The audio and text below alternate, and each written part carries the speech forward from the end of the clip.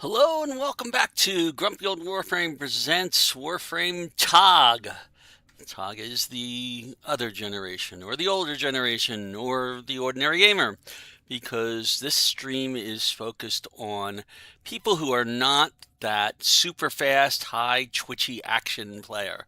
Um, if you have a little bit of trouble with reflexes or your speed or um, I'm 60 in my mid 60s, and I have arthritis in all my fingers.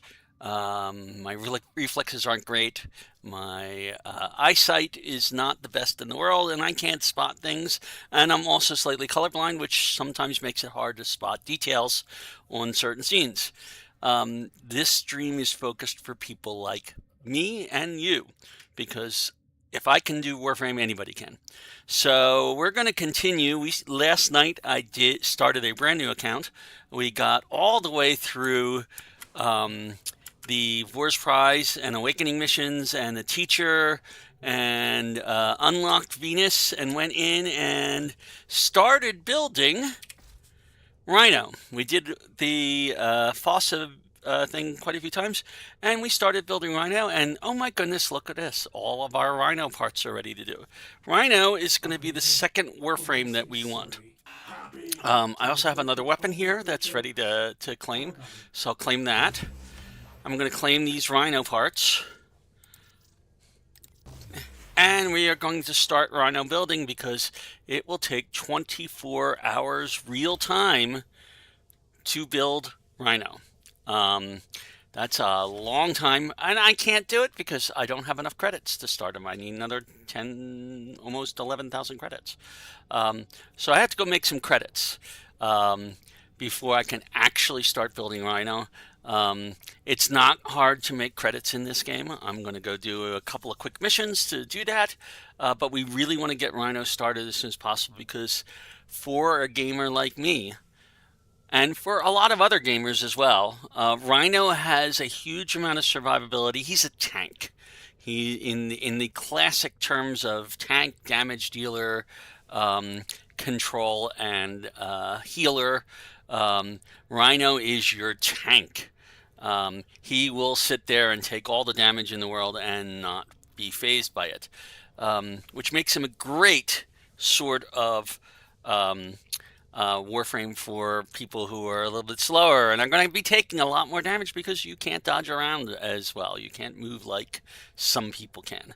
So I'm going to go through and grab some credits. So and the best way to grab credits actually right now, if we look at our map, we have to do Mercury Junction. That's our next major goal in unlocking this star map, and we need to complete the quest Vox Solaris. Vox Solaris is a little complicated for me to do it. I'm going to just come through here and do, let's see, I got a rescue mission, I've got a spy mission, I've got an interception mission. I'll do an interception mission. Interception missions will give us a lot of enemies. That'll make us a lot of credits. And we may get some relics out of the deal in the process. So I'm going to go do an interception mission. The way interception missions work is you have areas you need to control. And you basically go into those areas, take control of them, and make sure that nobody else, none of the enemies, take control away from you. You keep that going for a period of time.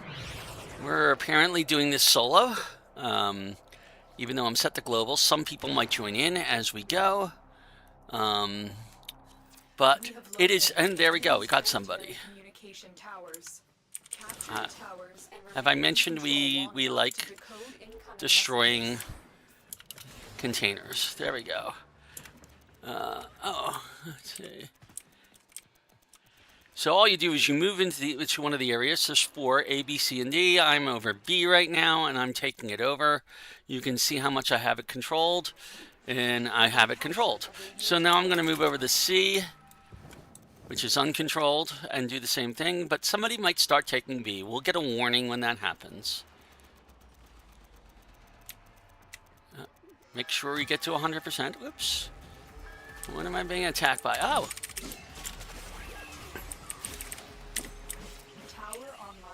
Alright, we got C. Let's go back to B. B is up. Sorry.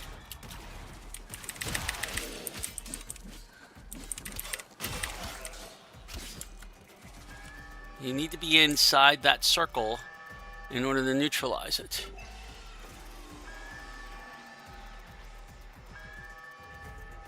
This tower is ours now.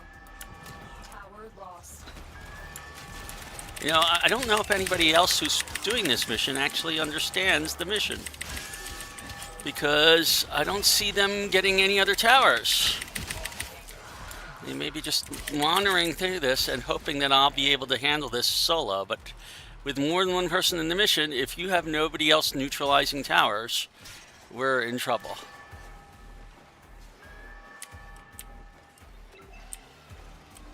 Alright. I have Charlie back. I'm going to go after D. The enemy have taken a tower. You must recapture it. Where is D? D is this way.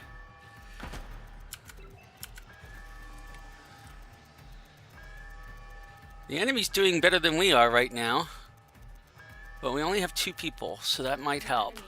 That'll reduce the number of enemies that are taking over things. Alright, where's B at? I'm going to go back to B.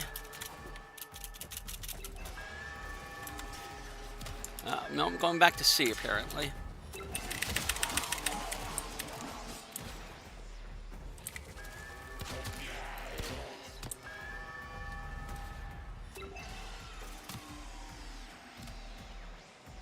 Tower online. Alright. The enemy have captured a tower.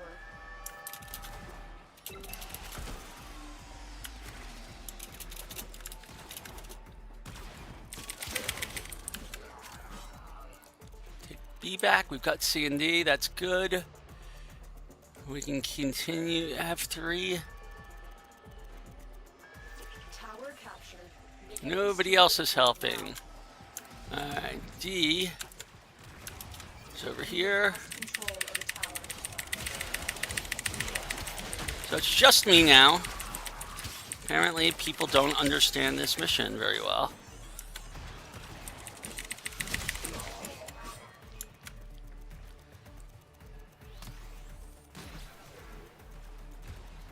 Where am I being shot from? This tower is ours now. Let's go back to see if I can get A. Oh, A's down here.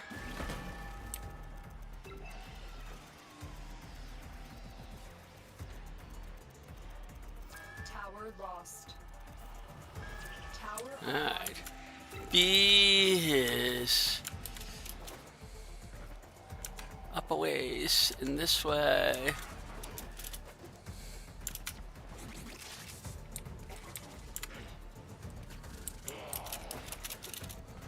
We're back at B. Now we're ahead of the pack. It's a lot easier to stay ahead of the pack if you're solo or if everybody is working towards this. We are in total control. Keep fighting. The enemy have taken a tower. You must recapture it. There's an Eximus.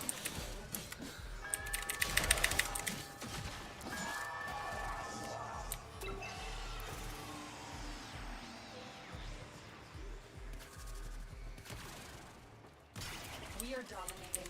Keep And that's what we wanted to see, is us dominating. That means that we are getting all the towers and they're getting none.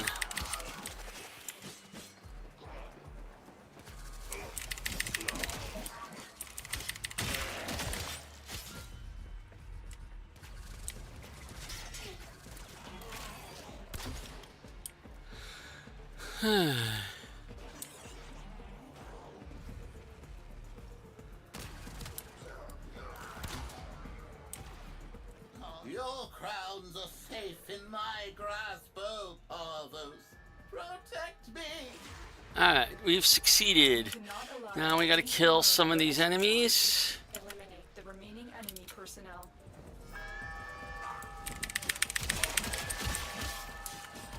There's a couple of them around.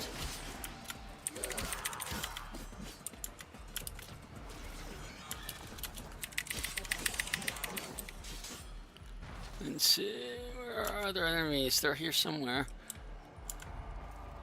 The enemy have deployed fierce reinforcements. Are you willing to stay and decode more messages?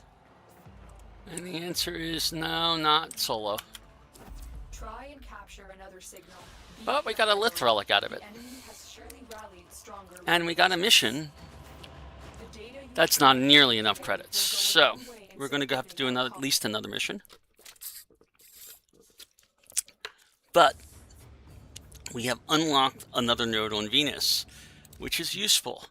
You eventually want to unlock every node on every planet if you can. So we can now go to Romula, so that's an infestation defense, or V prime. V prime, ooh, that's a 10 United alert, and we can get a $10,000 and a Conquer Quatha flute from it.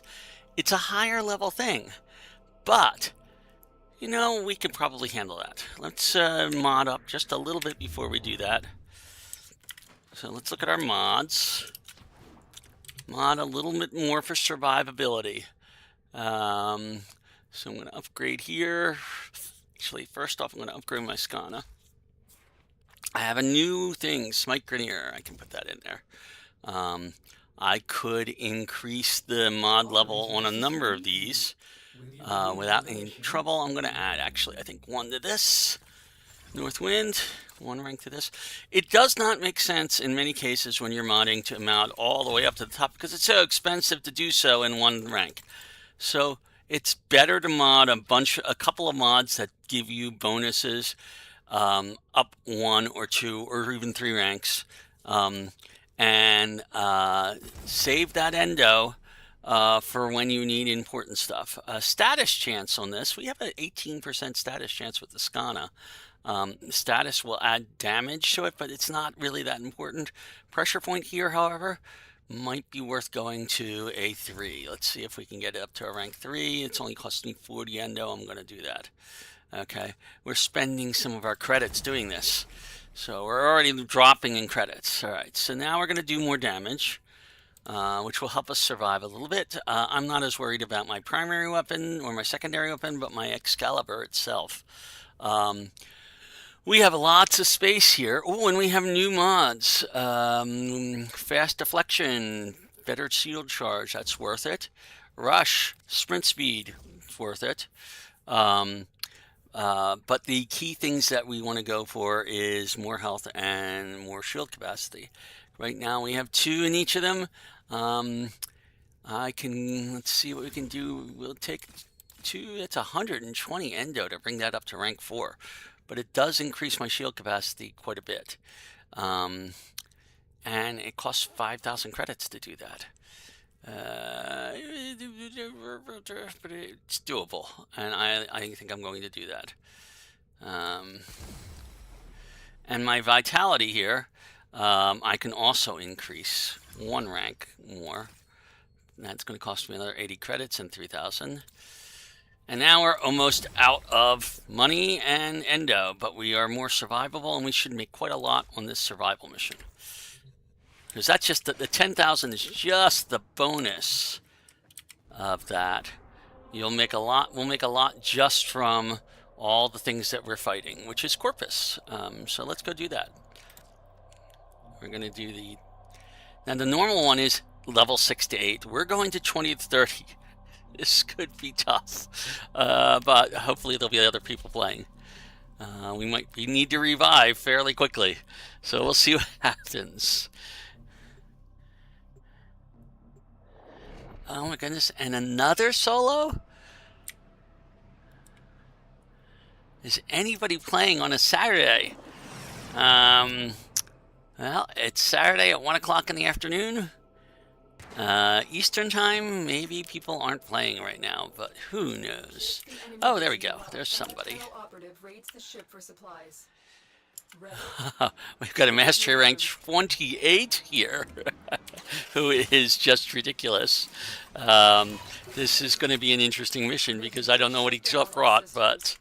I'm sending life support capsules your way.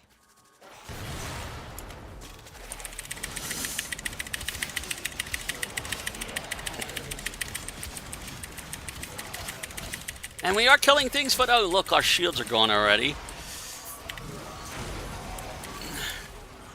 However, we get a lot of energy, so...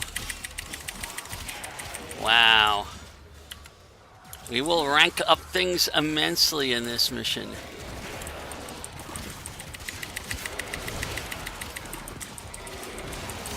Oh, he's got all this stuff.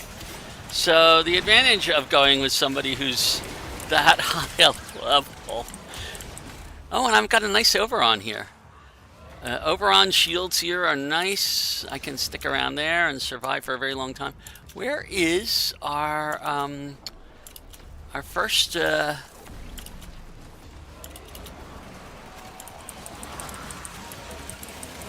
So the key with survival missions is watching that life support system on the left.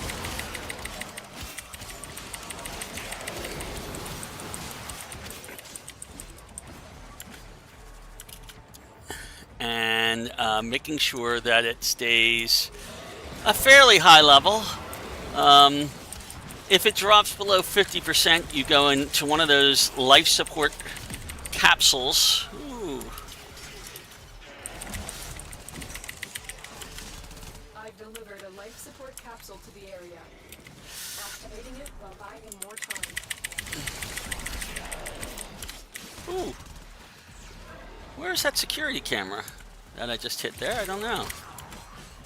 It must be inside here. Oh, it's right there. Try and take them out as much as you can. We have to stay on this mission at least 5 minutes, which is why it's called survival. You're surviving against wave after wave of things coming after you.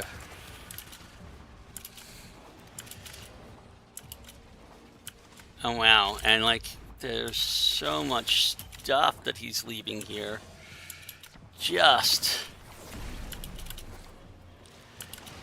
trying to stick not too far from him. Man, there's nothing here. We're guarding this life support capsule, basically. Life support incoming.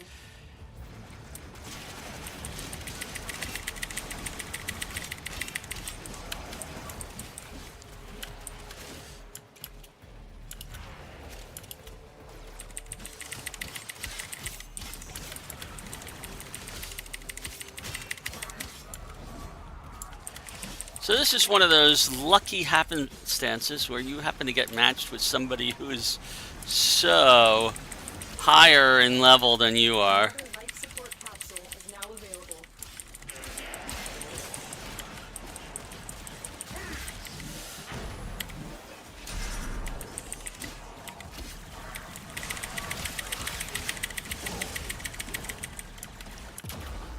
Oop.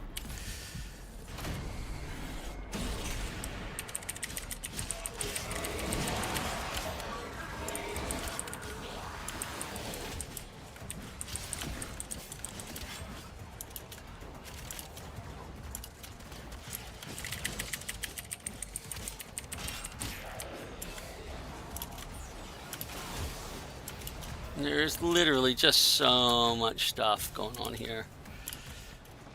Those shields around me are because I keep wandering through these fields. That's Oberon, and basically it reduces the hits that we take.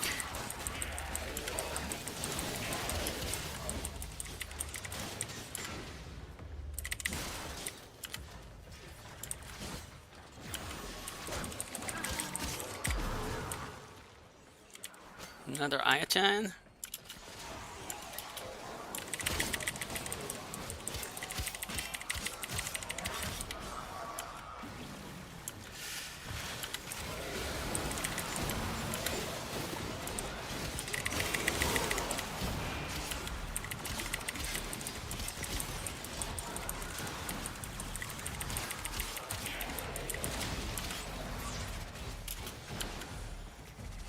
You can replenish those shields by wandering back into the field. That's an Oberon power. That field. Is that a mushroom? We must have a Noko in here, around here somewhere.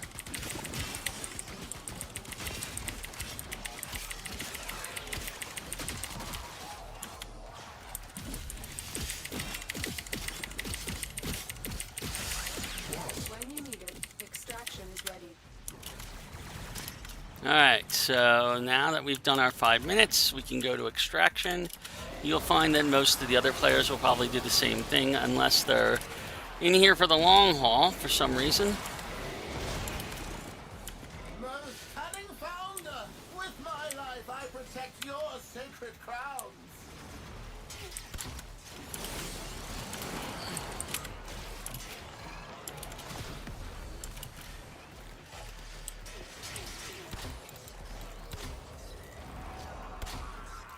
This is kind of a target-rich environment right now, but we're extracting.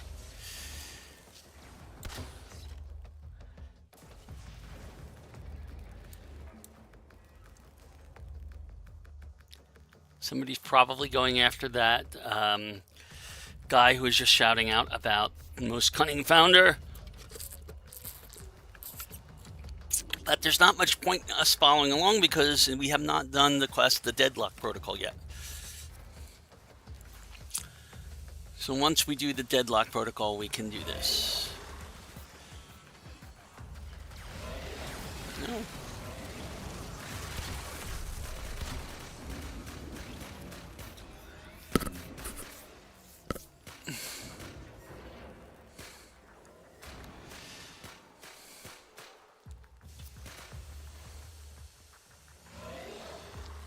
Two, one, and we leave. Mission complete. Excellent work, Tenor. Having made 32,000 credits, plus we're gonna, which should be more than enough for us to build our Rhino. We also got a new thing that helps us with fists if we happen to be fighting with fists. We don't have any fist-based weapons. A lot of stuff. We ranked up quite a few things as going, including our Archex, which is now max rank. And we even got a bonus with Nightwave. So, hooray, hooray. Alright. Speaking of Nightwave, I'll come over here really quickly. You can see that we got this 15 missions bonus. We're pretty close to our 500 enemies. We're fairly close to our Xmas. We'll get those before the 1 day 6-hour refresh easily. We will not be able to do this one because we need the War Within. We won't be able to do this one because we haven't unlocked the Steel Path. In order to unlock the Steel Path, you have to unlock every node on the star chart with a few minor exceptions. And that the Steel Path is a really useful way to get stuff. And in my first stream, I emphasized you really need to get stuff in this game because you need it to build things. You need credits, you need resources, you need parts and blueprints and all kinds of other things. So now we can build our Rhino. We have 25,000. It's what it needs. We're going to say build. And it is now 1:24 p.m. Eastern Time. At 1:24 Eastern Time tomorrow, we will be able to get our Rhino and start using it. We also have a couple of Forma blueprints. We got those yesterday when we went and opened a relic. Forma is used in modding. I'll come back to modding for a few minutes because this may apply. All right. So basics of modding repeated. We have Thieves' Wit. I am so glad we've got Thieves' Wit. And I'm going to rank that up a couple of times. Thieves' Wit gives us... I'm going to rank it up 3 times because I think that's what we can handle. Thieves' Wit shows us loot crates as a little white box on our mini-map radar. This will help us hugely in finding stuff. And I was just talking about how we need to find stuff. It also helps us find the hidden rooms in maps. Because if you're seeing some square boxes in an area that you can't reach, well, there's probably some way to reach it. And you want to start looking for that area because you want to get all of that loot. It's also really useful when you're looking for caches, because caches will show up as a box um, on the map. Well, they'll show up usually with boxes. They don't actually show up as a box. It'll also show us, so caches don't show up as a box, but they're usually associated with boxes. So if you get all the boxes, all the crates, it will show you where things are. These also shows us a couple of interesting things like Ayatan treasures. We haven't found one of those yet, but we will now because we've got Thieves' Wit. This is one of the mods you want to rank up as fast as you can to get the biggest loot radar you can. There is a better version of this mod called Animal Instinct that goes on a companion.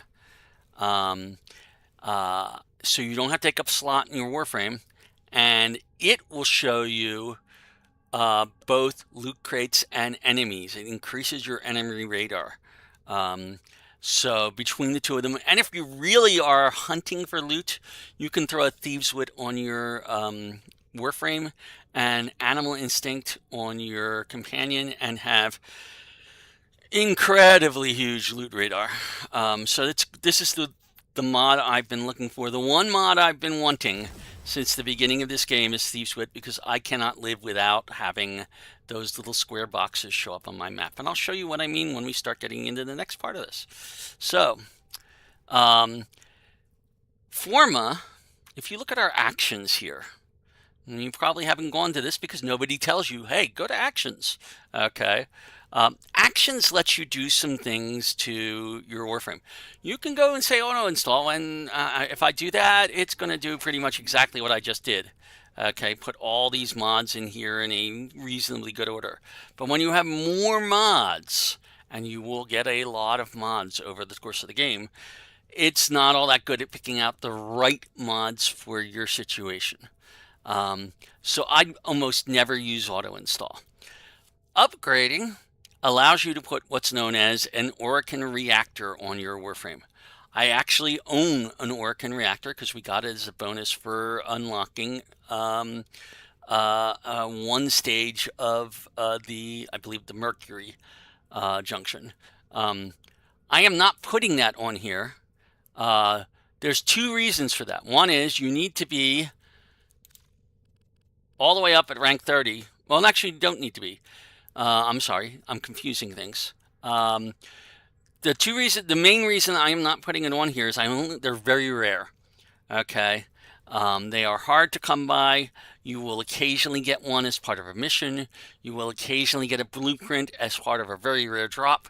The most common way of being able to get one, if you really want to get one earlier, is through Nightwave missions, because you can get credits and buy them for credits, but there are better things to be spending your credits on. You'll hear a lot of people talking about a potato, and that's because these things look like potatoes. That's kind of what they look like. They're just golden potatoes. There's also silver ones that are Orokin catalysts, which are for your weapons. What these do when you put it onto your Warframe is it will double your mod capacity. This is important. If you want to get the best modding, notice how many spaces here.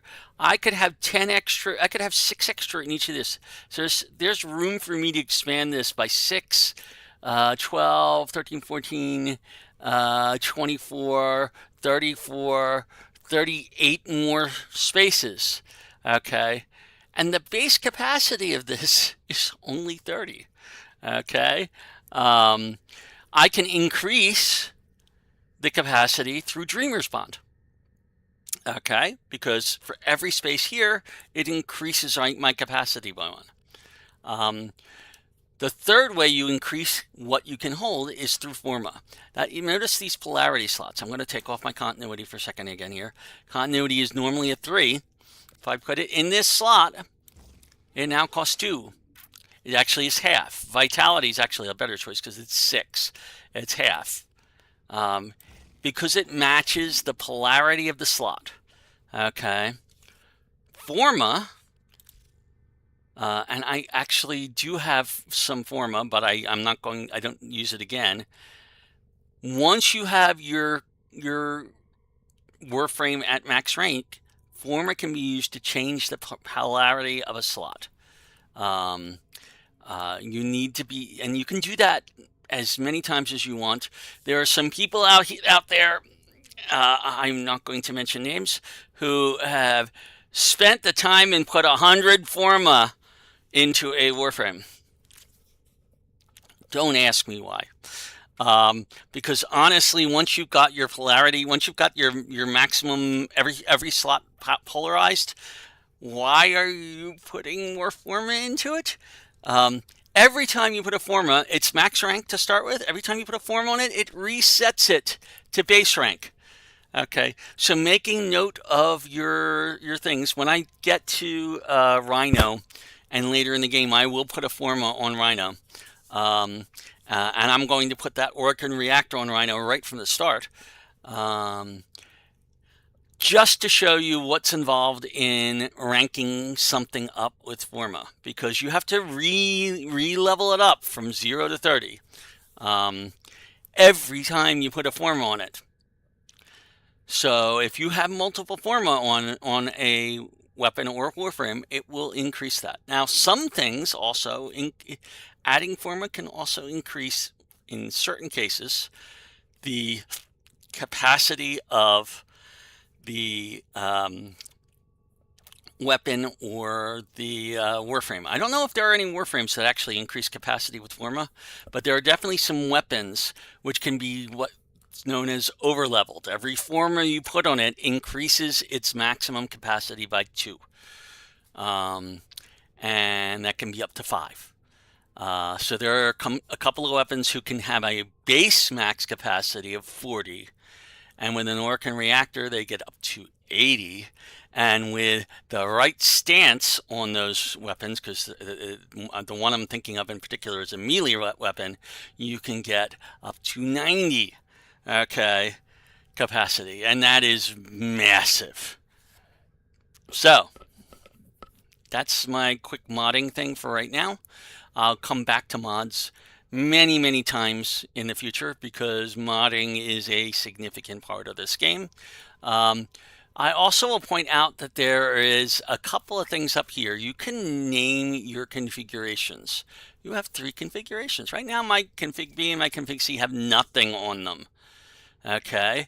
Because you can have modding set up for a particular device, a particular Warframe or a weapon, or pretty much anything you can mod in multiple configurations. And that lets you have different builds for different situations. And you'll come into situations where you will want custom builds. But right now, I am not going to go into that. And I'm going to hit back. We've got our Excalibur maxed out for this. We have our stuff. This is still showing an exclamation point. Why is it doing that? I've already looked at that. Has something changed? Oh, probably because there is a new weapon here. I just created the Burston. I'm not going to equip it right now. Or the Bratton, who I don't know. I still don't remember where I got the Bratton from. I picked the Paris at the start. Okay. I now have 4 primary weapons to level up. And I still haven't finished leveling up the Paris. So once I finish leveling that up to 30, I will start working on these other ones to gain mastery rank. The same thing applies with my secondary weapons. I have a secondary weapon already, the Furus. I got that as a reward from going through one of the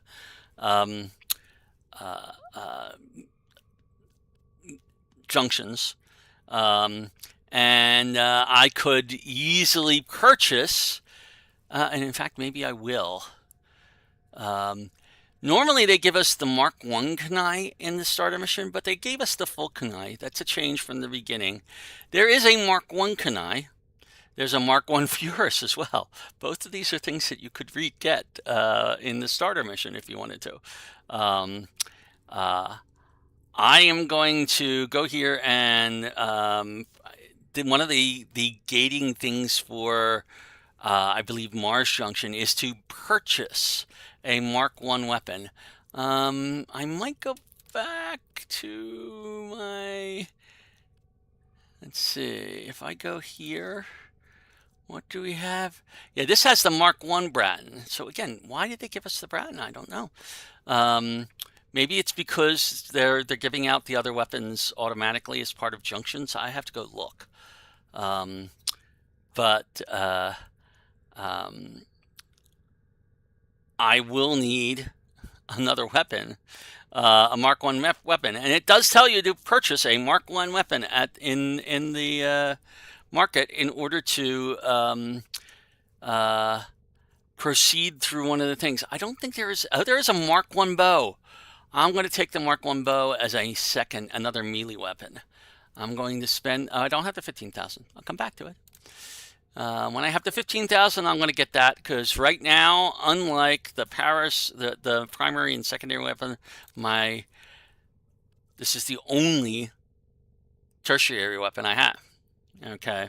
Now the bow, if I look at the bow, and I go to view details, and you look at the blueprint, you see that it needs an Orokin cell to build. I don't have any Orokin cells right now, so I'm not even going to consider the bow. But you can also purchase blueprints from the market, and that's what this down here means. Instead of getting the weapon, that little square there means you're purchasing the blueprint. And it's always a good idea before you purchase the blueprint to see what it requires. Like these dual commas might, if you view details, might, nope, cancel. I don't want to purchase it. I just want to look at it. Requires 2 commas to build and an Orokin cell. So that means that in order for you to have build the dual camas thing, you need to have built 2 of these Kama weapons. Okay, all right. And if you view the details on the Kama weapon, okay, you can see that requires neural sensors, which you don't have access to yet. So there's a whole lot of being prepared before you purchase things. So we'll come back to all that in a little bit. We now have our next major task.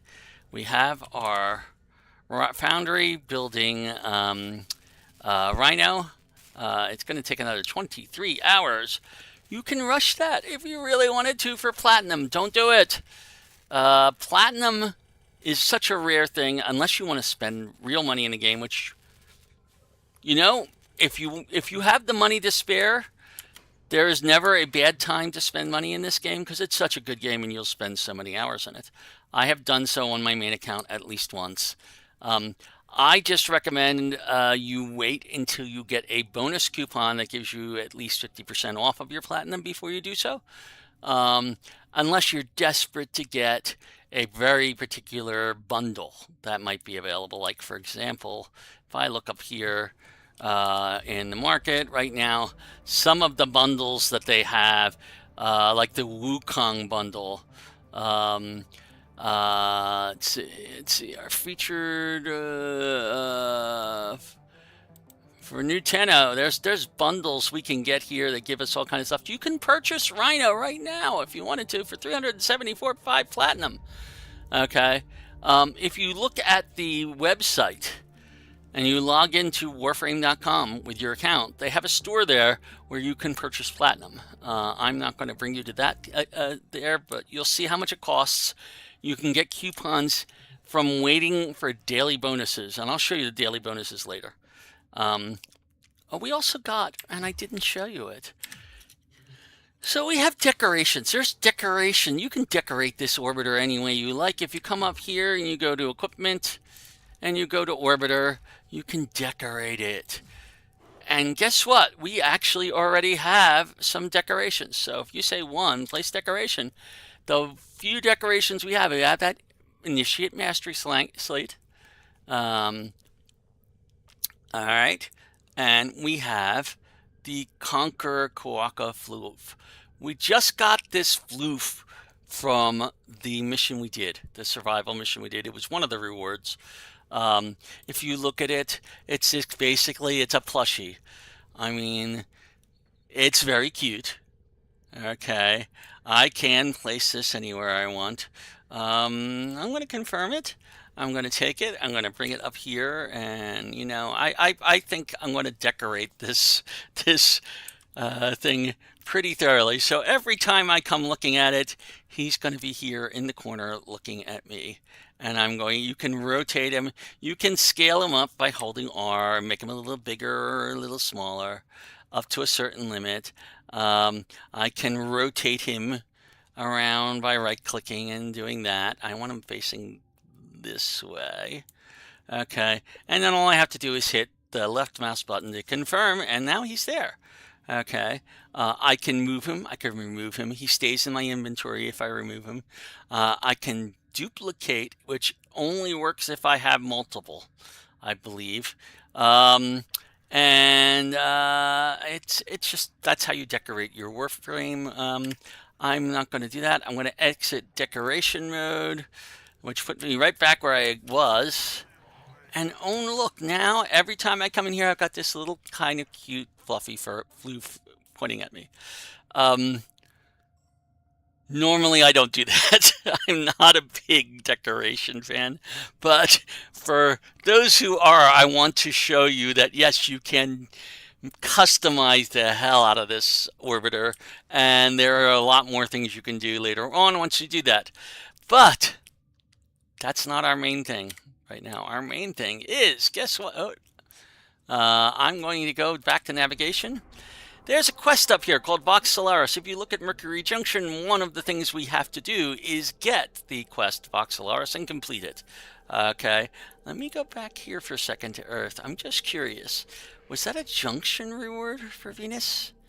I got the Furus as a junction reward for Venus, but I don't know where I got the Braton from, to be honest. I have to go look in my at the video from last night to see.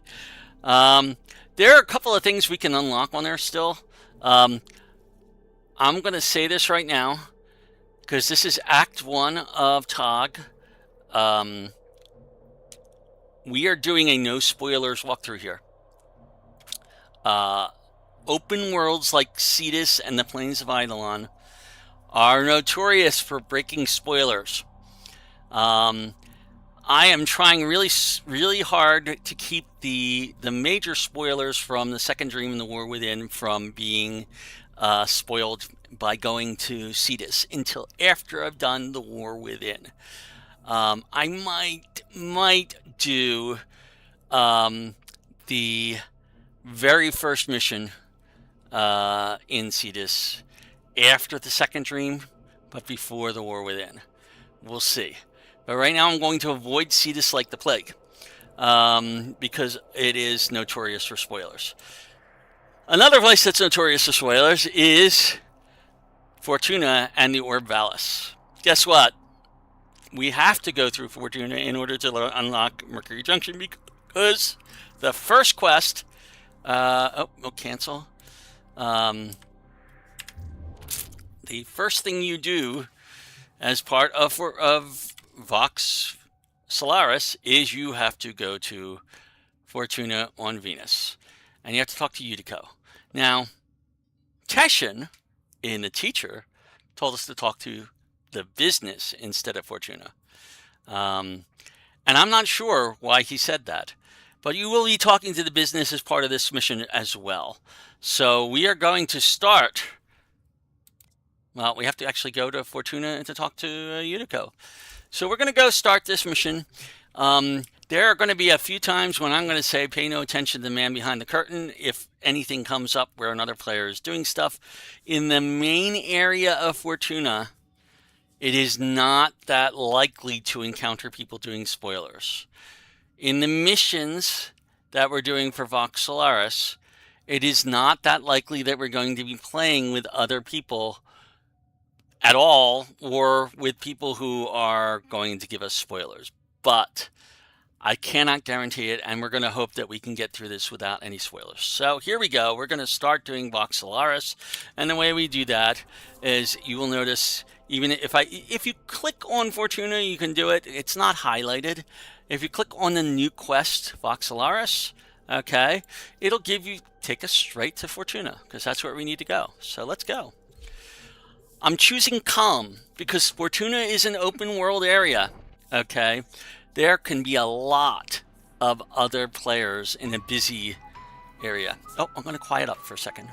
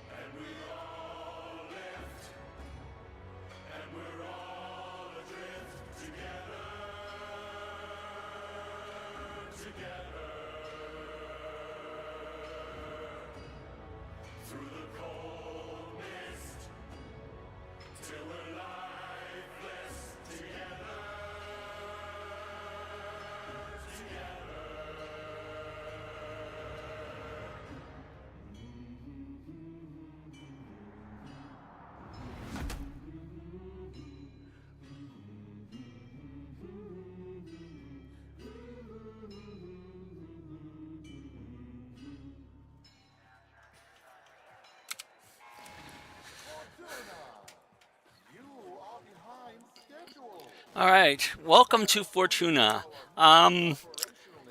You're only going to see that cutscene once. That song was a huge hit when it first came out. This is not a happy community. This is a debt community. Everybody here owes the corpus. Okay, it's basically debt slavery and worse. Because if they don't get their money out of you, they'll get body parts. So we are going to come over here on this side of things, and there is Utico. Utico is our primary target contact for the Vox Solaris quest and for later bounty quests in the Vale. This is our introduction to the Orb Valis, which is a huge open world above us. And we are going to cover quite a lot of stuff here. So welcome to Fortuna. Busy. Oh, an outworlder. A Tenno. Look, we're a corpus operation, we are, but these people are Solaris. We work for a living. We don't need no trouble, and we don't need no one getting hurt. You want to help? Go buy something from Thursby. He's been staring down the barrel of a repo order ever since he took on his parents' debt.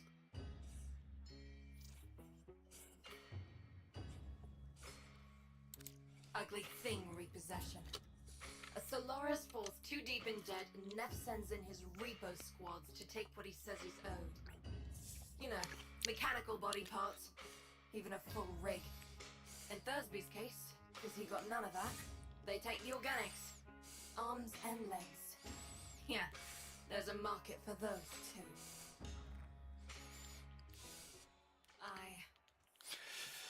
Okay.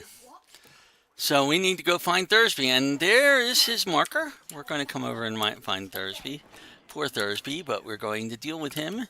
He's going to be got so much debt. It's horrible. We have to help them. So here we go. If you need scrap and a snap, just talk to your junkyard diplomat. That'd be me, Thursby, Thunderstruck, Sean Unpluck, down in his luck. Whatever. Tell me you want to buy something. Please. I need this.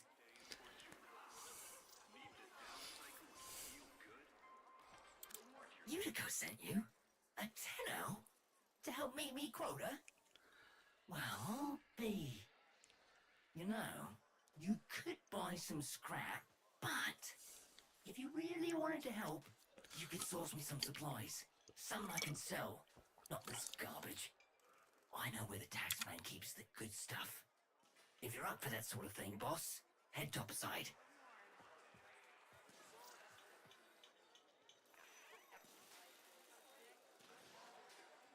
She means well. Don't want to see nothing bad happen to us workers, but there was a time she had another name.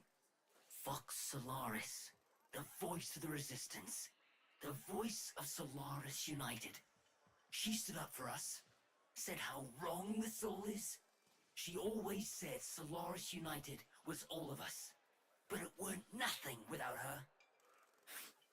When the trouble happened, Neff did try to identify her. What he did to the others. What happened on deck 12. She's always been kind to me. What happened to them was never her fault.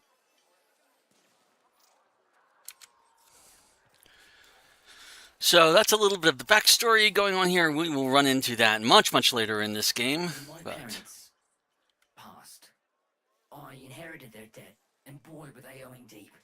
Can't work to pay it off, because I ain't got no augmentations. I can't buy augmentations on account of all my debt.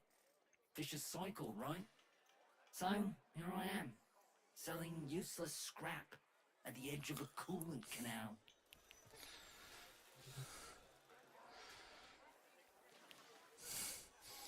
Okay, so it's not clear what we need to do here, but Thursby wants us to do stuff, and it involves going into the Valis. Now we're going to go to the elevator.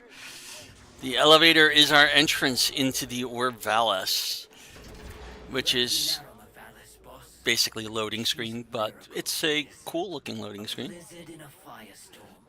All thanks to the magic of rebooted Oracle tech, and the blood and the sweat of so many thousands of Solaris. But you know what Utico always says. She says, Welcome to Venus. It'll kill ya. Thursby, what's going on? You keeping your nose clean? Utico? Sure am. Just giving a tour to my shiny boss here, you know, earning a wage any way I can. Alright then, Thursby. Just don't let this outworlder get you into trouble. Something's shooting me. I need something I can sell, you know? Spare parts, quality merchandise, see? I know where the Corpus drops supplies. You can get in and out before anyone catches wind of what we're up to.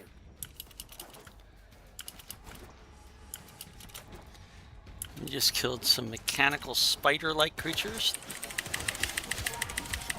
Pretty much anything out here is out to kill you. Just be aware of that. That coil drive is going to release some guys who are going to try and kill you. Sneak and bait, boss. Crates full of the good stuff should be nearby. So we're looking for an area, and in this area we're looking for crates. So here's the area. Oh, and there it is. We're looking for caches. Outstanding. Beautiful. So you- Just loosen up. We be taxing taxmen on the regular. What else can you find? So we're listening for that sound.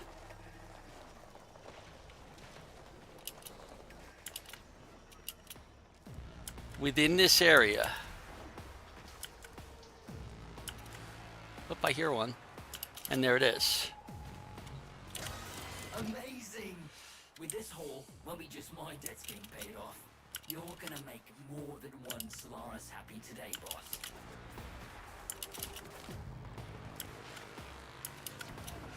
Now this is an open world, as I've said. Notice that thing up there?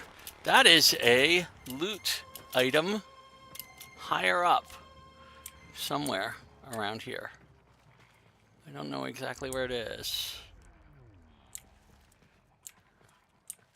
Or a little lower down, maybe.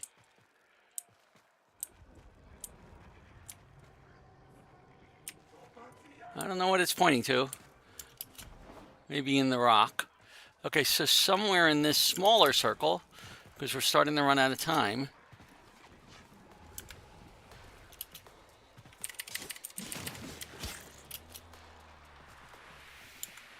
I heard it, but where is it? There it is. Unbelievable! Why stop here? With your power, we could hit Neff hard. Make him pay for all he's done to us. Blow up his precious coolant tower before he's even had a chance to show it off to his mucking ward. Thursby, what are you thinking? You're on an unsecured channel. You want a Corpus spy drone hearing what you're up to? Ah, muckers. Too late. Got no choice. Tenno, you got Thursby into this mess, so you can damn well help him out of it. Alright, so what are we doing? Tenno, you're looking for the Corpus spy drone that overheard Thursby's little guided tour. Find the drone before it reports back to Central Command. So now we're going to run over here. There are much faster ways of getting around this, but we don't have them yet. So we're just running around. The drone is nearby. Ground it. And I'll see if I can still hack one of these things.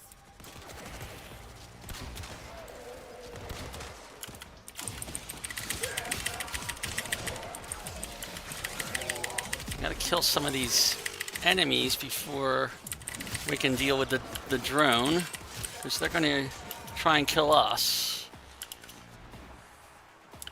Where'd that drone go?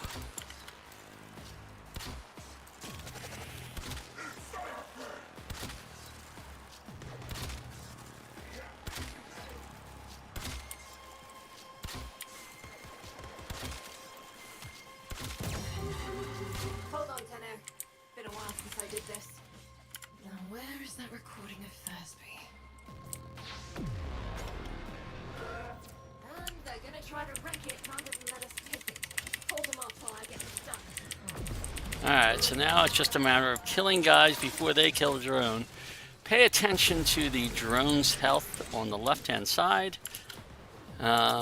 Most of the time it won't be a problem, but if you don't kill these guys, they will start being an issue.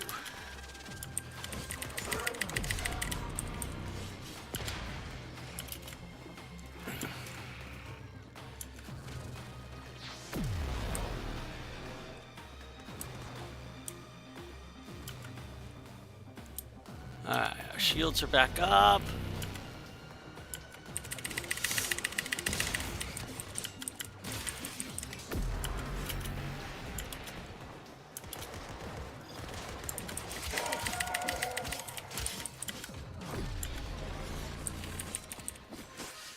Where was that enemy? I just saw one. Oh, okay, there we go. Corpus are legging it. Take out as many as you can. Keep them quiet.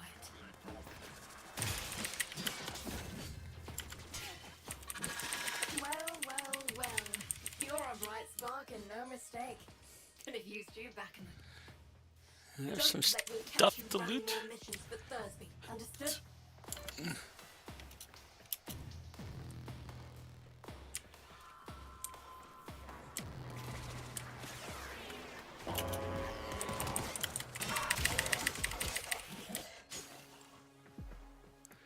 Now, somewhere around here there is a crate. There it is.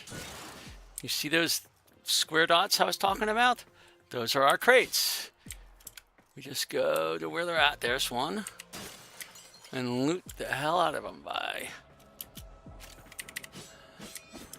And they don't have to be a crate. They could be just an item you can pick up. If we look over here at this, there was a little blue marker here, but it's not available yet to us.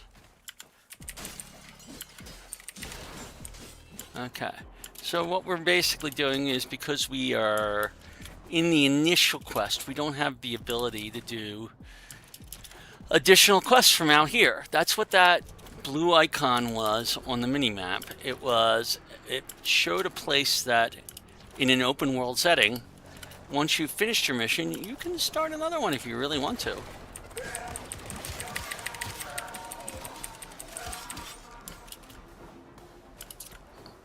Now, if you're playing with other people, it'll give them a chance to vote on whether they want to take that mission.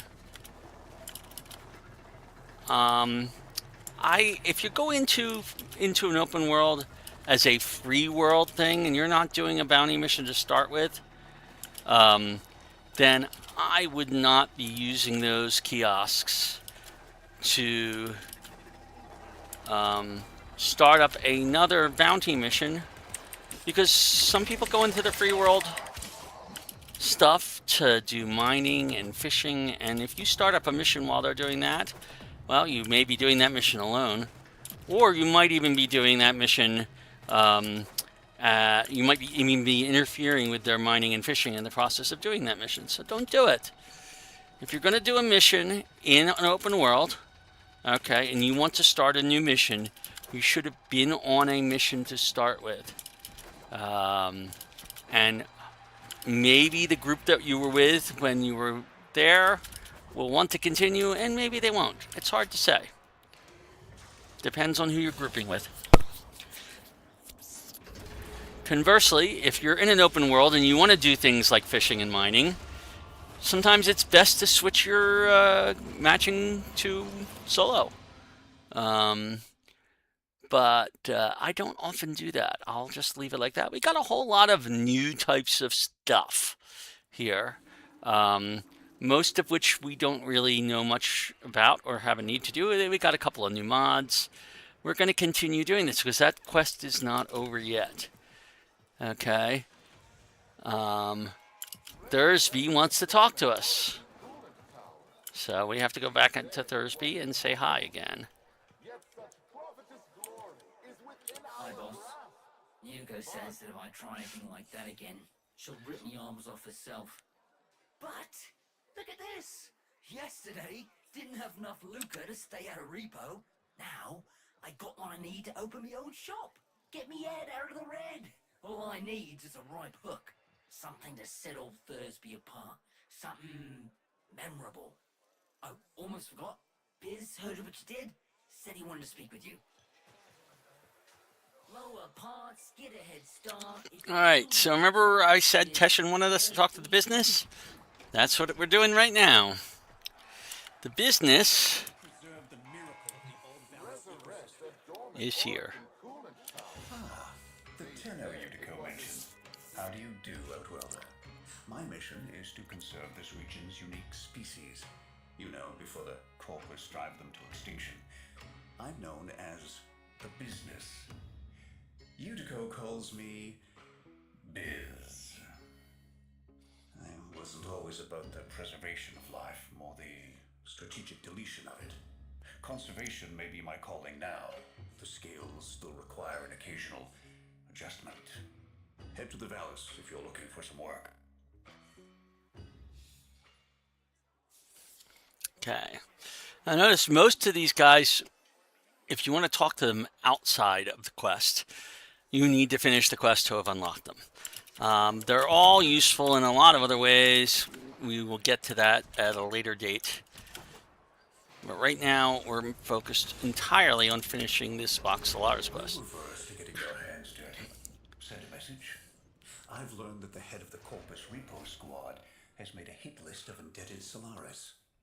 Before his goons can do their thing, I've got a K-bomb with his name on it. Biz! That's not what we discussed. Wait. There's a repo list? Who's on it? Crap. my way. No K-bombs. Had about enough mess for one day.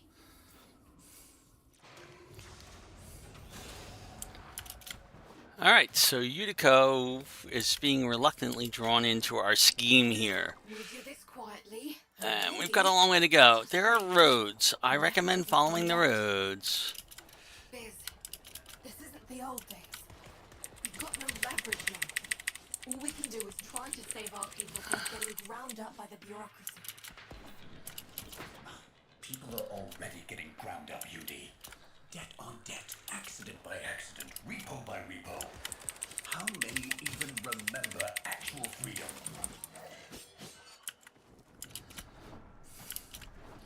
See that big pipe up there? That will come into play in a later quest. Not directly, but indirectly.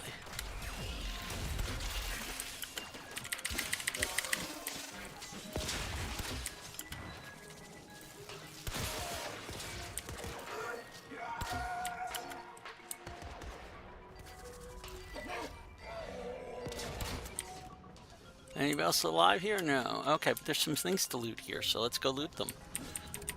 Because I believe in looting stuff. When you get a chance. That one's well hidden under there, but he's there. Okay.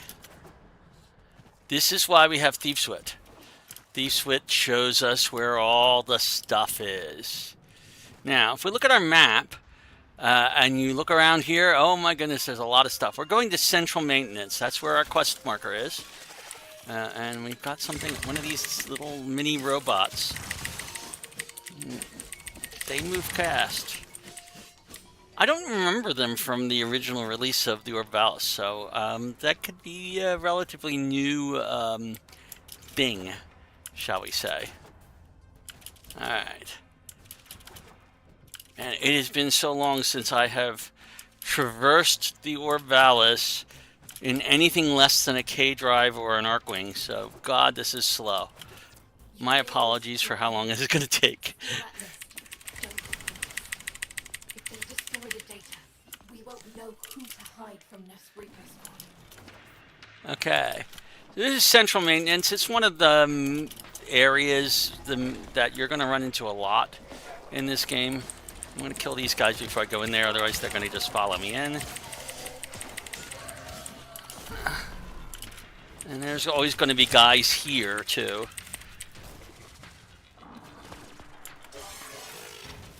Alright.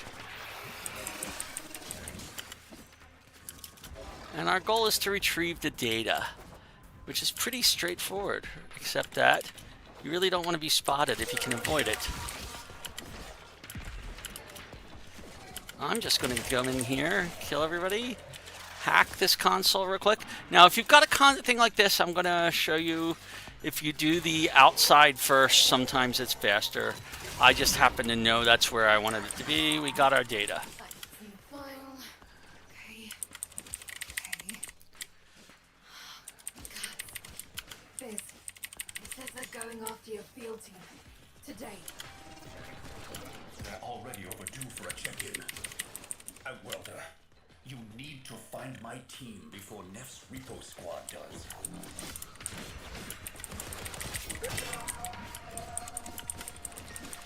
A lot of things to kill here. And we're going to kill some of them on our way out. Ooh, 20% critical damage on a rifle. That is a nice little mod. We like doing critical damage. I'll talk about that when we get into a more advanced modding session. They were in debt because they chose the calling of conservation over filling Neff's pockets. It seems like the creature wanted to make a point. But this isn't the whole team. We need more info. Search the bodies.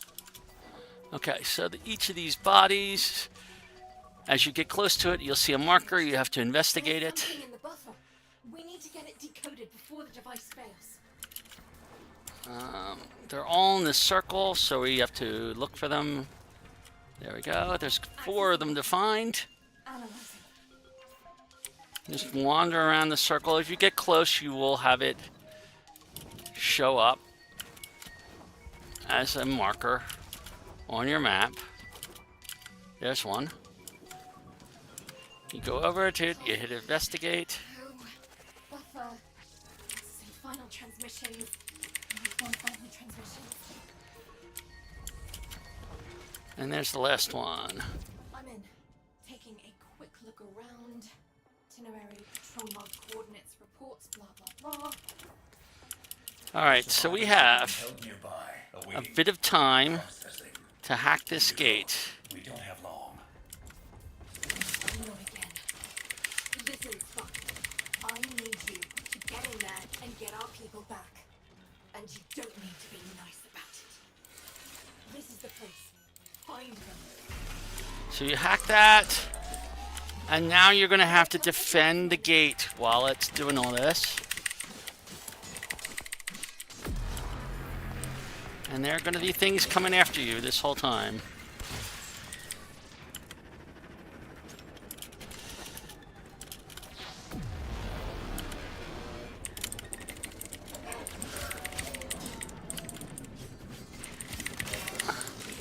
Now there's a guy who just dropped, or who will drop, who does have a data mass. Every time you loot a data mass, the hack time will be reduced. So I've just looted 2 data masses. Data keys, I should say.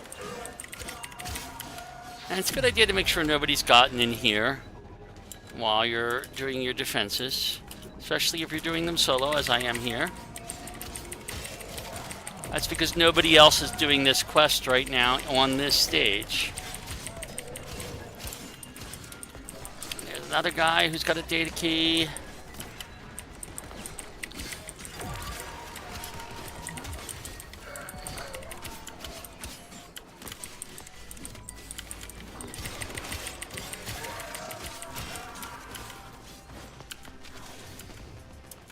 Nobody's down here.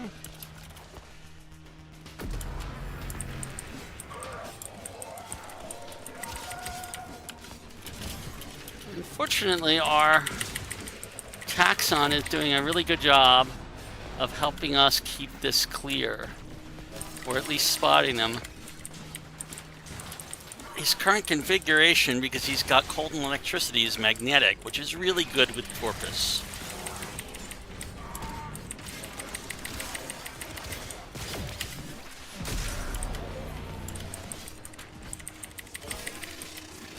I did mention that Excalibur's 3 is a really, really useful one, and that's what I just used. I didn't notice your little heist earlier. Quite a stunt you pulled with that young... What was his name? Thursby. Tell him. You have to get back here before they get to him. Alright, we finished that part of the quest. Hey, fellas. That was me. Nah, you just missed a beat. Now I'm going to show you a quick way of getting around the veil. You don't understand. Stop. This is a blink pad. They're scattered around the veil. I'm going to go to the one closest to Fortuna. And now I'm close to Fortuna. I can get in here.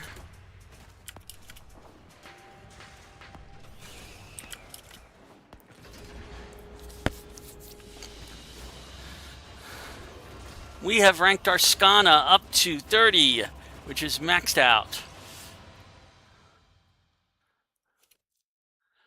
We got a couple of really good mods while we were at it. We got a whole lot of loot, which we will always want to make use of. Okay, so who do we have to talk to down here? Thursby? Then the void spoke to me. No, Utico. I was supposed to protect him, and now he's in pieces. The medic's not sure if they can stabilize him with so much missing. This was a mistake, letting you get involved. Why did I listen to Biz? Maybe it's not too late to impress Neff before his big unveiling. Appeal to his mercy. Show him what we can do. Get topside. I'll fill you in. Remember, friends, forego hard work for cheating and stealing. Okay, so Utica wants us to appease Neff, but let's be serious. Neff's pushing ahead with activating that coolant tower, but it's not ready. My engineers need a mineral, amarust, to counter the inevitable heat cascade. I've marked an excavation site where you should find some. Bring it back, and maybe we stop the entire Valis from being bathed in slag. All right, so this is an excavation in the open world, and these are sometimes a little buggy, especially when you're doing it solo. Where the heck are we going? Where is it? Up there. Amarast, do you not understand? If we look at our map, there's nothing closer. It's just in the middle of nowhere, so we're going to go there across country. People get hurt. But if we let that fear divide us, it will only get worse. I saw a Utico I haven't seen for years back there. Fortuna needs that Utico back. We need Vox.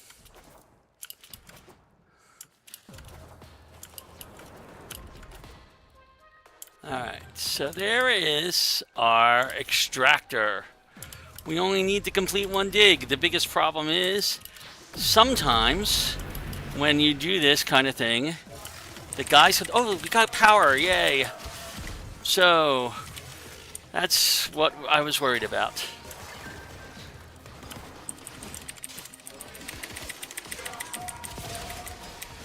You can also see the power drops. Oh, and there we got our 4,500 enemies. Where's that one coming from? Another power guy, yay! 2 of them, even better. Take a power, bring it back to the extractor, go back, get another power, take it back to the extractor. Kill more guys, like this Eximus, we have to kill him quick.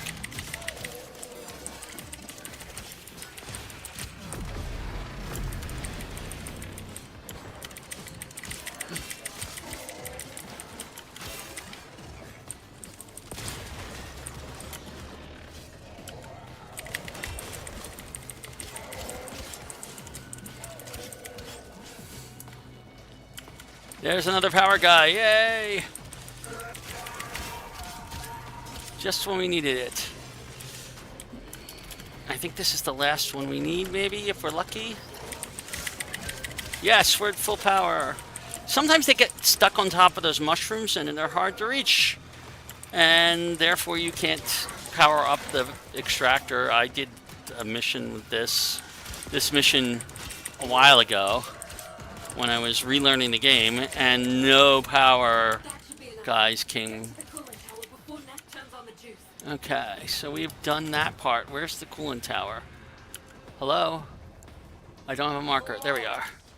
The investor showcase is tomorrow, and you lot still maintain the coolant tower is not ready. Have you no faith? My test run will commence now, and the board shall know it was I, Nathaniel, who brought the glory of the Oracle to life once more. Starting already? Neff's gonna trigger a heat cascade if he boots that coolant tower up without the Amarast. He's going to get us all killed. Hurry! Solaris, why isn't it working? Fix this! Now we're going right across. Too late. Oh, can I even get across here? Yes, I can. I can climb up the wall. Solaris, this disaster is your bundling. It's taking me to a new location. I am. Floor boss. Utica. FB9. I take responsibility for this. Finally, one of you shows some backbone. Oh, you know, Floor boss, select 50 workers of low efficiency and have them in front of Fortuna for repo. Their upgrades I shall bequeath to Solaris of greater efficiency. And for the failures, brain shelving. Make your list. You have 1 orbit hour. Okay. The lift is disabled. Why is the lift disabled right now? You're not going through with this. Not now, Biz.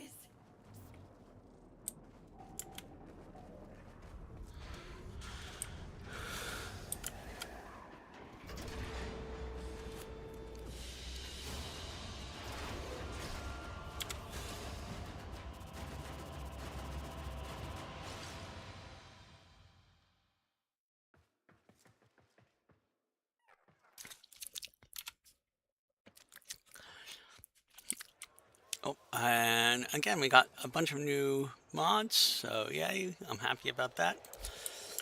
We will be getting lots and lots of mods. There's going to be... Where are we going? Going back over here to Thursby, I think. Or to the Thursby's area. Ever since Neff crushed Solaris United, killed my friends, I've focused on one thing.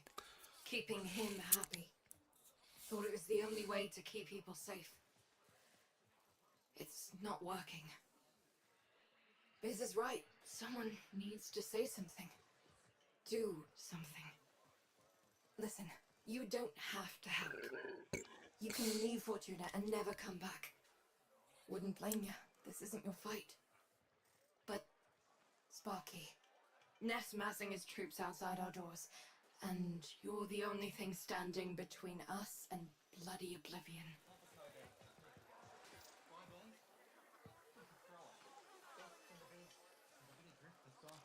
Knew I could trust you. Take this. There's a present in there for the mucking taxman. Why don't you deliver it to them? All right. So here we go. We are going to do... I think this may be the last part of Vox Solaris, but I could be wrong. What are you trying to do, Unico? Buy him off?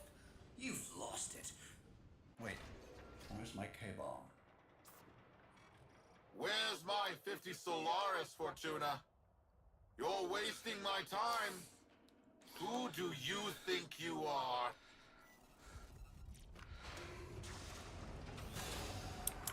Oh, there's a whole lot of guys right here waiting outside. Now, Sparky, get that case as close as you can to them.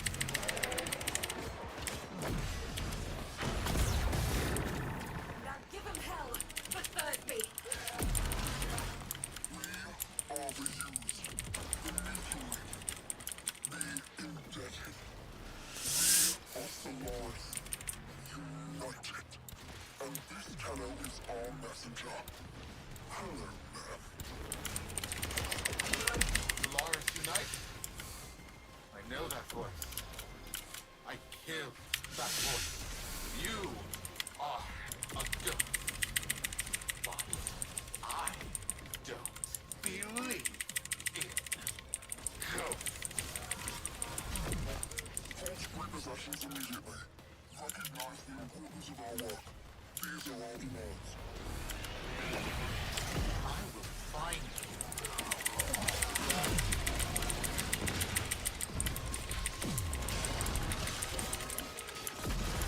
A lot of enemies here. Oh, and we've got one of these things.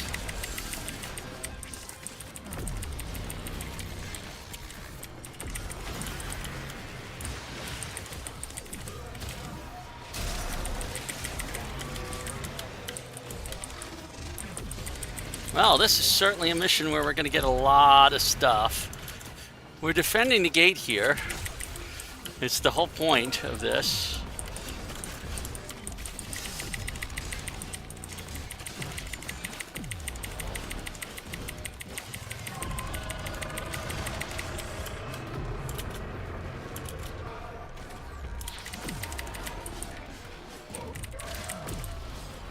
Whoever you are, you don't know what hell you've brought upon your people.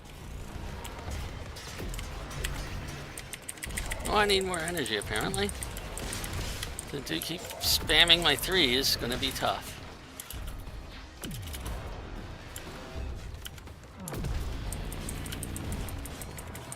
Doesn't tell me how long I've got to defend the gate for.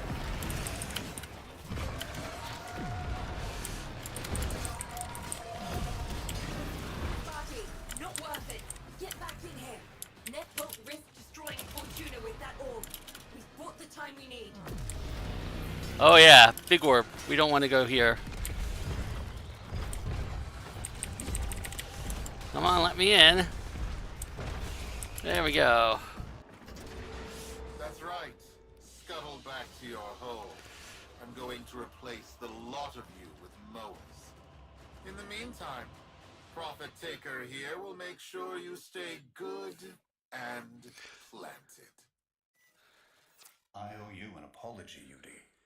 And if you see Vox, pass along my thanks. No, Biz. Thank you for not giving up on me. We all live together. And we will. We just poked a Cooperdon, and if we don't show him who's in charge, we're lunch. Okay. So, no, there's one more mission apparently, I think, in this. Now, I'm going to show you something you can do here that you wouldn't expect to be able to do. Well, we're not in our orbiter, but we can go to our arsenal and upgrade things, and we have space to do so. So if we look at my Excalibur, we now have one more capacity for it. It doesn't really give us any extra useful stuff. If I upgrade this, I could get more capacity, but right now, again, there's not all that much useful we can get out of this build without more mods, but we did get more mods for everything else. Our Paris, for example, I now have Vital Sense, which is that Stormbringer we've already got. We can increase our Stormbringer and our cryo rounds.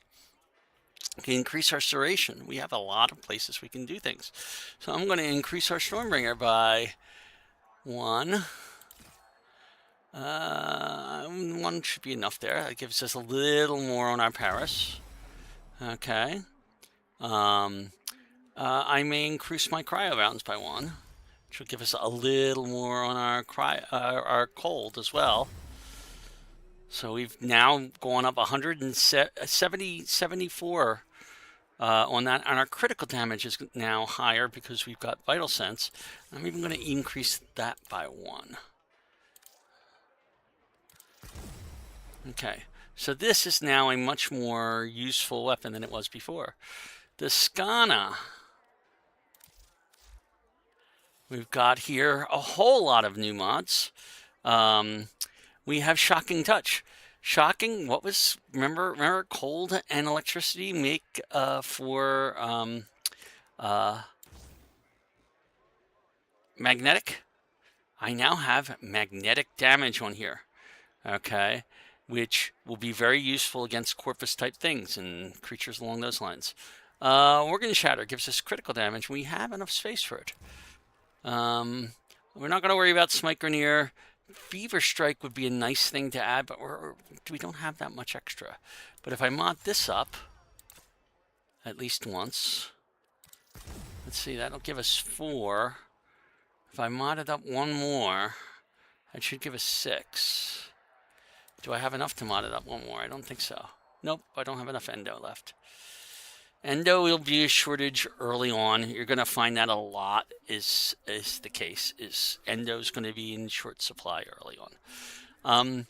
We do have access to our mods area where we can sell duplicates of mods, but we don't have a lot of duplicates. It's not safe to do that right now. So I'm not going to bother. So, oh, and then I'm going to go to my Exalted Blade, because remember, it takes mods too, and it can hold a lot more mods than anything else.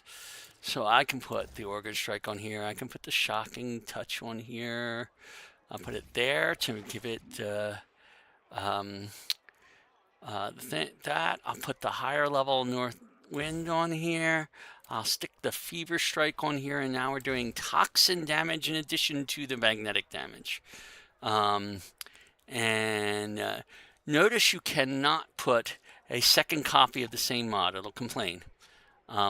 There's also certain types of mods that are grouped together in that respect.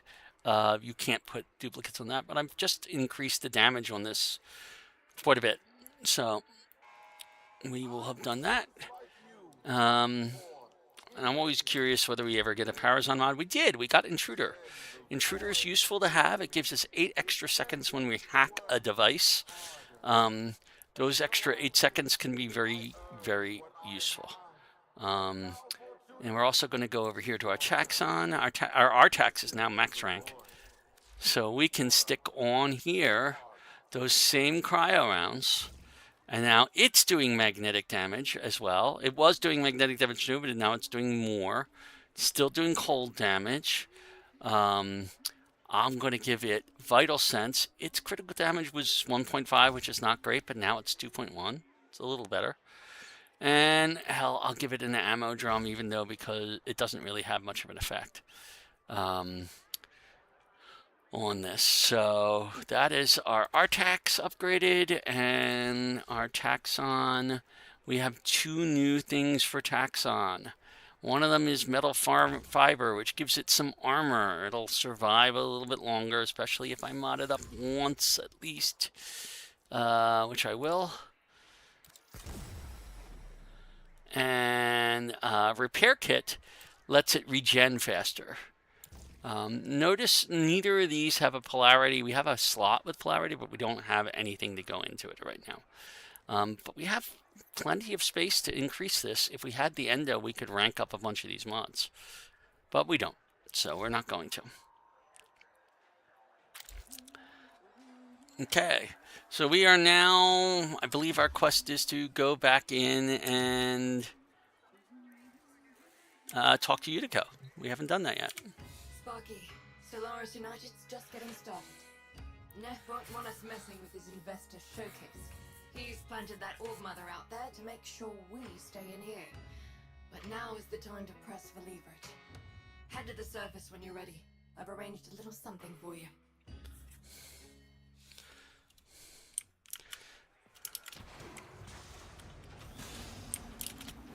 All right, this He lent us her personal K drive. There we go. Fastest board in the Vallis. See if you can't slip right past that spider mama. So K-Drive is one of the ways of getting around the Orb Vallis a lot faster. And it's going to be the only way of getting around it faster until we get... There's that orb. We come over here, we mount the vehicle, and we're now in a K-Drive. No hope without gunning that orb.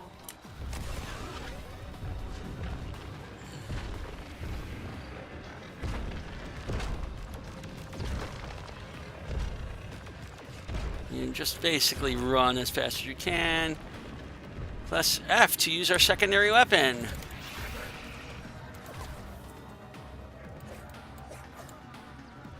Which is the kunai, by the way.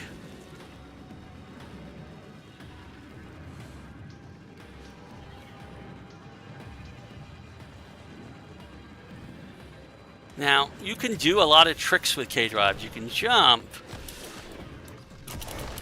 You double jump, you'll do spins.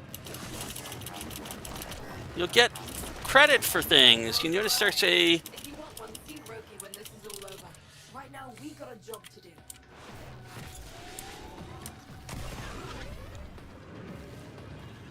Oh, where is our quest marker?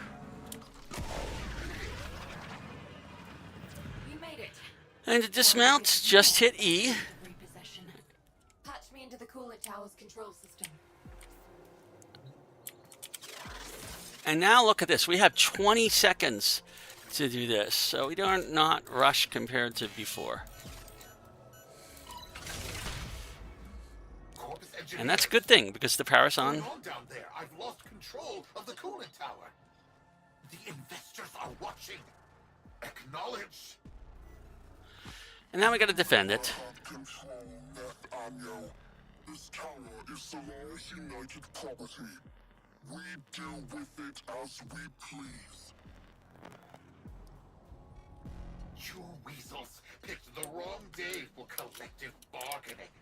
Corpus kill squads, converge on the control cluster at once. Investors, under control. Let's turn up the heat on that.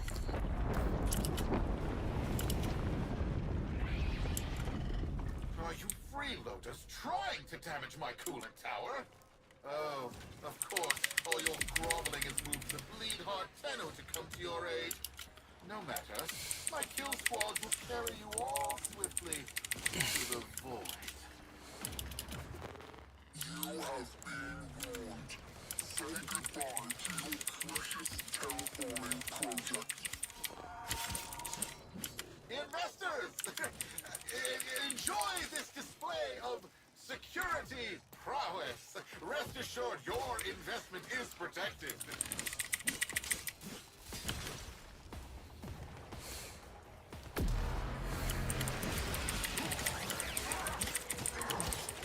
We're down to killing a bunch of Eximus here, so that's really useful. We're going to get that Nightwave bonus in a few seconds. The next Eximus that comes by. So that's really good.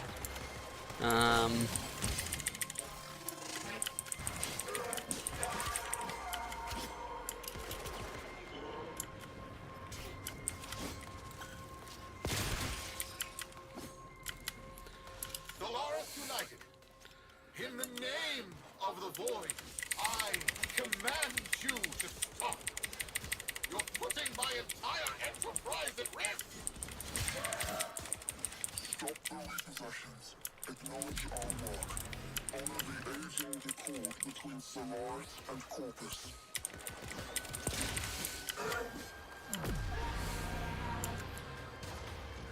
I'm doing pretty good about defending this, so that's fortunate. There's our 30 Eximus. We have completed that. We're really happy about that. Normally Nora steps in and makes some pithy comment when you do that. When you complete a big one like that, but not today, apparently. Maybe because we're on a quest. Blow that tower, and you'll destroy Fortuna. Your fortune is what dies with us, Nathaniel. And we know that to men like you, poverty holds a greater dread than death.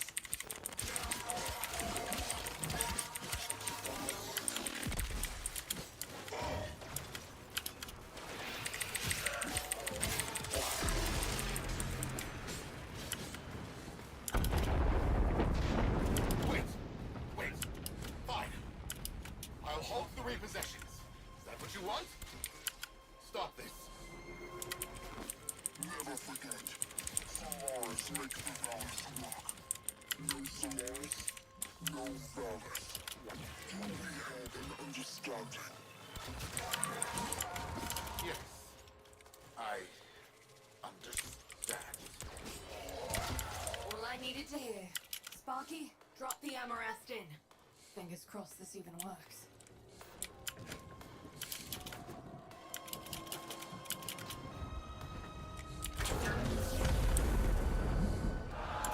Investors, please!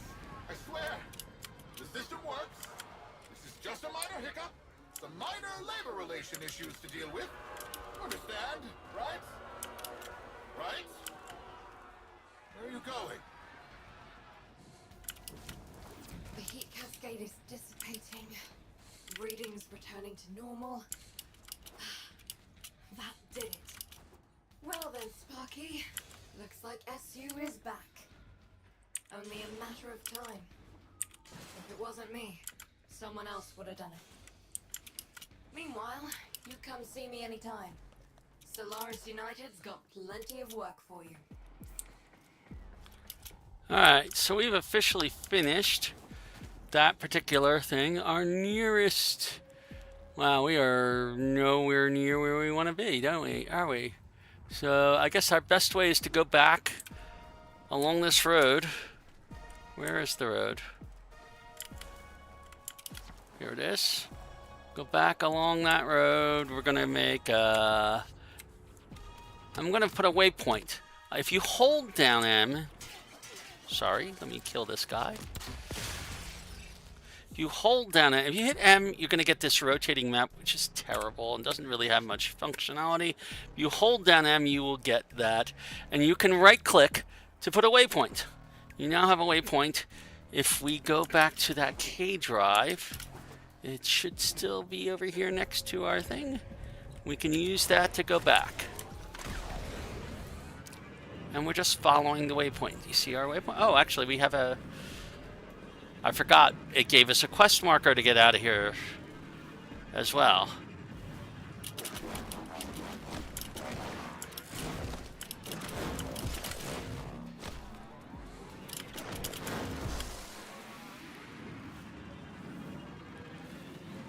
Go through here.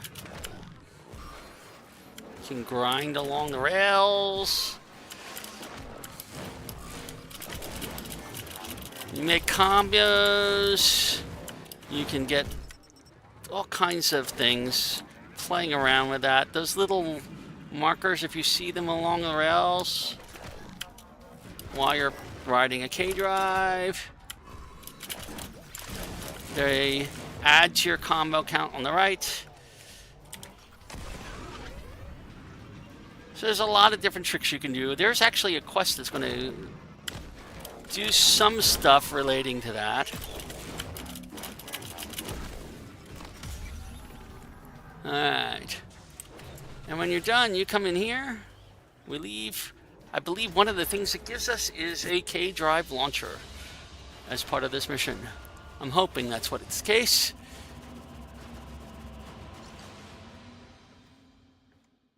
We'll get it in the mail. I'm pretty sure that's what'll happen there. So we are done, except for talking, I think, to... Yep. Okay, there we go. There's our K drive launcher.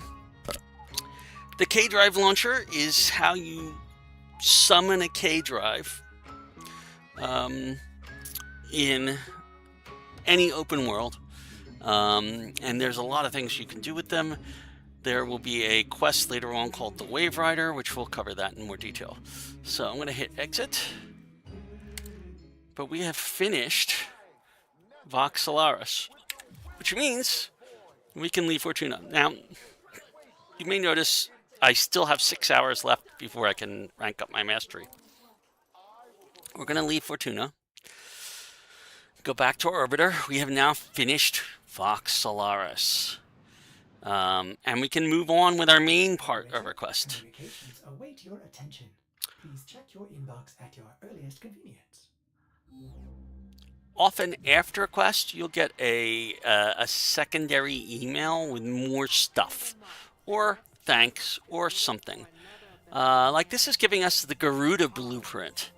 Garuda is another Warframe. Now that we have the blueprint, we could go ahead and build Garuda if we got all of the parts. And in order to get the parts, takes quite a bit of work. Including it requires Kuva, which you're not going to be able to build up for a while. Notice I got this email from Jackal last night talking about actions having consequences. We will cover that later. I'm going to go do something right now. I'm going to take a slight side break before we continue and talk about your gear wheel. We don't use it. We haven't used it very much. The gear wheel is just a thing. When you hit Q, you'll have a rotary wheel, and it's context sensitive. In the case of being in your orbiter, it'll tell you the different places you can go to. But when you're in a mission, it will be this gear wheel. Okay, and you can put gear onto it. There's also an emotes wheel. If you look at your gear, okay, you can see what's on your gear wheel. When you first start the game, your gear wheel will not have these nice F1, F2, etc. things on it. Okay, those are shortcuts I set up, and because I set them up on my machine, it applies to every count on my machine. I'm going to show you how to set those up right now. If you hit escape and you go to options and you go to customize key bindings, and scroll way, way down, you have gear hotkey 1 through 12. You can set up 12 hotkeys. I like to set them up because they aren't being used otherwise in the game on function keys, because I've got a keyboard with a lot of function keys. So I set up F1 through F5 and then F7 through F11. I did not set up F12. I did not set up the F6. I put F12 on my Equip Omni, which is something you'll worry about in Railjack. So I keep that for my Equip Omni in Railjack. And then F6 is locked to taking a screenshot in-game. So because it's locked on that, you can't use it. So I use the first 10 hotkey gear slots are hotkeyed to F1 through F5 and F7 through F11. And I tend to, on every account that I have, because I have multiple accounts, I use exactly the same gear in each of those slots so that I don't have to remember which one it is. I just always know. Now, we're going to look at the actual gear wheel, having done that. Now, if you're on a gamepad and you have a gamepad with extra buttons, you might use some of those extra buttons for a few of these things. Okay. I'm going to just show you right now the very beginnings of this. Okay. Because we're going to come back to this a lot over the rest of the stream, actually. I think it's going to cover a lot of this. Right now I have a glyph prism in slot 1. Because slot 1 I'm going to reserve that for something later on called an Arcwing launcher. I will always put the Arcwing launcher in slot 1, so I'm holding the place with the glyph prism there. Okay, slot 2 is always going to be my K-Drive launcher. So I'm going to put that in there right now. I'm going to say equip, and boom, I have a K-Drive launcher. Slots 3 and 4 we're going to look at in a few minutes. If people are curious and they have an account already and they've been playing for a while, my other slots,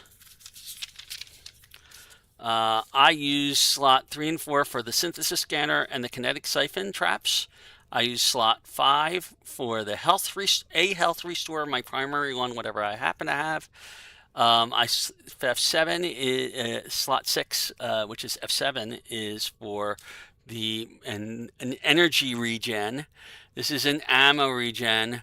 I put my trank gun here, my mining drill here, my trank gun here, and my fishing spear there. Okay, now I'll be swapping out fishing spears, so I keep the other ones in close by slots, because when you move something around, it swaps whatever it was, like that. Okay, so that's where we're going with this. I just wanted to make sure that you knew about it.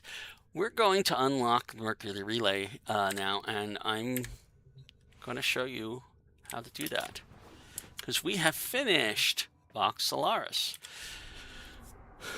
So, as before, Mercury Junction, we did purchase the Rhino blueprint last night.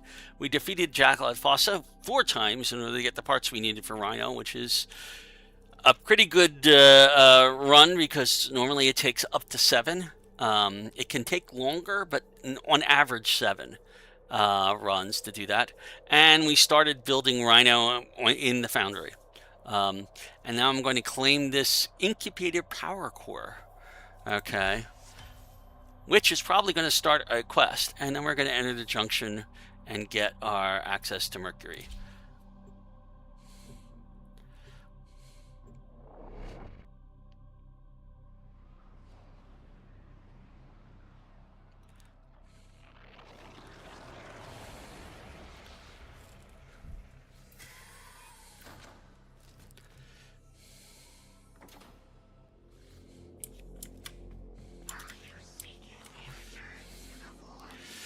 As with every junction, we have a Spectre to confront. In this case, it's a Rhino Spectre, which means he's going to be tough.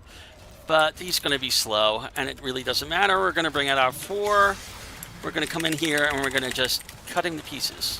Where the heck did he go?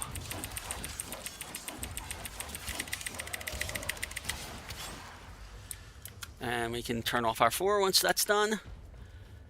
And activate the junction. Now I'm going to take a very short 2-minute break because I'm old and older people have to have bio breaks occasionally. And this is something I didn't do enough of last time.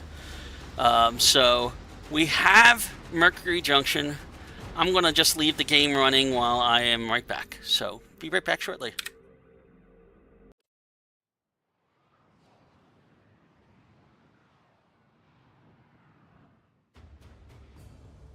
You have new quests in your codex.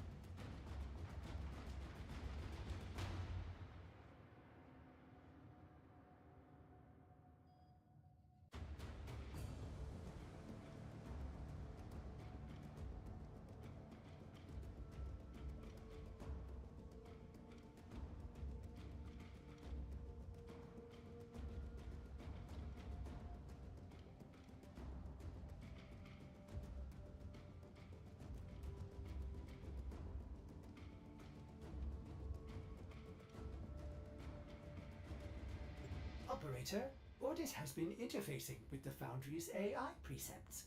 You could say we forged a new connection.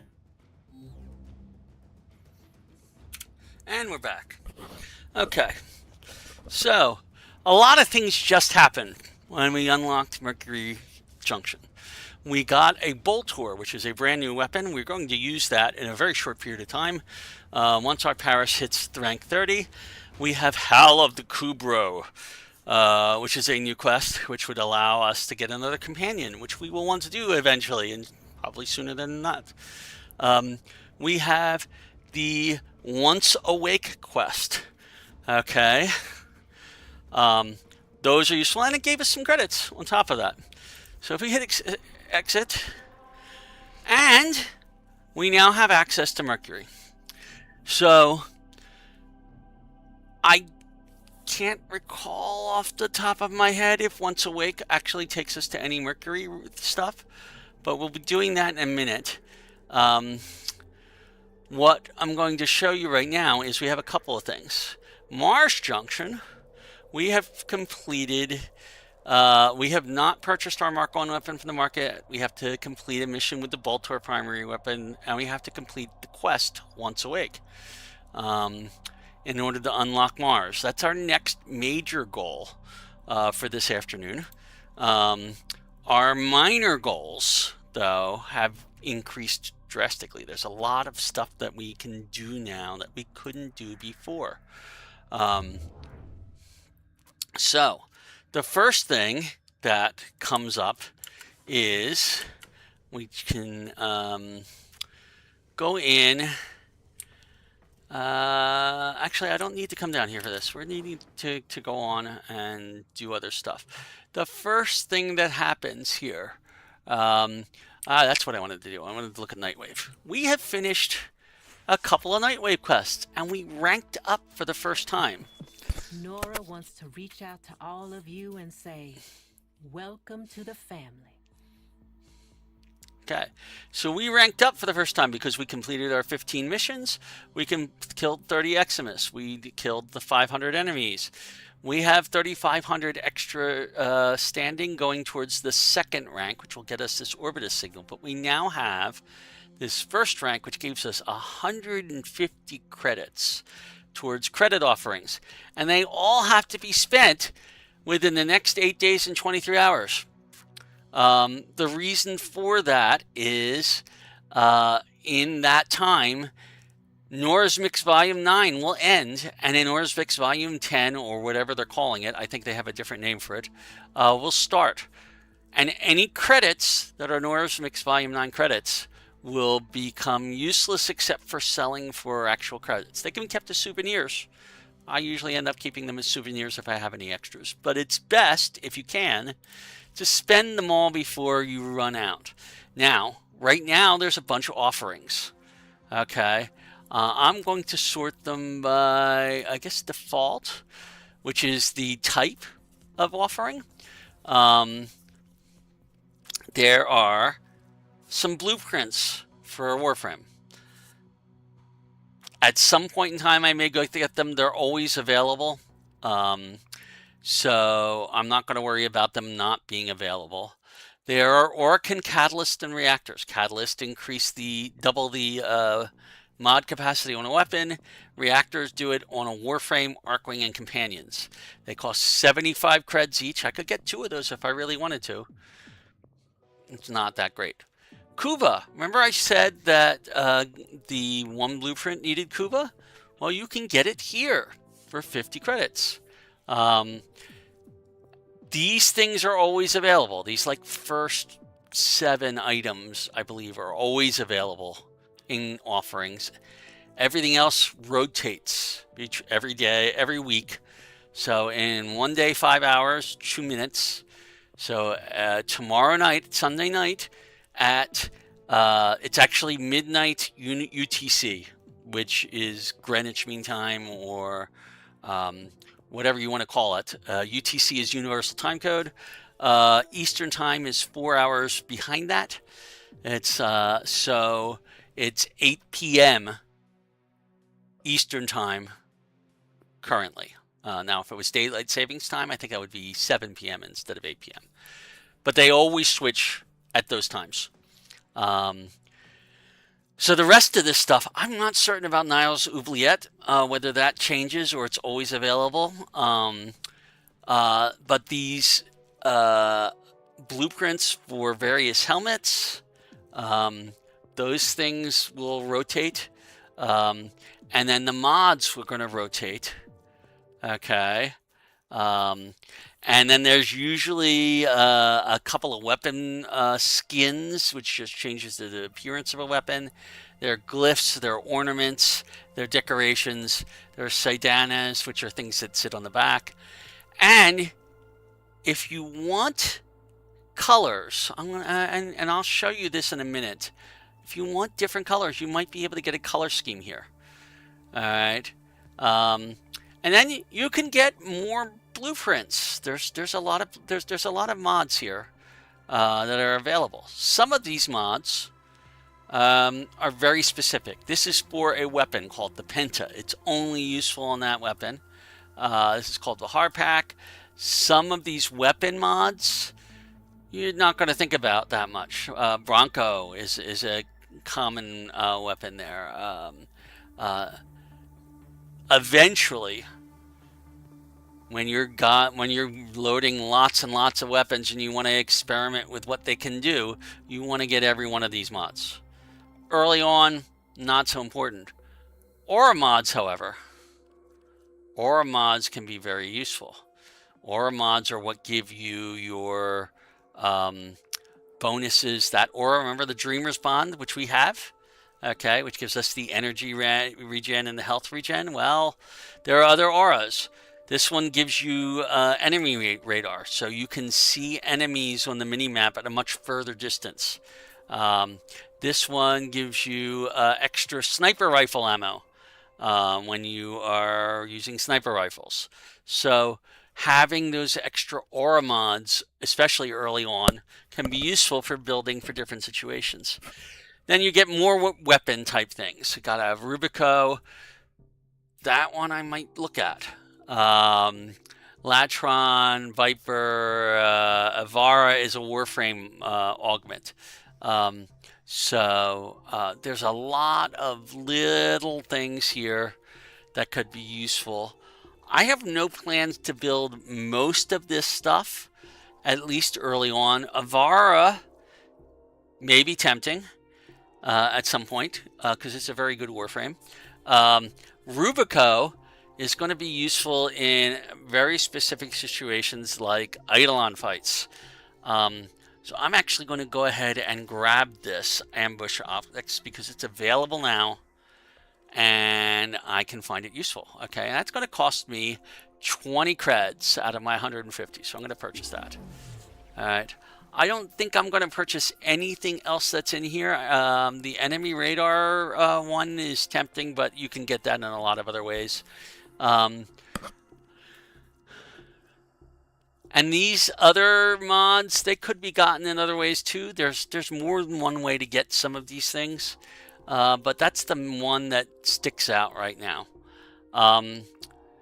The offerings she's going to have next week may have completely different mods, and some of them may be useful, and some of them may not. So I'm keeping that 130 credits. We will probably spend that 130 credits if we have not already picked new things on the very last day of Nightwave. A lot of people who are playing less frequently than me are not going to wait exactly for this. It turns out that notice that's 8 days and 23 hours. That is different than the 1 day and 4 hours. It is not going to happen on a Sunday night at 8 o'clock Eastern or midnight UTC. It's going to happen 23 hours. So that's 19 hours after. So that means it's going to happen at 7 o'clock UTC on the day on a Monday. So you basically have most of Monday to do stuff with Nightwave before it goes away with her last set of offerings. Okay, and there'll be a whole new set of weeklies that you're going to have 19 hours to be able to use that new set of weeklies and see if you can get last minute stuff. I'm not focusing a lot on this. I'm going to probably do these extra 2 mobile defense missions. I might do see if I can get some. I have some viral damage now, so that'll be useful. I'll probably get this automatically just by playing, so I'm probably going to get another 5,500. That's going to get me to 9,000. If I can get mod corrosive damage at some point, which is possible. I'll do it if I finish this. I'll work to modding to corrosive damage just to get that extra 1,000, which will get us over the hump and into the next tier before everything expires. Except that this expires in 4 hours. We might be able to do it in 4 hours. As I said, to say goodnight. We do have now on my Skana, I believe. We have magnetic. We don't have the fever strike. Oh, I was going to increase this one more. Oh, I don't have the endo to increase this one more, do I? I need 30 more endo. All right, well, we can do that afterwards. I'm going to do that after the next mission. So, I'm going to do Once Awake. Once Awake is a pretty simple mission. If I look at the actual quest in here, Once Awake. Once Awake is going to introduce us to the infested enemies. All right, which is a bioweapon, and we're going to begin this quest. We have intercepted an alarming transmission. The Grenier have obtained samples of the infestation that once ravaged the Orican. A scientist named Dr. Tengus intends to integrate the samples into his bioweapon research. The Grenier believe they can control the infestation. They are mistaken. We must investigate the laboratory on Mercury immediately. Hurry to M Prime.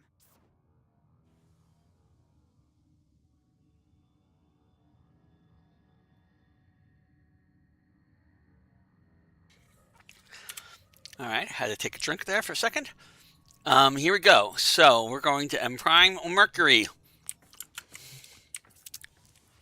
And we're going to start looking at our third faction of the game, which is the Infested.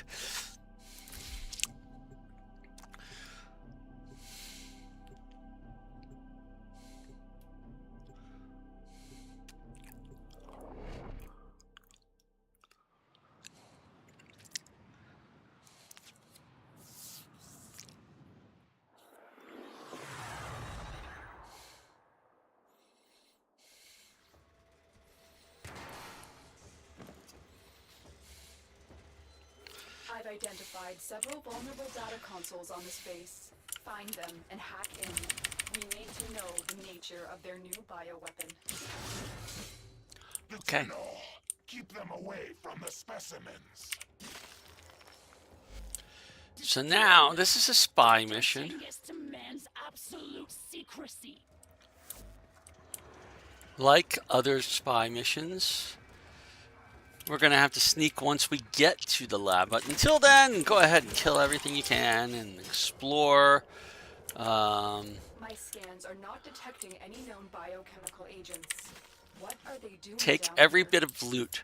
Notice the squares on my map. That is from my Thief's Wit. Those are my things. And those things that are attacking us are infested. Those are bioweapons that were created by the Orokin. And are now being revived by the Grenier, although they never really went away, to be honest. But we're going to get a lot of them. They're going to mass up on us. So remember, those squares are things. Every container contains useful stuff. And I highly recommend going after every container if you can. That looks like an Eximus up there.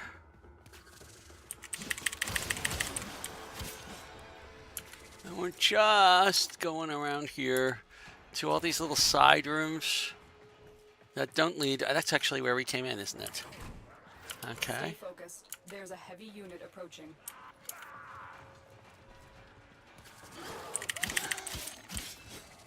Alright. We're about to go into Vault A. Hopefully nobody's going to follow us into it. Oh, actually, we've got a ways to go to Vault A, I just realized. So it doesn't really matter. I think there's another door here. Isn't there? Oh, yeah, there's my last door. And there's an item in here. Notice the squares did not show up on my minimap until I opened the tile for the first time. So if you haven't gone into the tile, you won't see the squares. Sometimes. It depends on a lot of factors. Okay, so there's some stuff down from here. How do you get to down from here? Well, you just jump down there, and you'll notice down in this little cubbyhole area, we've got some stuff that we can loot. And I will. I can't get through that door. But I can undo the lockdown.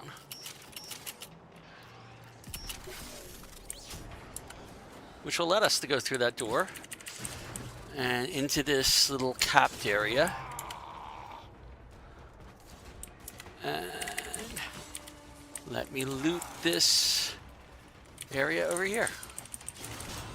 We're in Mercury, so we want to loot. Whenever you get onto a new planet, there's new stuff to loot. So always loot. Loot, loot, loot, loot. This is a looter shooter. Loot everything you can.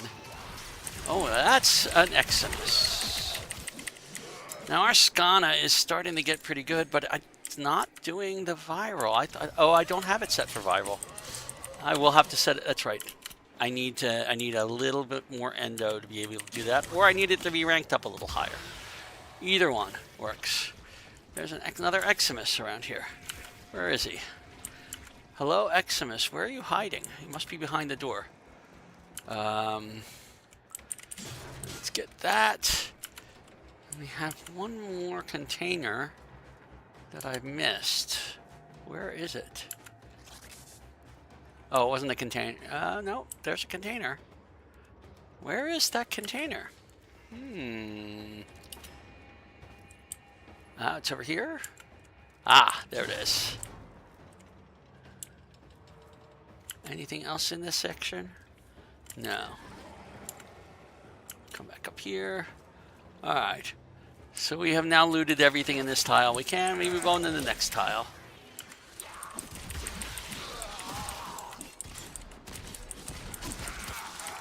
Have I mentioned that looting is an addiction? It is. It's not one you want to get out of the habit of doing. It will slow your game down if you do it all the time. But sometimes it's worth slowing that game down because you've already seen us be short on the stuff and have to go get it. I would rather have the stuff already when we need it and therefore loot it when I need it. Now, there is a section up here, a walkway, which... Where is that coming? Ah, it's over here.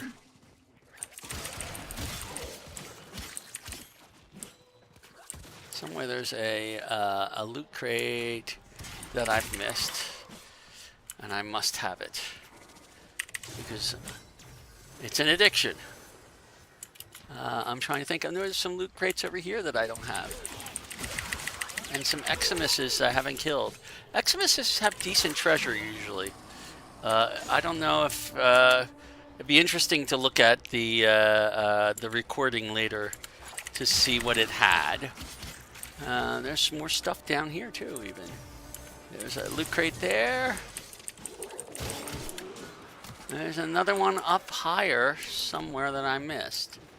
Where is he? Down here in the corner.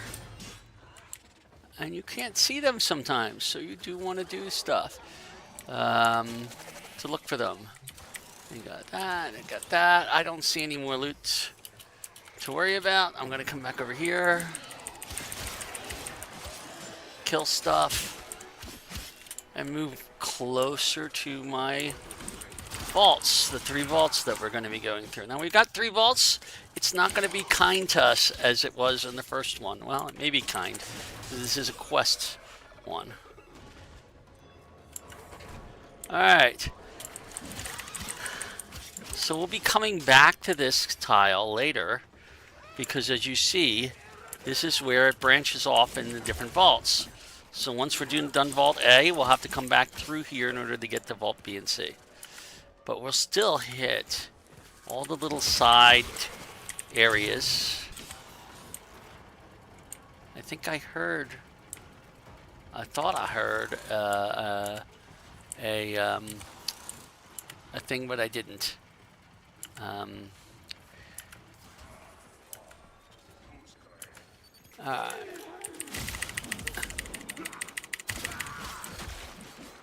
I have not seen any more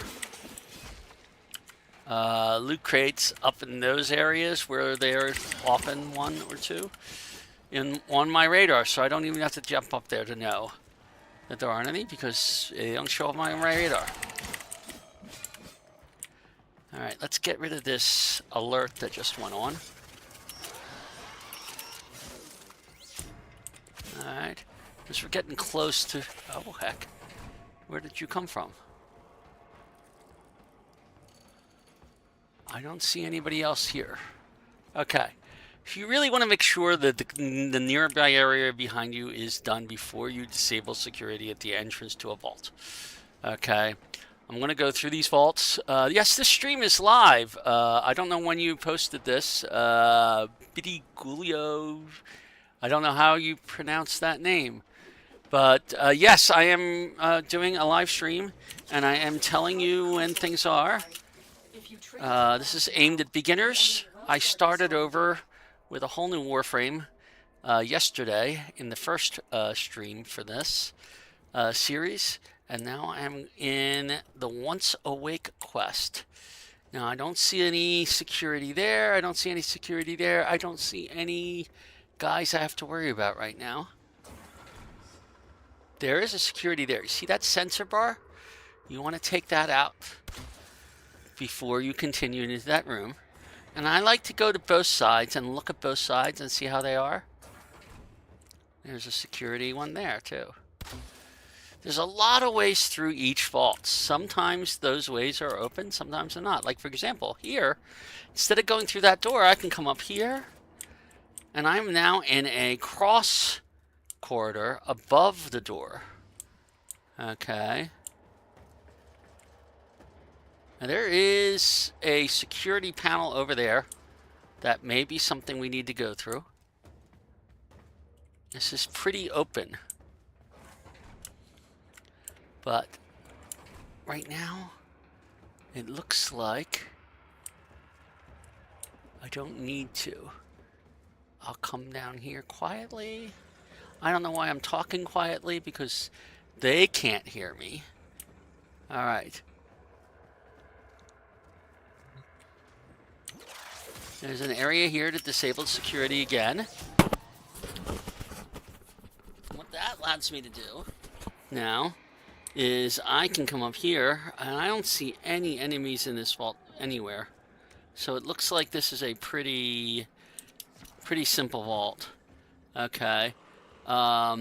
There's an elevator now through the central doorway. So if I come back up here, and come out here, and come all the way over here. Now, that looks like you can go through, but it's not. I just disabled security. I've got this elevator. The elevator will take us down into the vault. Now, this is pretty much go through the door. I don't see anything special. There's another way into this particular vault, and I'll show you it after we're done with this. Alright.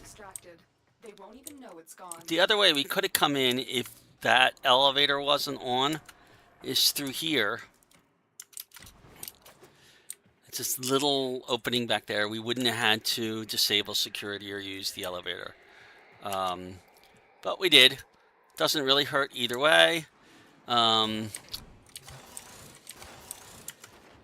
you're done with all this, you can feel free to go through both of these areas, loot anything else that might be around.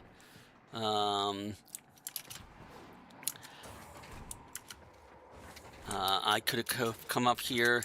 If we had come up here and gone through here, which right now isn't done there, it just drops us into this same back area down here. Okay, and if you come into this little back cubbyhole, sometimes you can find an area that goes up higher. If there's like patrols down there, you can get across without having to worry about it.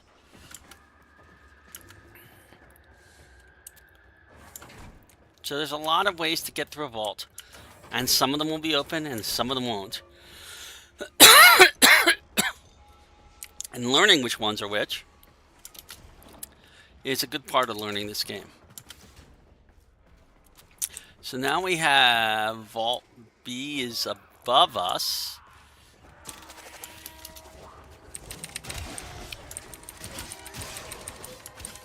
And Vault C is down the corridor.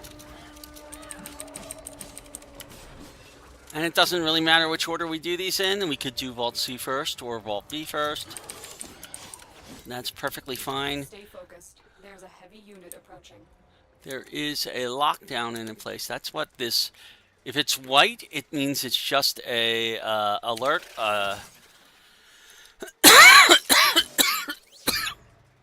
Sorry for the cough. I am talking a lot more than I probably would in most situations. If it is not white, it is a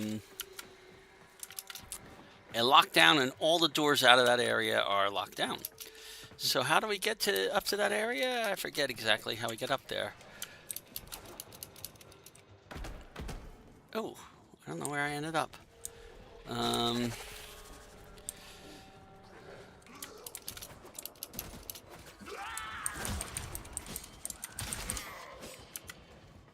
So B is that way, and C is that way. Oh, they both are kind of... That's interesting.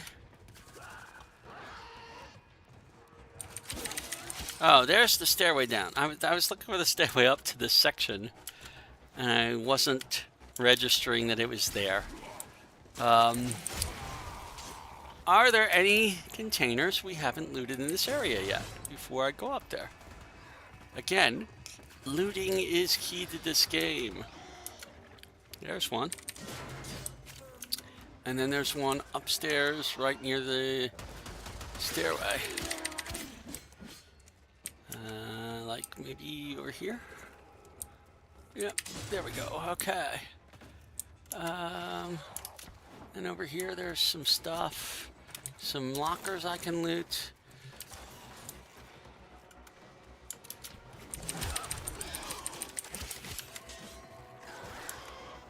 Alrighty. So we're about to go into Vault B.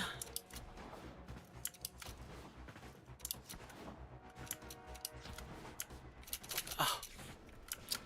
And this, some reason, let's get back up here.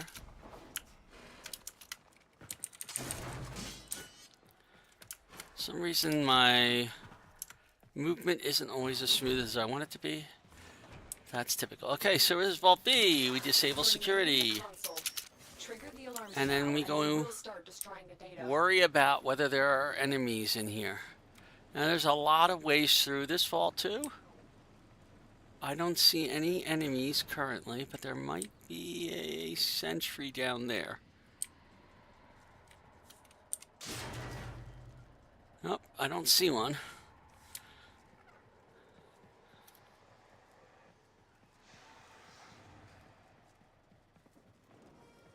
I don't see any security cameras either.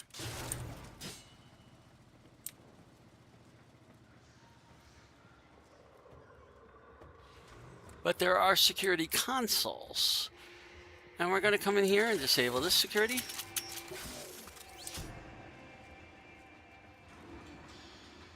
And then I'm going to come over here and disable this security. I'm going to come up here into this little back corner and do that.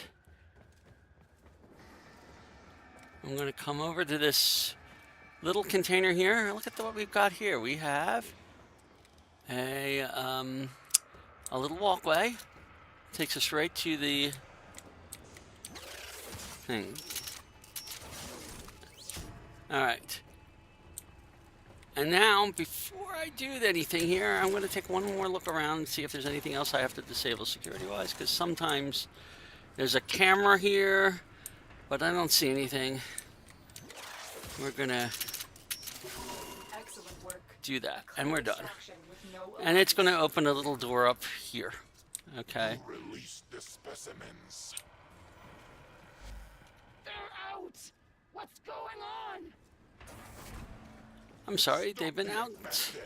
Forget the Tenno. The Grenier's biosafety protocols are severely lacking. Their reckless experiments pose a grave threat to the entire system. Alright, so now we're going to go back to C. Vault C is down this way, down this tunnel.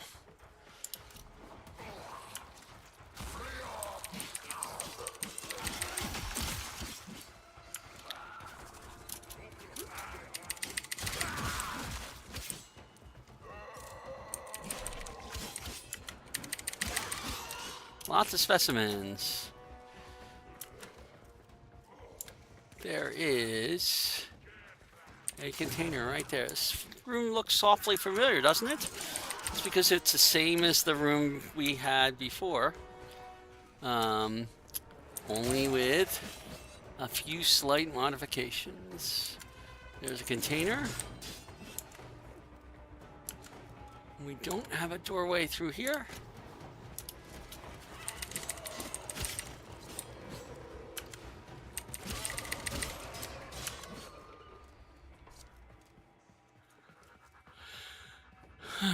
We don't have any doorways up here. We do have a loot crate somewhere up here. It's got to be around there. And there's another one around the corner. And if I come down here, there might be one down here.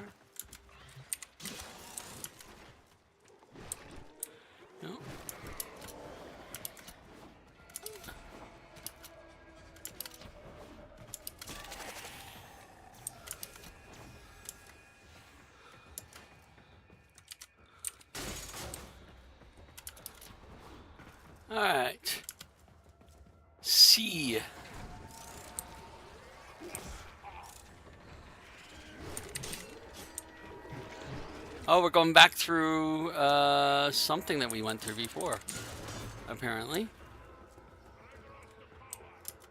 So we got locked down again. That's okay. I'm not worried about it. I'm just going to take the time, loot anything that might be in this area.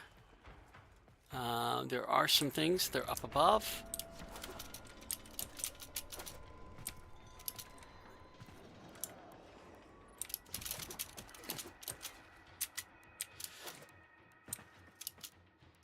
And if you notice, I just found a little relatively hidden area that you might not have known about if it weren't for that loot radar. So loot radar, my thief's wit is very useful in that respect.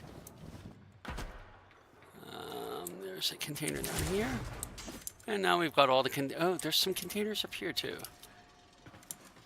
And there's another little hidden area down here.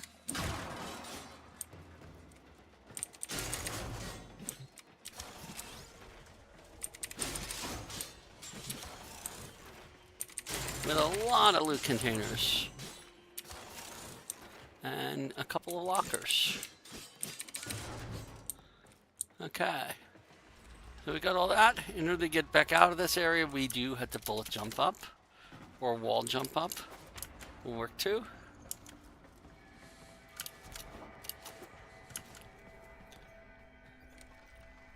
Did we finish the lockdown? No, we did not. Let's...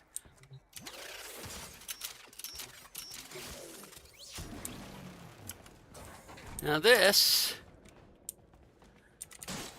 looks like it's probably going to be the way out when we're done.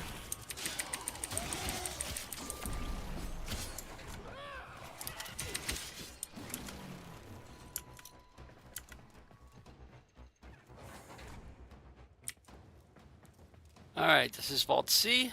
You're nearing the console. Trigger the alarms now, and they will start destroying the data. And if I look around, there does maybe seem to be an enemy in there. It's hard to say.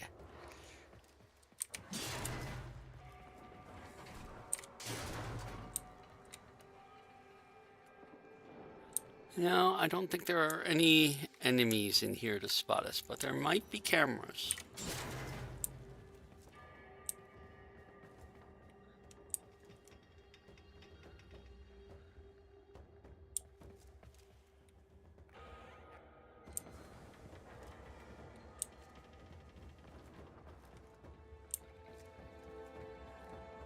Alright, so we have a security field there that has to be dealt with before we do anything else. And a trap there. So how do we deal with the security field? Well, let's come up to this middle section. If we come over to here, it's not something that we can do from there. Come back up to the top. Look around here. So we don't have any security consoles sitting around here. But there are places we can go still that are further down. So, or further up. So like, for example, over here, we have this, which I didn't quite get into. There we go. This is a little pit. I think if you jump down there, you might end up setting up the alarms, so that's probably not a good idea if you do that. But that'll take you over to this section where you'll have more things to loot. And the console that we need to disable security.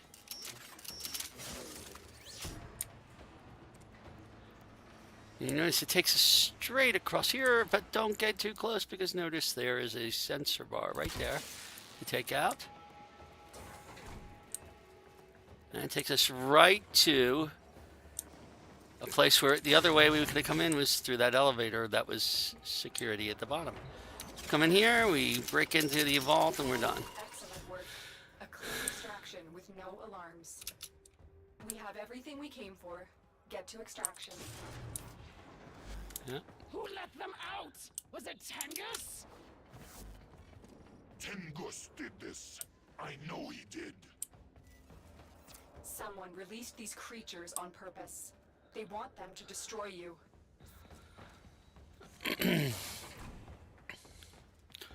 Alright, so now we're going to have a little bit of a battle fighting our way out. But that's okay. Remember we went through here before and we found that it was a dead end? Well, it's not a dead end any longer. Oh, actually, no, it wasn't. Where is that leading us?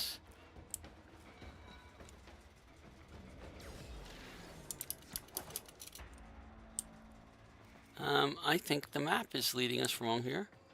The map marker led us astray. That is not the way to go. There is a way to go, but I don't...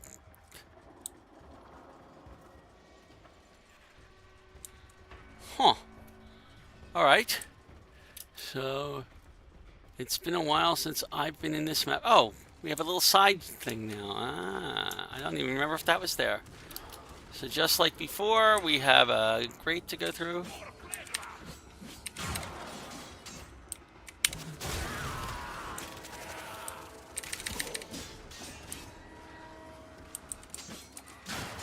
That's the way out, but there's something here that we can jump into. No. It's easier to shoot it sometimes.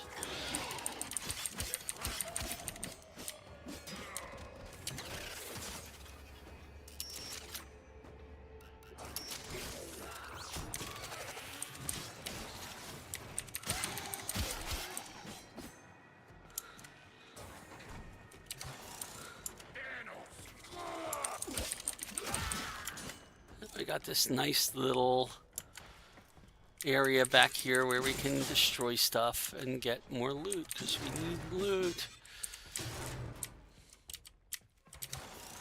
I was hoping we might find the Niatan, but you've got maybe a 1 in 3 or 4 chance. Some Morphics, always nice to have. Alright, so we got to come back up here.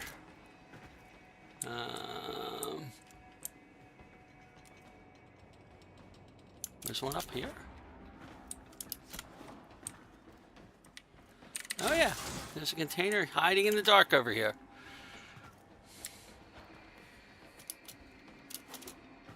Oh, that's not the way we want to go. We want to go through this tunnel finally. Okay, and there's our exit over there. You know, we could just go to the exit. I don't see any loot crates anywhere on the mini-map, so we're just going over there. Yep. Another job well executed. Alright, so we are now on having finished the first mission of Once Awake. We're making a lot of progress. We got a few new mods like Sundering Strike, which we hadn't had before. Sundering Strike is a puncture mod. Point Strike is more critical chance for rifles and impact. And that's where we are at. We did not kill anything with viral or corrosive damage. But we might have put on, if I look at my Skana, I might have leveled it up. No, I did not level up. It's maxed. It's 30. We now have enough endo to raise this up to rank 2, which will allow us 6 more spaces, which we need for Fever Strike. Fever Strike is a toxin. Now, by itself, it's just toxin. Now, we noticed that North Wind and Shocking Touch are magnetic. North Wind and toxin, so cold and toxin, produce viral. Electricity and toxin produce corrosive. And then there's heat, which I don't have a heat one, so there's other types of damage, but we have everything we need for toxin and corrosive. I'll leave it with the corrosive right now. And anything that isn't combined ends up being itself, which is the cold. So we're going to leave it like that. Our Skana now does that. Our Excalibur doesn't have any new mods. Our Paris has Infected Clip. That's Toxin again. So we may as well do the same thing here. We're going to come over here and move the Toxin up here. Oh, but I don't have enough capacity for it on here. And I wish this message would go away faster. There we go. So my capacity is 3. I need 6 to put on Toxin. If I take out this ammo drum and the Vital Sense, I have more than enough room to put the Infected Clips here. Okay, now if I put that in place of this, I now have Viral there and Magnetic. Okay, if I put these back and I put it in place of that, I now have Corrosive and Magnetic. So now my gun is doing Corrosive as well. My Paris is doing it. And I still have 4 spaces, which I can use for, let's use it for Point Strike. Give it a little bit more critical chance. Raise the chance of a critical whenever we use it. So there we go. That's my Paris. You know, it's been a while since I looked at my Kanai. I can even put probably more stuff on here. Pistol Gambit will increase my critical chance. Target Crackle will increase my critical damage. And Trick Mag will increase my ammo maximum. And I can't use it here right now. It has the same polarity, but look at this. I need what's called an Exilus Weapon Adapter. Okay, and that is a special adapter that unlocks a slot like this that will allow you to put mods that are Exilus mods. Exilus mods, there aren't a lot of them right now that we have, but Trick Mag is one of them. They usually are support mods, so if you want to take your support mod out of one of the main slots and put it into something like this, that's what the Exilus mod adapters are. They are not the easiest things to come by, but I'll show you how to get them if you need them. So right now this is doing blast damage. Blast damage is heat and cold. I like the fact that kunais do blast damage. Blast damage is an area effect, actually. When you hit something, it'll also hurt something that's nearby. So I'm going to leave it like that. Even though we have the space for the, we have the space for the Trick Mag outside of the Exilus slot, so I'll put it here. And just leave it like that. My Exalted Blade. I don't think there's anything I need to do with that to, we've got Corrosive on the Exalted Blade. If I come and do this, and I move this over here, I've got the Corrosive. I want the Viral. Okay, so now I have Viral on my Exalted Blade, which gives us an option of doing all the other types of damage. And I'm going to add, do I want Reach or do I want Sundering Strike? I'll add Sundering Strike. That's a little more damage that we can get to it. So I've now modded our stuff. We do have the ability to do Viral there. We have the ability to do Corrosive there. We can do Blast here. We can do Corrosive here. And our main Excalibur is our main Excalibur. So this is where we are at. It keeps giving me, I need to look at something. Probably because I never clicked on Boltor as a new thing. Boltor will become one of our more reliable weapons for a good period of time once we switch to it. But I really want to get my Paris up to rank 30 first. Before we do that, we might actually switch to it temporarily in order to do a mission so that we can unlock Mars. But now we're going to exterminate an infestation on Bothus. Nope, it's over here. We're going to go to this one. And we have a squad. Somebody else who's doing the same mission as we are. That moving up and down of your ship, which you can do with WASD, is just a way of saying hello when you've got a group. I'm here, I see you. Alrighty. So this is a pretty straightforward exterminate mission, but we do want to loot as we're going.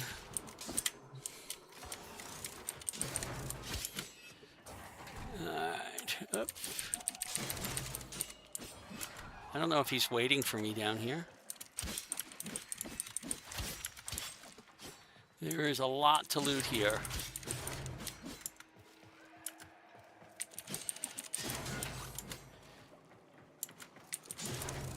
The Grenier may have thought they could toy around with the infested, but they are quickly learning how wrong they were.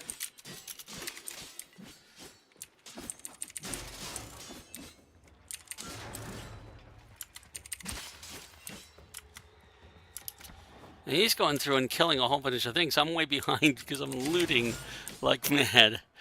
I feel a little bad about that, but not too bad. I'm not all that worried about it. Unless he gets, like, in trouble, which he doesn't look like he's going to have trouble.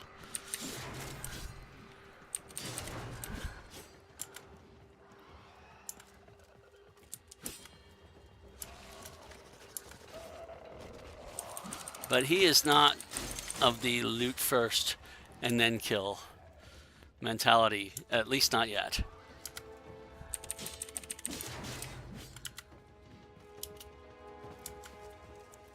And is it a bad thing?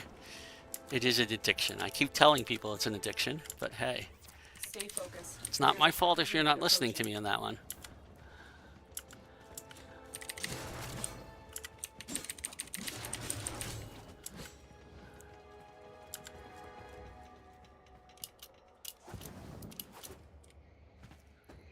The infestation predates the Orokin era, with records of outbreaks dating back to before the Radiation Wars. We must prevent a new outbreak.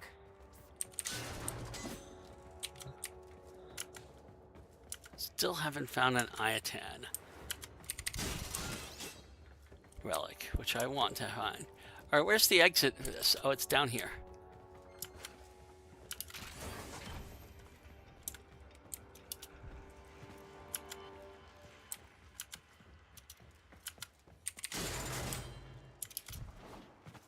I am following my rule of taking things slowly. You do not have to rush through these missions, although if you're playing with other people and they want you to get to extraction or to a destination, it's polite to do so. Even if you're still looting, there's always another chance to loot. The enemy is broken. Well done. Now Like, get he to might be extraction. going for as fast as he can just to get through this mission, so he might go straight to extraction, in which case I should be getting closer to that anyway. But maybe he's looting right now. Oh, and I can't take it because I can't scan. I don't have a scanner yet. I didn't equip my codex scanner. I could have codex scanned that, but I'm not going to worry about it right now. I should have equipped my codex scanner. I just realized that. I don't use codex scanners very often because the synthesis scanners, even though they're more expensive, are just more flexible. They can be used for a lot more things.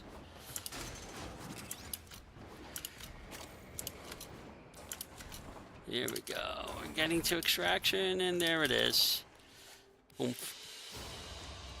Mission complete. Excellent work, Tenno.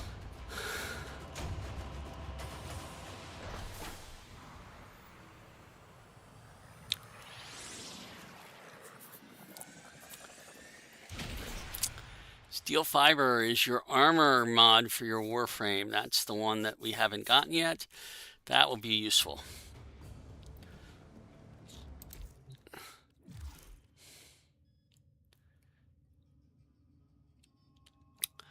The infested are vulnerable to fire. I did say we didn't have a fire mod. Well, look at what we got now. We have a melee fire mod.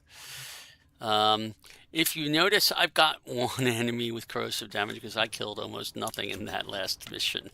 So I must say, we're going to these come in infested here scare the to our heart. Skana. Very worrisome. You see that north wind that's just doing cold? I'm going to replace that with a molten Robots impact would that like just you to does install heat. that mod as soon as... We Wow. still want to do the corrosive. We're just doing heat instead of cold. And because the infested are susceptible to heat, I'll even rank it up 1, maybe, which I can. With the last endo that I have. And the last amount of stuff. So we're at max rank on some of these things. Now, Excalibur over here, we now have a new mod called Steel Fiber. We don't have the space for it unless I rank up my Dreamer's Bond, which I don't have enough room for. But, you know, this 5% sprint speed is not worth it. I'll put Steel Fiber in its place. And that has increased our armor by 21 when it can be ranked up to as much as 100.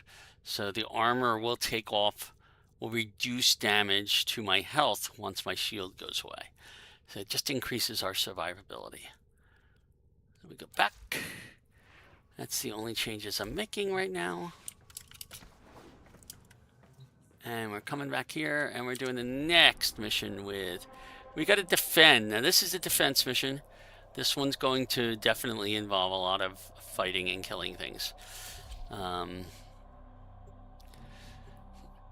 So we will probably get more kills towards that corrosive and maybe also the viral, but depends on how often I use my my primary weapon.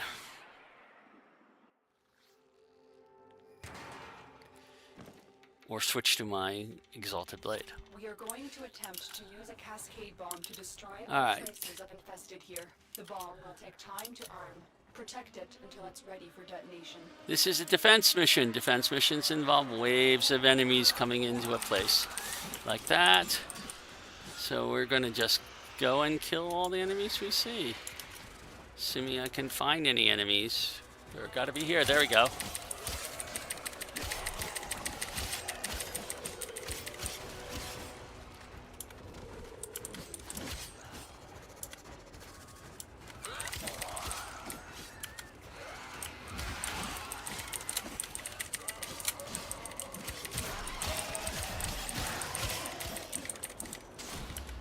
When this cascade bomb goes off, a wave of void energy will tear through the complex, ripping the life force from all organic matter, but leaving the structure intact. It's our only chance to stop the scourge before it starts.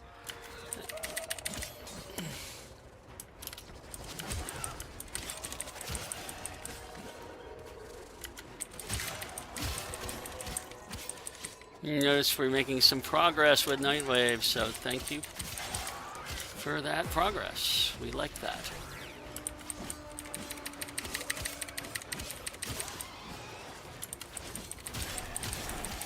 Hey, we've killed 20 enemies now with corrosive damage. The bomb is almost armed. You just have to hold out a little bit longer.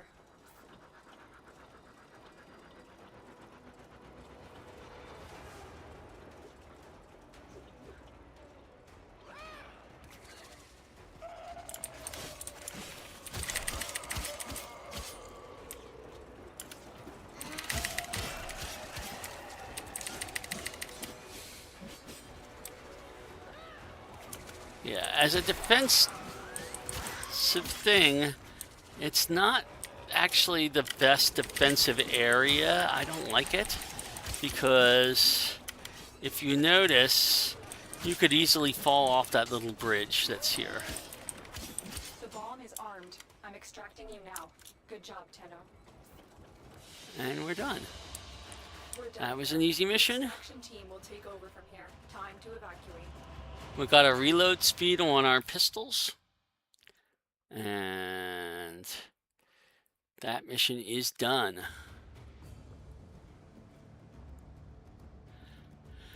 So again, here we go. We're live. We're going to continue to do this mission.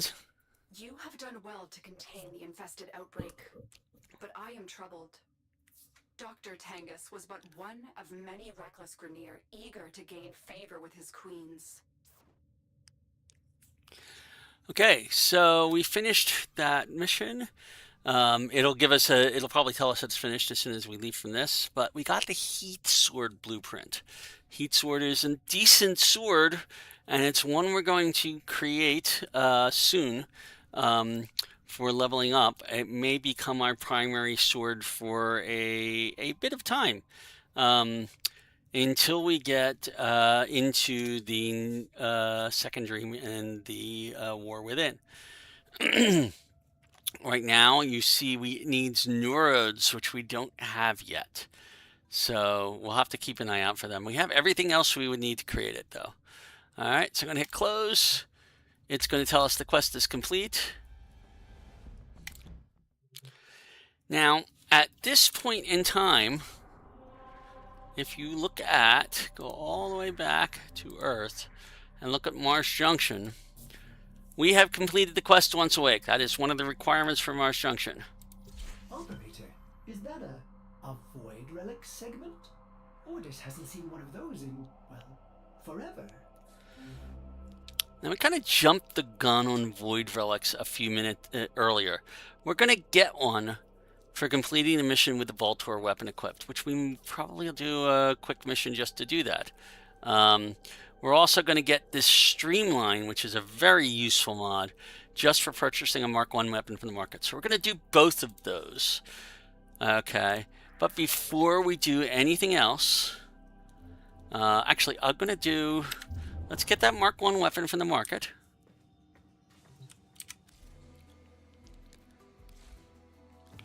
Okay.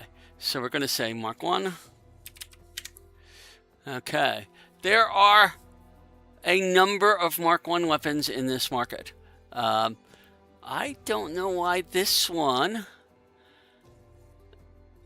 Oh, that's a Furax. I didn't know about that. Okay. Well, let's see. Is there one that I don't have anything? I'll grab them. You know, we have that fist mod that we had. I'll take the Mark 1 Furax, because it's not a weapon I usually use. They all cost the same. They all cost 15,000. I'm going to purchase it. I'm going to say purchase. We spent our 15,000 and we have now purchased a Mark 1 weapon from the market. Okay. That's a fists weapon. Are we going to use it? Who knows? But I have it. And then we can come over here. Go back again to Earth.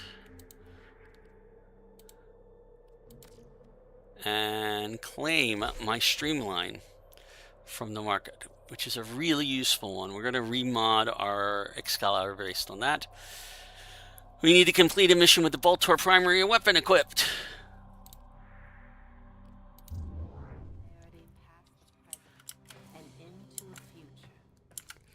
So the first thing, we have a Void Relic segment. And oh look, we can install it here in the Void Relic section. Void Relics. What a baffling concept. Ordis will try to understand Void Relics again. They say the contents of a relic are simultaneously this thing, or this thing, or this thing, but also that thing, and certainly never just one thing. That is, until it's exposed to a void fissure. And at that point, all the possibilities collapse, each one falling away until the relic cracks open and exposes one singular thing. Then, against all tenets of logic, that thing becomes the only thing the relic ever contained. What a load of... Ordis prefers known quantities. Thank you very much. I'm laughing at that description because you may find out later on in the game that that very concept of something being multiple things or having multiple possibilities is kind of used in certain quests in this game. Um, so that's actually the first time I have heard that since I've learned more about the lore in the game. So it's not really a spoiler, but it is that's going to come into play sometime. But the key thing is we've got a Void Relic segment. Now, a Void Relic segment is useful for a lot of different things. You need to be able to determine which Void Relics you have and do stuff. And we have an email from Varzia. We'll meet Varzia later. Varzia is a way to get hard to find Void Relics. And you need Aya for that. And we haven't seen any Aya yet. And we're not going to see any Aya except maybe randomly as a drop in some point. But it's a reason to swing by Maru's Bazaar, which is on Mars. It's actually just off Mars. And at some point we're going to go do that and talk to Varzia, but I don't think we're going to get anything from her right now. Okay, what we will do, however, is look at our Void Relics. We currently have 2 of them. We opened one last night during the first stream before we even had this segment. We've gotten 2 more. When you look at them, you can see that they could have any one of these things inside them. It's somewhat random. If they are refined with void traces, and then currently I have 39 void traces out of 150, so I can refine it to an exceptional relic for 25, which shifts the odds a little towards the more rare things. These are common, these are uncommon, that is rare. Okay, so the more refined it is, the better the chance of being a better thing. These things are usually parts to get prime versions of Warframes and weapons. Prime versions are versions that are better than the original. And they are in high demand. You want to have primes. Prime weapon parts and prime blueprints are the #1 tradable item in the game. Those things are how you can do trading to get the premium currency of platinum for free. You do not have to spend a cent to get platinum by doing trading. Now, at the beginning of the last stream, I mentioned that there were other beginner streams out there, and that I would reference other beginner streams out there. And I'm going to point you right now. There's a link at the bottom. If you're on my Twitch page, there's a link at the bottom of the page to iFlynn's YouTube streams. iFlynn did a series last year around this time. He started it last year around this time, which does the same thing as I'm doing here.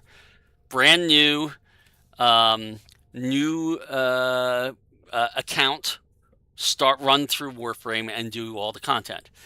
And in his second episode in that series, if you go to his page, YouTube page, and you go to his beginner series from 2024-2025, and look at the second episode, he has a long segment in there about trading, which I highly recommend. I'm not going to go into the details on it, but it talks about all the stuff you do out of the game to help you do trading in the game. He'll also talk about dojos and why it's very important to join a dojo. You will want to be able to do that at some point because you'll want to do trading to get more platinum, unless you're willing to spend the money for platinum, which is perfectly okay.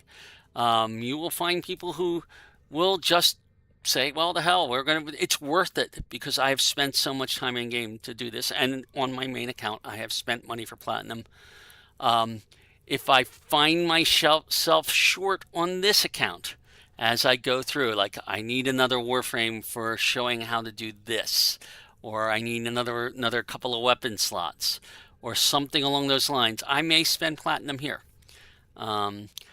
It's best to wait until you get a 50% off coupon. They will happen in your daily drop. That happens at midnight UTC, or in terms of Eastern time, that would be 8 o'clock Eastern time.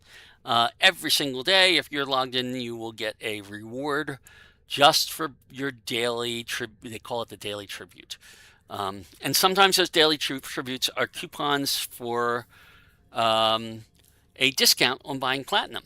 And those discounts can be substantial. Mostly they're 20%. Sometimes you get a 30%.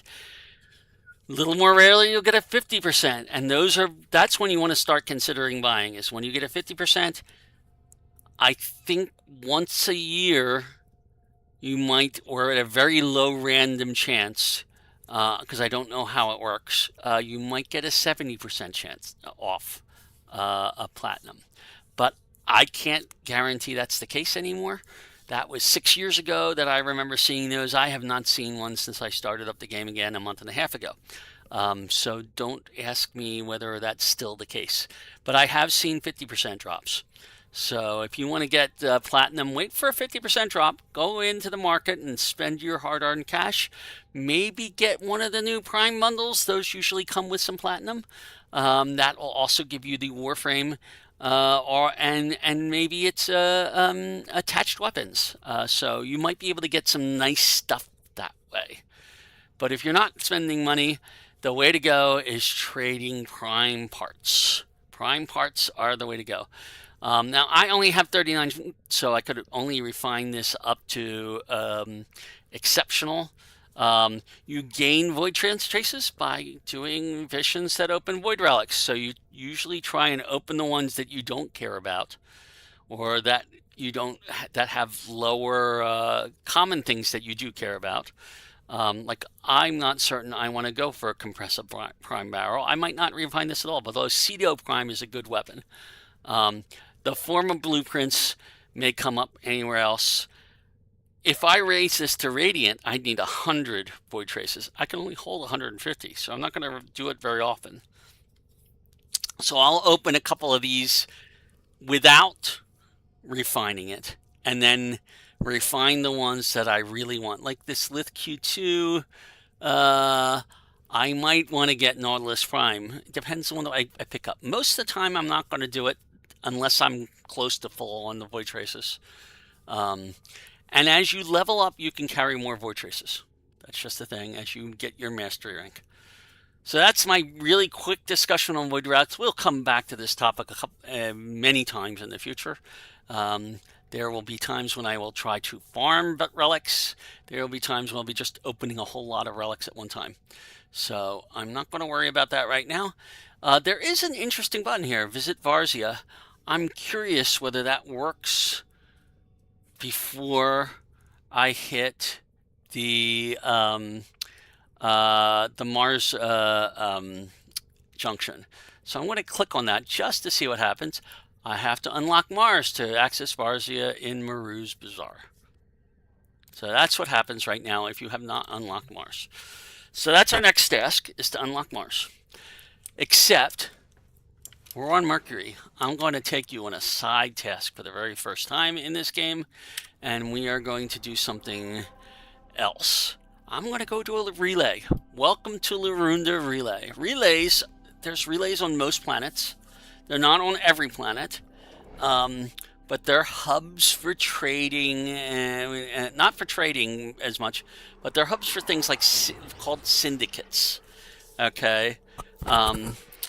And I'm going to actually show you around a relay. This is the first one that's important to the game. Okay. So as we come through here, this particular relay is laid out. Most relays are laid out fairly similarly. Okay. These are safe places. There's no combat going on in these places. Okay. We are in the north thing. If you look at the map, you can see that there's a whole lot of markings here. If you hit L when you have the map open, oh, it doesn't show it on this one.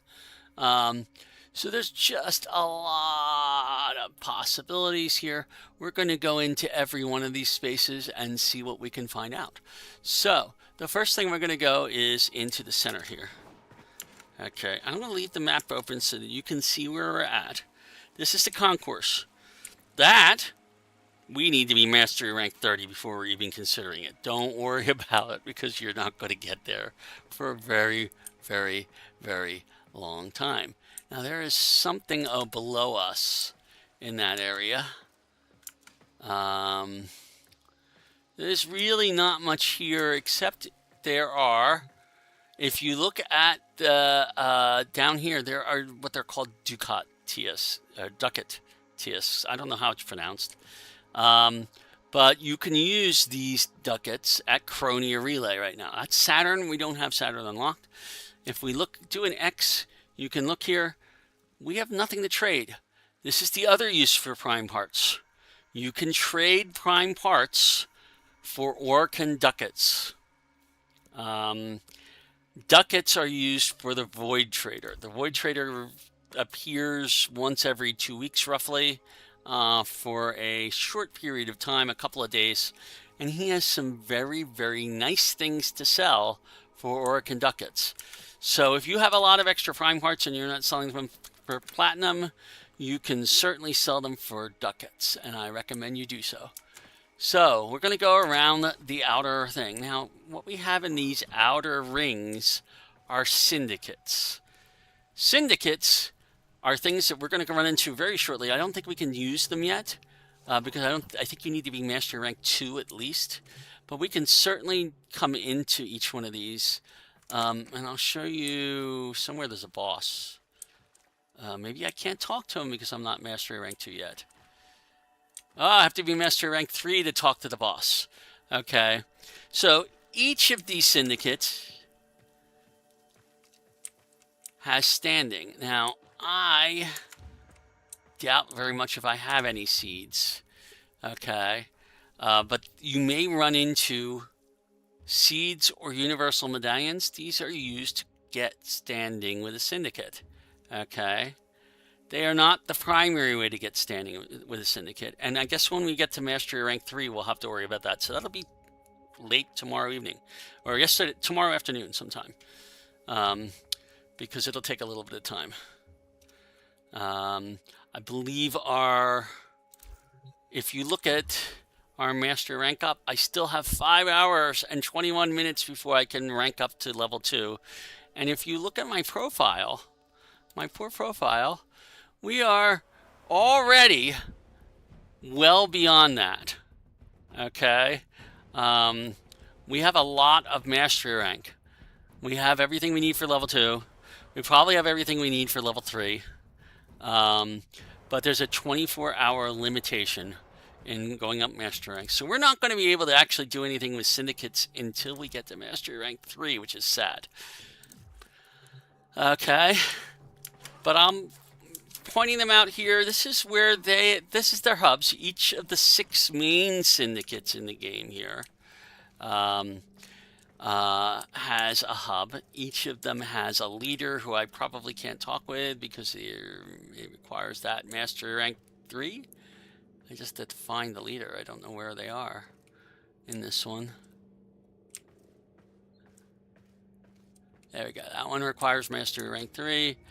Then they're looking for quittances, these other tokens that you'll find. Mostly these are found, these 3 types of things are found in syndicate missions for that syndicate. You can also get universal medallions from various places, drops, etc., that are good for any syndicate. Every syndicate likes drops. Okay? But we can't do it right now. There's just no way to do it because we don't have the Mastery Rank. This is the Red Veil. This is a little bit scary, you might notice. They have marks, the red marks. I'm not... and again, Mastery Rank 3. So each one of these has a leader. When we get to Mastery Rank 3, that'll be our first thing, is we will be coming back here because we really want to pick a syndicate. This is Steel Meridian. Steel Meridian is... they'll all have descriptions of what they do. Okay. And I'll go into syndicates in far more detail. This is Cephalon Suda.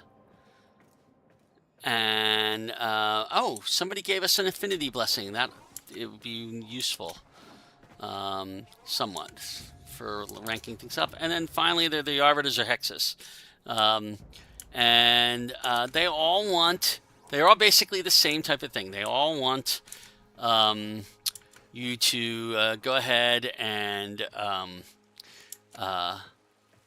do stuff for them to gain standing.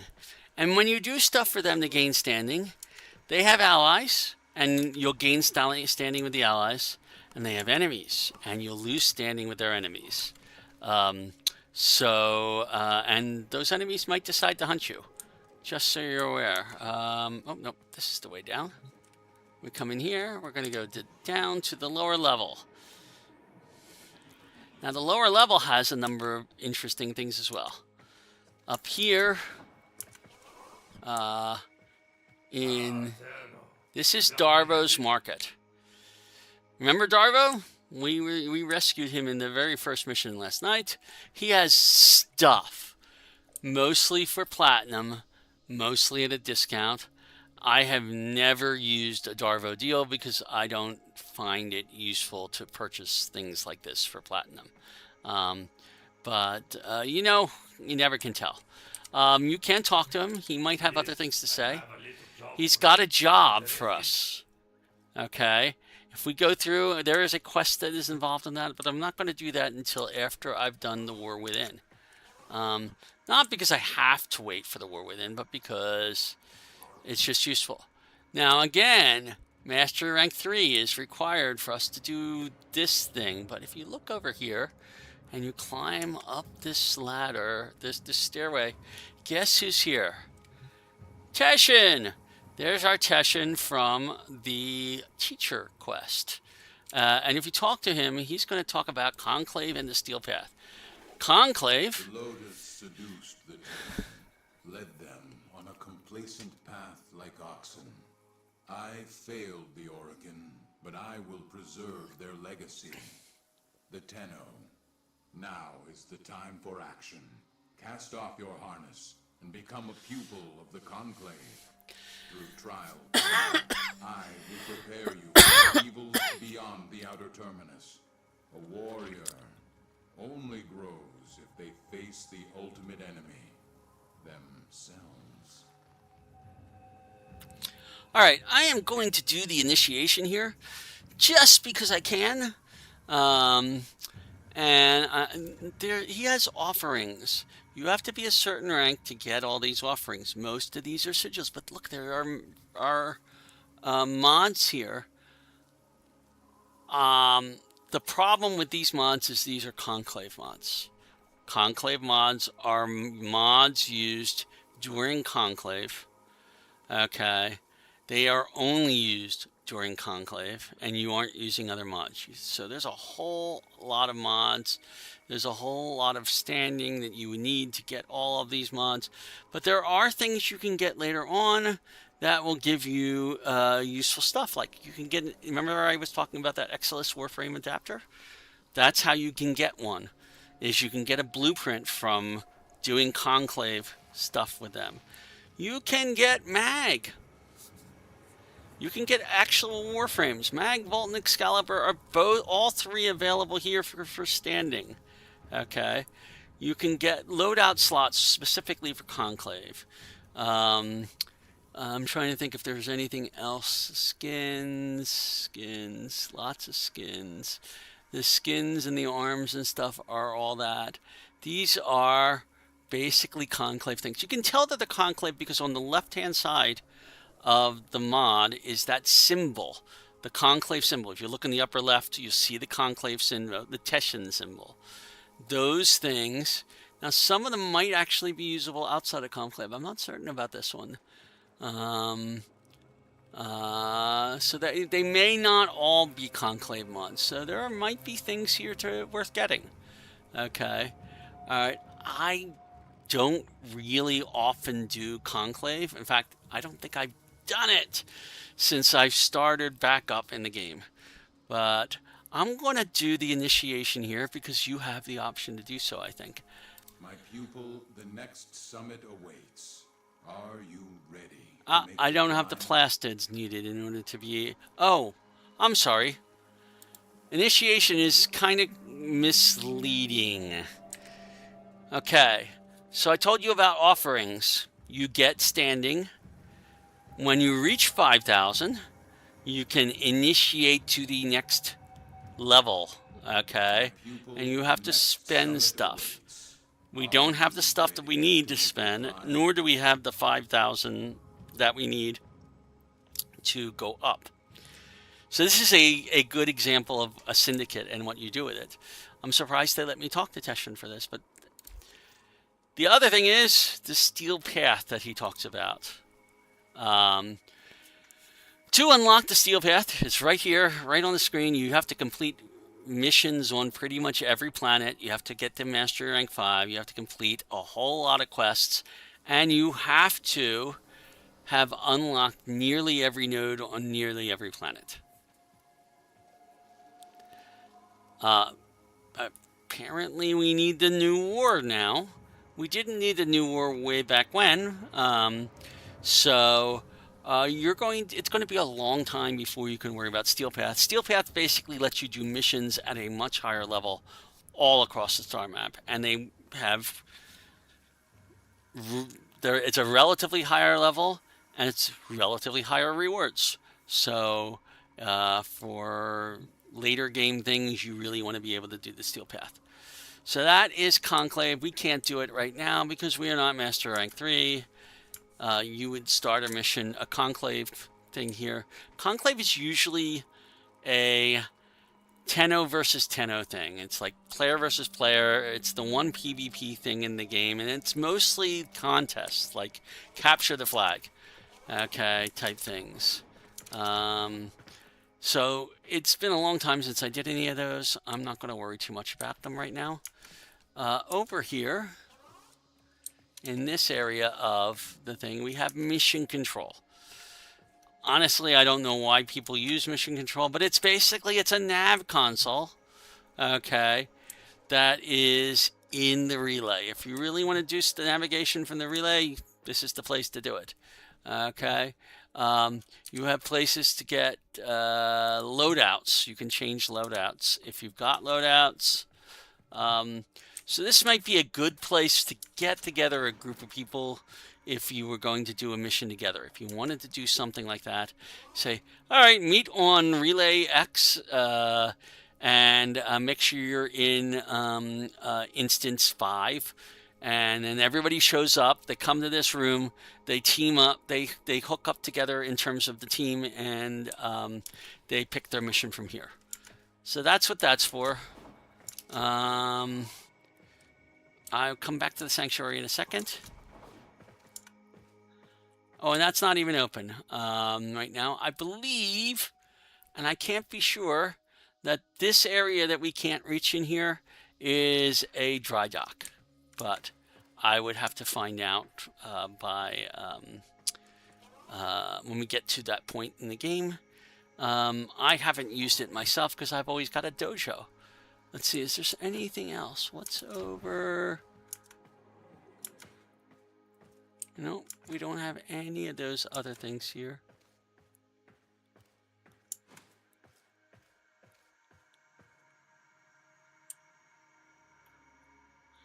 All right, so we've covered Conclave. We've covered that. So the last thing to cover on a relay is Sanctuary. And this is why we're coming here right now, is because this is useful right now. There's a lot of things you can do in Sanctuary. Okay. One we will need a simulacrum access key, but there is a place called the simulacrum. The simulacrum lets you set up tests for a build out. So you can take your Warframe in there, you can adjust your loadout to whatever you want it to be, and then you can spawn enemies, and you can either spawn them static, so they're not attacking you, or you can make them attack. And you can test a build to see how well it works. It's a very useful thing once you get into the higher level modding. But you need a key for that. And then over on this side, you will see that there are mastery rank tests. You can retake a mastery rank test if you don't remember what it was. It's useful to refresh your memory on what it is. Okay, you can see the next mastery rank test is mastery rank 2. I could practice it here if I really wanted to, even though I can't take it for real. I can't take mastery rank 3 test yet because I need to be mastery rank 2 to see that one. Okay, and every single mastery rank going up to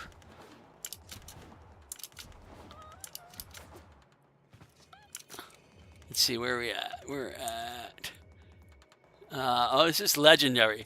There are legendary ranks beyond the master ranks. Okay, and legendary goes up to legendary 12 right now. So once you reach mastery rank 30, which I think might be that's still legendary. There we go. So this would be legendary 1. This would be master rank 30. So if you wanted to see what a master rank 30 test is like when you get to master rank 29, you could come here and practice it. And it used to be everybody would be practicing these tests, because back when I was first playing 6 years ago, the first whenever you took the master rank test, if you failed it, you had to wait 24 hours. Now that's not the case. If you fail it, you can take it again immediately.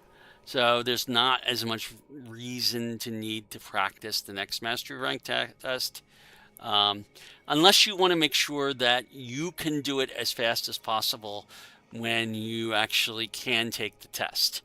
Okay, that's the only reason to consider doing that. Otherwise, the only delay right now is once you've hit a master rank, you have to wait 24 hours for the next one. So we're going to be a while before we can hit a larger master rank. But we've got time. The only times when it will really become important is the first couple of mastery ranks, because you'll usually have more than enough to do those in the first day or two. And so this is Cephalon Cimarus. Okay, if I talk to him, I might get some useful information. He has things that I can do that I need to talk to Cephalon Cimarus about. And there's also, if you come way over here, you can look at rankings for what's known as Elite Sanctuary Onslaught. And you can get extra standing based on Elite Sanctuary Onslaught. Okay. But those are both things that I have to worry about later. What I want now is to talk to him and ask him about it. I am Cephalon Cimarus, the Destroyer, the Immortalizer. This is my sanctuary. It will enlighten you, Tenno, should you assist me in performing synthesis. You will hunt the creatures I require and transform them into beings of the sanctuary. That is synthesis. Is this murder? No. All beings of substance die eventually, but only those forgotten are truly dead. The end of the Orokin wiped out untold knowledge. Through synthesis, we can rebuild and preserve, create memory immortals within this data oasis. Will you become enlightened, Tenno? Will you hunt for me? Oh. All right, so this is synthesis.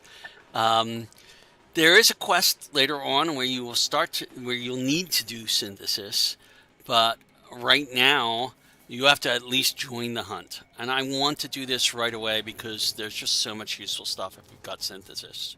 set up. So I'm going to join the hunt. Ah, I see we are of like mind. The sanctuary will be your project too. Show me your dedication to the sanctuary. All right, so how do you do synthesis? The key is you have to learn how to do it. Okay, so I'm going to teach you. He's going to teach you this in a quick mission. We're going to do a tutorial.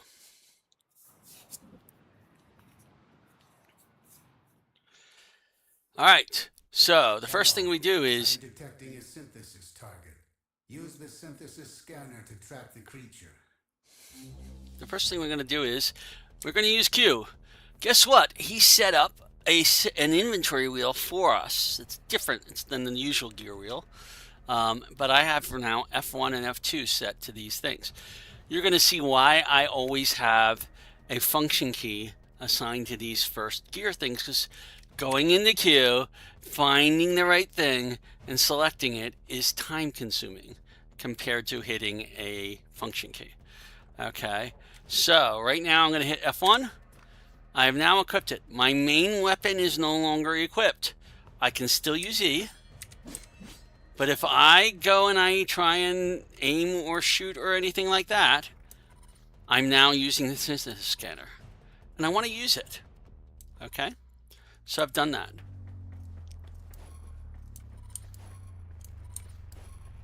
Oh, but the tutorial wants me to do it from here.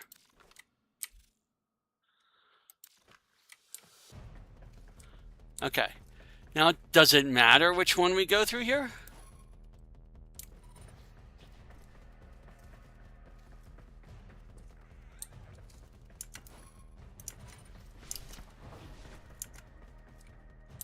Ah, if you look over this door, use the synthesis scanner to track the trail of any signatures left by the target.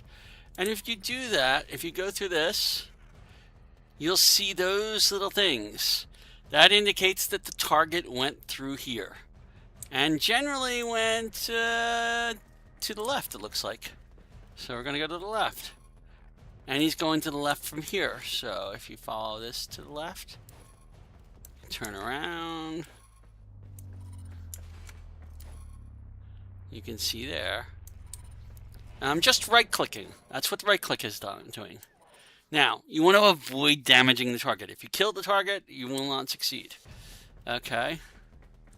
So as you come in here, and you see there somewhere, right for synthesis. There's our target. This creature so you may perform the synthesis I require. If you look closely, you'll see that there are a number of hotspots on the target. Our goal is to scan all those hotspots, but you have to be closer. Alright, the way you get to do that is... Ooh, my taxon is damaging him. That's bad. Get a little closer.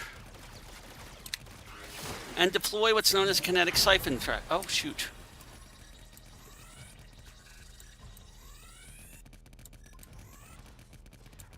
Oh, I'm doing terrible with this. Okay.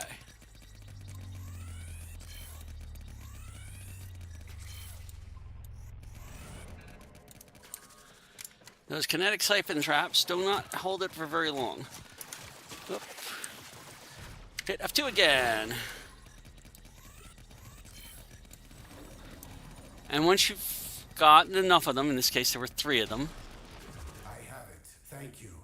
Continue this hunt, Tenno, and enlightenment will follow. Okay, so that's all there is to synthesis. You go in, you find your target using the synthesis scanner, you set out kinetic siphon traps to hold them still, and then you scan them in order to, enough times in order to do things. Now, if we look at my inventory, at my equipment right now, I'm going to go to my arsenal.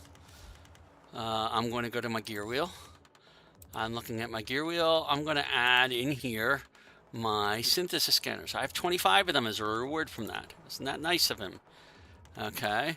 And I have 10 kinetic siphon traps. I'm going to equip both of those in my F3 and F4. They're going to always be on my F3 and always be on my F4 for whenever I run into synthesis. And if I look back, let's see, what do I have while I'm here? Do I have anything that should go into my F5? I'm going to put my codex scanner temporarily into my F5. Just to have extra things that I can use for scanning. Because some things I can scan with a codex scanner. Some things I must scan with a synthesis scanner. So there's a difference between the two. But the synthesis scanner can scan everything that a codex scanner can. Now, just like Teshin and everything else, okay. Show me your dedication. Okay. So there's a thing called Sanctuary Onslaught. We're not ready for that. Okay. We will be soon enough, but not yet. And then there's also he has, just like everything else, he can accept medallions for standing. He does not have ranks. He only has neutral standing. And we can get as much as 16,000 standing a day with him. But how do we get standing with him? Well, Sanctuary Onslaught is one way. Okay, and we'll worry about that later. But over here, now we have research. Okay, so when everything that you run into could be useful. If you look at his offerings, he offers a whole lot of different useful things. Okay. You can buy synthesis scanners and siphon traps for credits. I'm going to actually buy more synthesis scanners because they're just so bloody useful. Okay. What offerings will this item help you bring to the sanctuary? But everything else needs standing. Okay. And he has a lot of things that are worthwhile. There are mods for different types of these. These actually let you change mods, the polarity of a mod. Okay, and it reduces the cost of that mod. These things extend your synthesis scanners. The one that you really want to get is this Sol battery widget. Once you have that, you never have to buy a synthesis scanner again, because the Sol battery widget will recharge the synthesis scanner every single time it gets used. The vector thread widget will make it faster. The cross matrix widget will give it a chance of counting as 2 scans. You can even see target enemy weaknesses and resistances. Those widgets all can be bought for your scanners, but the key one is this Sol battery widget. You'll want to have that, and you want to have that relatively soon. Then we have mods for different things. Okay, so Helios. Helios is a wonderful one. These are for companions. You put this on one of your companions, and there's a lot of different things. There are some that are very useful. That one's on any Warframe. You can get, every time you pick up an energy orb, you get more ability strength for your next ability cast. This one gets you, whenever you pick up a health orb, you get armor. Okay. Whenever you're in an arc wing and you're using melee, you can get extra things for that.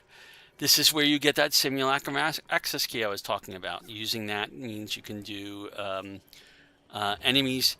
The enemies you can spawn in there have to be ones you've researched with the codex, which means you have to scan them completely.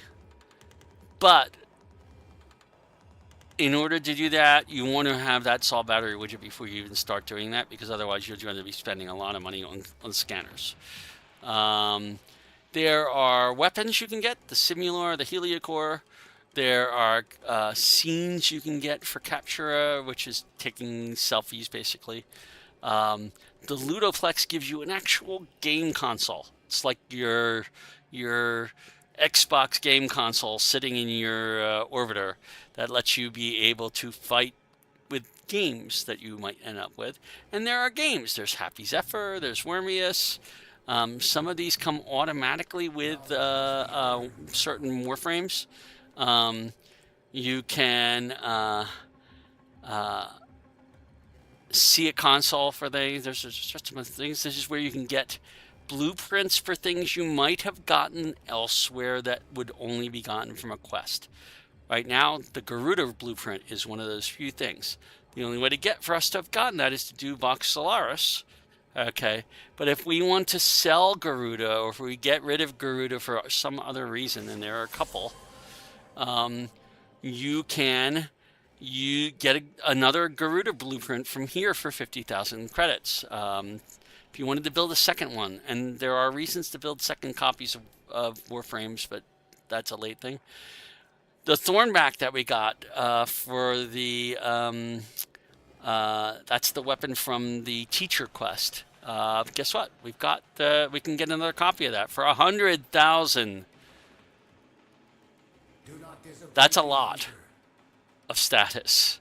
100,000 is nearly everything, because your maximum is 125. Okay, so be aware that you can get a whole lot of things, and these offerings will increase, but all of what you're seeing here is the base stuff. However, we cannot currently research any of this stuff. Why can't we research any of this stuff? Because we're probably not the right level yet. Info? Yeah, we're not going to get anything from there. So we can't do research right now. This is just the offerings. It's the same thing we were just looking at. It's just a standard console for that. So we'll be coming back to him, but we now have our synthesis scanners. There are some things we will want to scan, and just scanning things will get us standing. Okay. So that's why we came to this relay. We have now covered the relay in full. I'm going to go back up and out. Now, you don't actually have to go back up and out. I can use this elevator and go up and make my way all the way out to where I came in and all that stuff. But just like with your orbiter having different things on the wheel, if I hit Q, I can go straight to any one of these things. Now, if I go to syndicates, it's going to give me, it's not going to go to list each syndicate. Ergoglast. Up. He's hiding. Oh, he's actually in the corner of, where are we? Oh, he's in the power sequence, of course, because he's associated with the power sequence. But Ergoglast, and I've lost him already.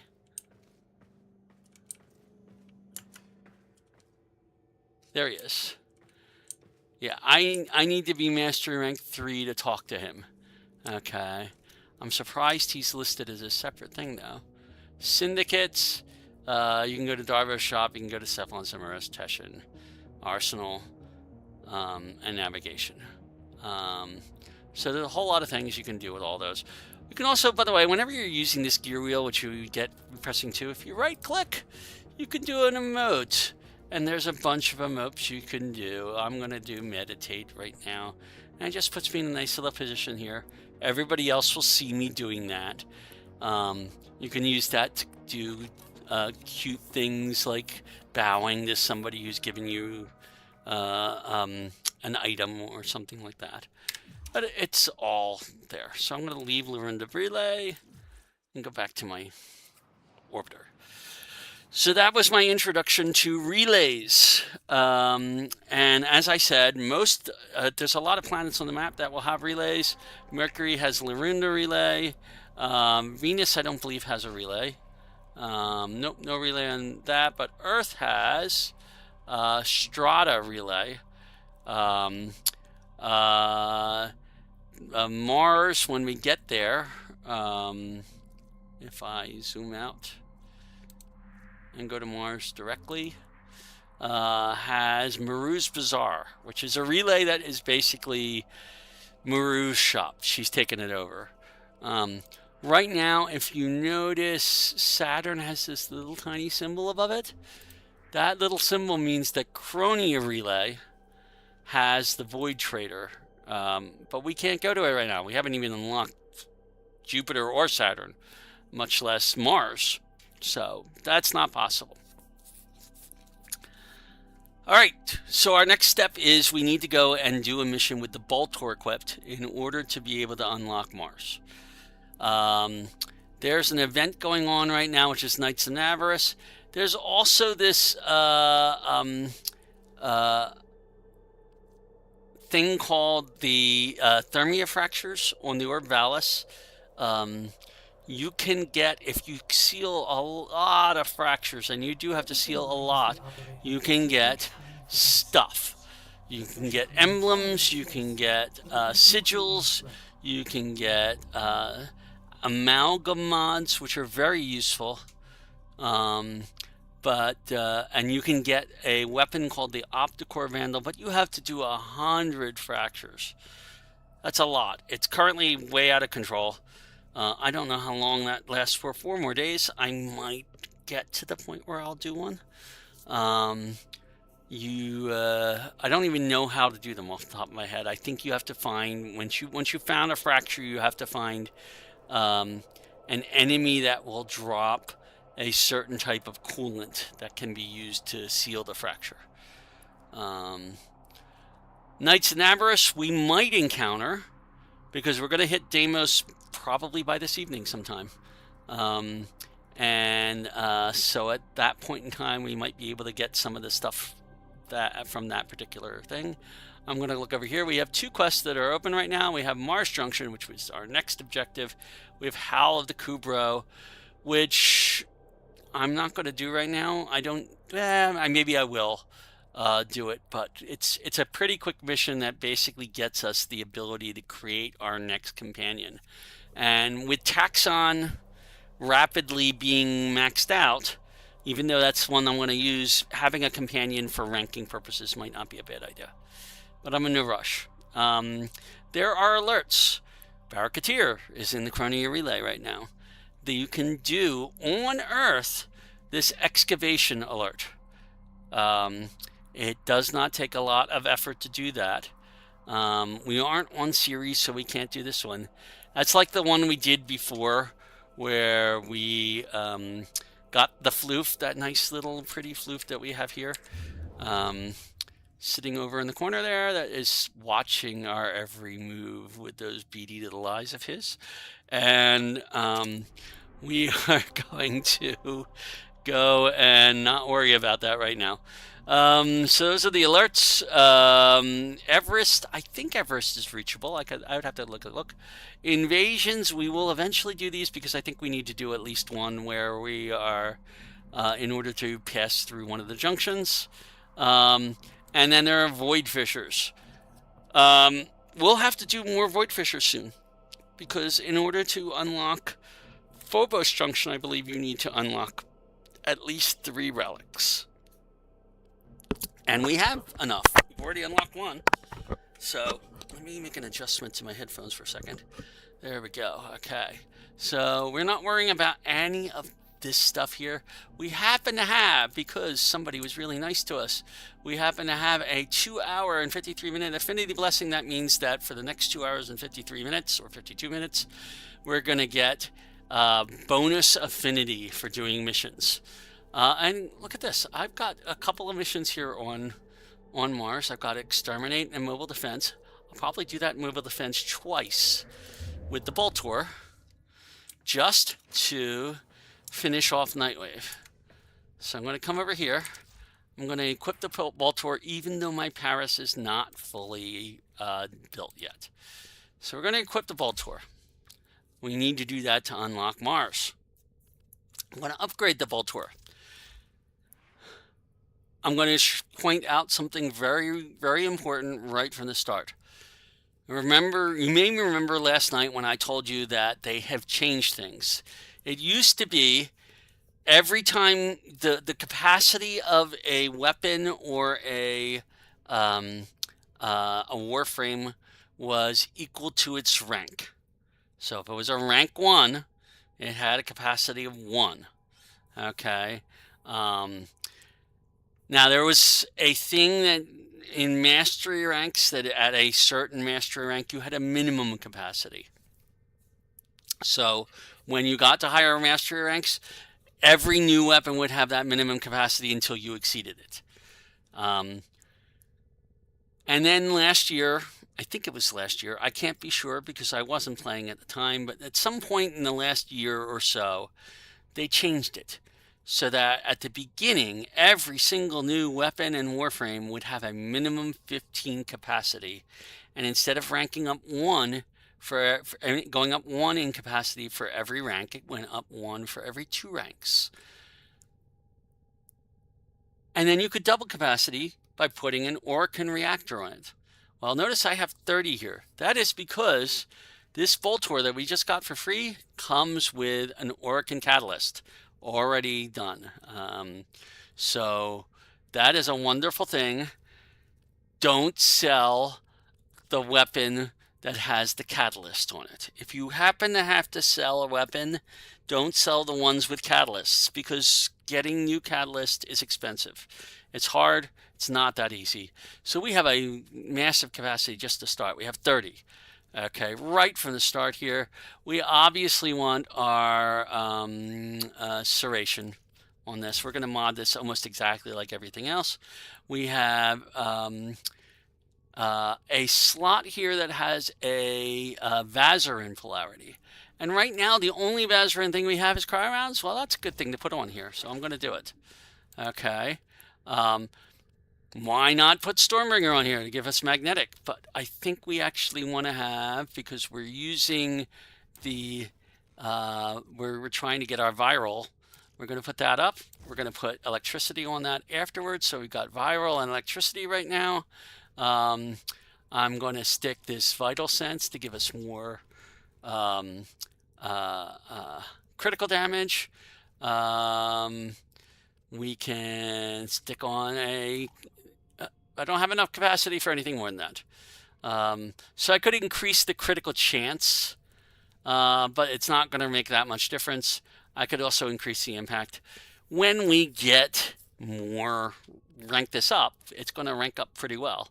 So I think we're going to have all of these things on there before long. So our Boltor is ready. We are ready to go and do a couple of mobile defense missions with a Boltor. And the Boltor is going to feel a lot more satisfying than that bow did. So we're going to come in here, we're going to go to Bothus, which is a mobile defense, and we're going to do that. Aloha, archery was a ton of fun this morning. Hi, oh yes, Barraketeer. Yeah, I just did that this morning before with on my main account before I came in to do the stream today. And yes, he has some stuff, but I had a lot of it on my main account already. All right, we're now doing some mobile defense missions. And they're infested. Of course they're infested. Alright. But since we're doing them solo right now, it looks like, I can take my time. I'm in no rush getting to the first defense location. I'm going to come up here. There's a little entryway here that will lead me to another room that has stuff in it. Because we like stuff. I need access to a terminal. Find one and patch me in. There's a container over here somewhere. And even more stuff. As we should always go do that. There and there. And we get rid of that. And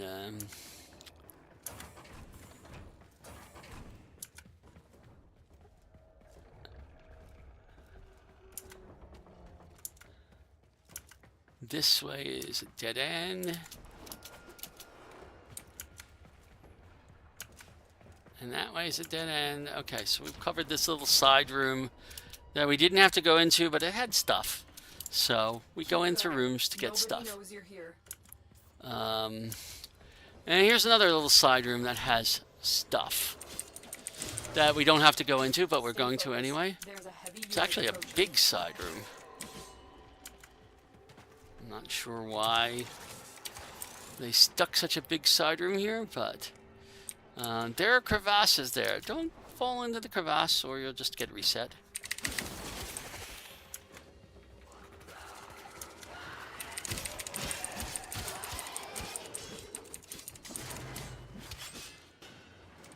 We're continuing our corrosive thing. We can... Oh!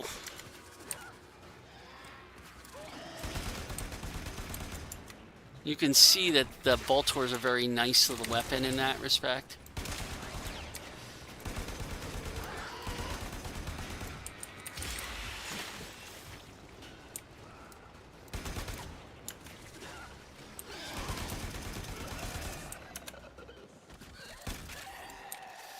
So there's a lot of use for the different weapons. I'm going to continue with my corrosive and finish that off.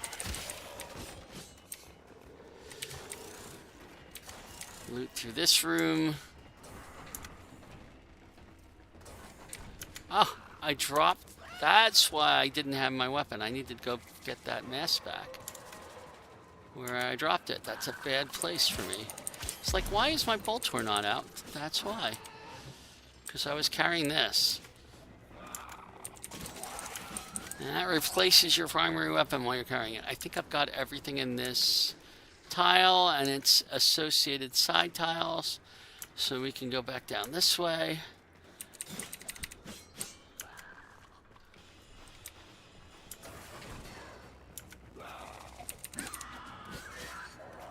And we're coming up this way. And down the elevator. I don't think there's anything of... I see one container on this map. We love our containers as loot. Loot is a wonderful thing, and Thieves' Wit has given us so much more loot. There's a heavy unit approaching.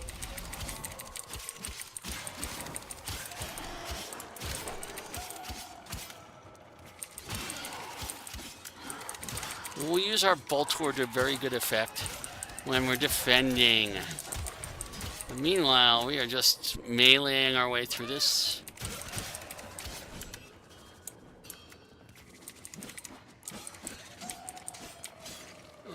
That must be down. It is down, yes.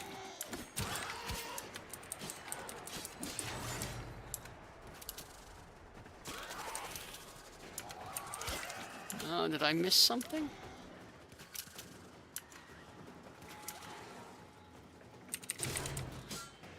I missed that one there. Oh, and I missed one over here too. Apparently. Alright. So, I feel better now that I have gotten all of the evil crates. I've killed them all because they're out to destroy the universe, you know. Every unopened crate turns into a monster and they all merge together and it's horrible. You have to do every single one. In order to get through this room to the next room, you've got this thing in the way. Okay, so for people who have trouble realizing it, it's pretty obvious. It's marked this. You go in here, you say bypass, you go click, click, click, and it will move out of the way for you. So you're in good shape now. Oh, but there's things to loot here. Don't forget the loot. Always go for after the loot. Oh, that's not a place to go through. So that other loot must be up here somewhere. There we go. Okay.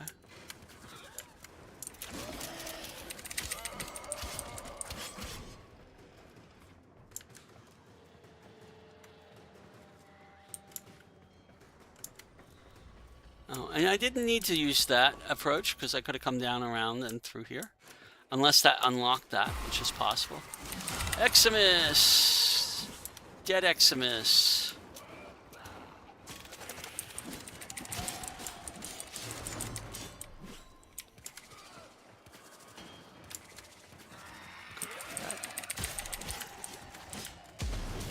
It's a nice darkened area.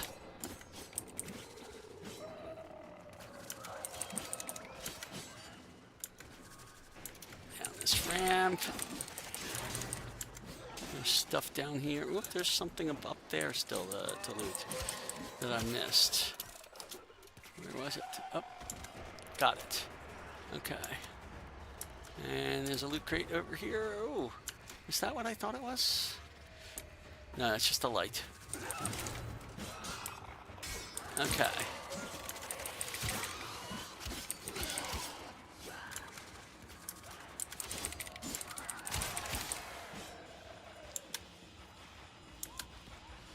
Alright, so come through here. We still haven't gotten to our defense part of our mission. This has just been a fight, a slog through. But we'll get there eventually. Stay focused. There's a heavy unit approaching.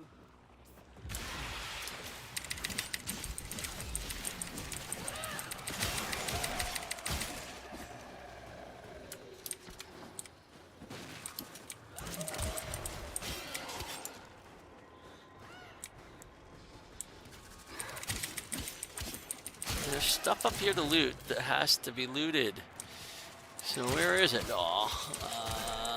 No, that's it. It's down below.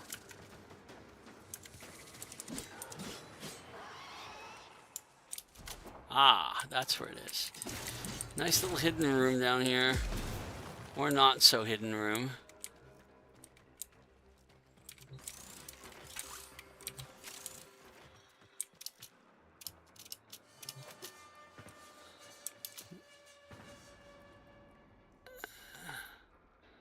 Now, if you notice, there are zip lines here. I believe I came down that way. I'm going to come over here. There might be something over in this corner of this room. There may be something down here in this little back room.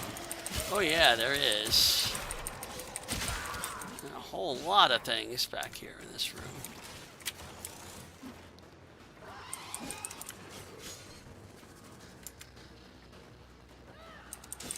Mind you, we want to kill everything first. Not a whole lot of loot crates, though, in this room. Which makes me sad.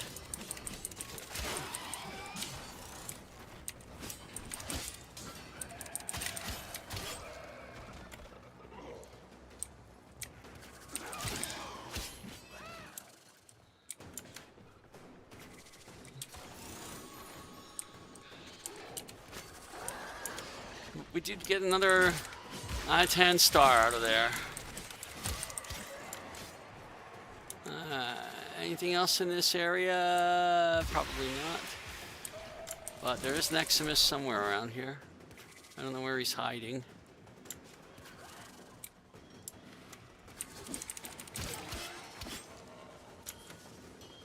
So let's see. Does this tile have any more hidden gotchas that I can't remember? Let's see. There is this. No, not there. Now, usually whenever you see something like this, if you look up, there is a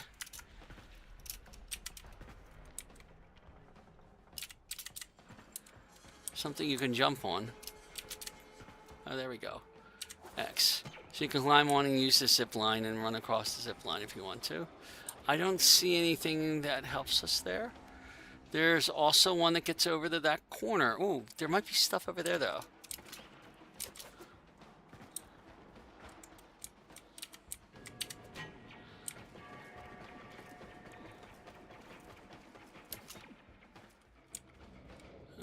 And from here, I should be able to reach this platform. And I don't see anything else there.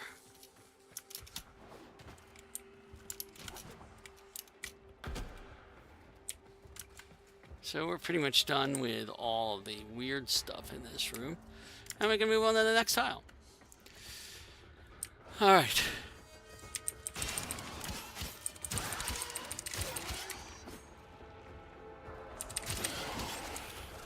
I've mentioned it before, there's stuff up here. This is the same exact tile from the reverse direction. There's stuff up here. We have that little secret room under there, if we can get to it, which is down here. over here. Dive through.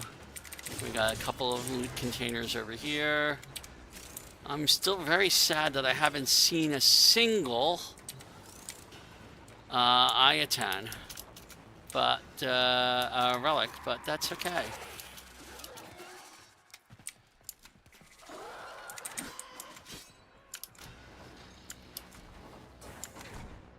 There are some things back here, but not Ayatans. Okay. I'm not sure who came in with me, but we now have somebody else with me in this particular mission, but that's fine. Alright, let's go to the mobile site, which is down this way.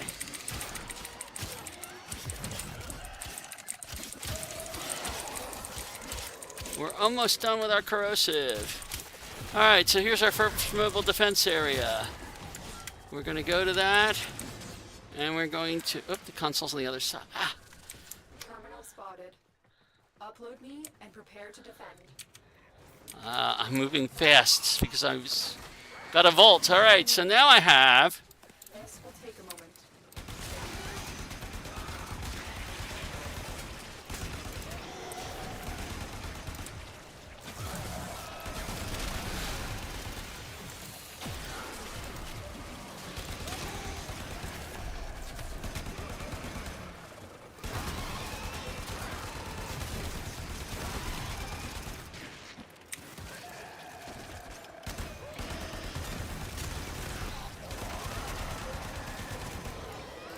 Still working on it.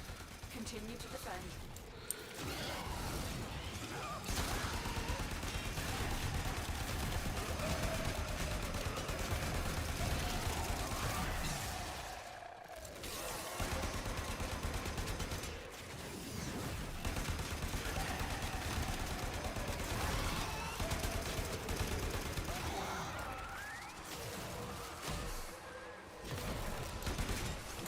Ooh, something hit me from behind.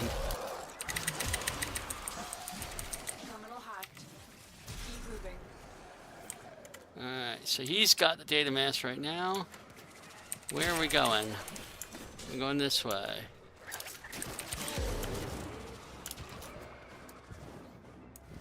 And the other one is right over here, so that makes it convenient. Get me in and get ready to defend. I'm in, Tenno. This will take a moment. Heavy infestation ahead.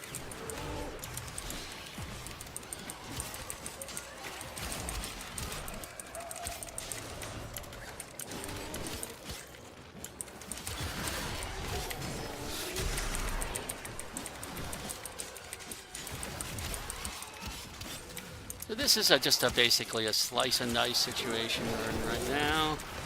It's not that much. We've done our corrosive damage. Looks like some serious crud is going down out there. Here's to you, anonymous troublemaker. Still working on it. Continue to defend.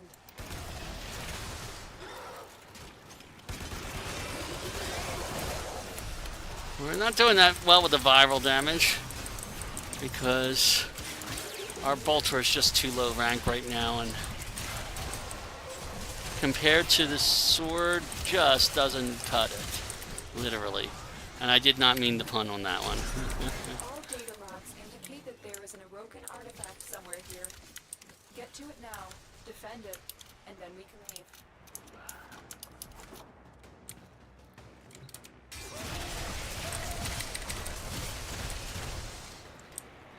Where's the other one?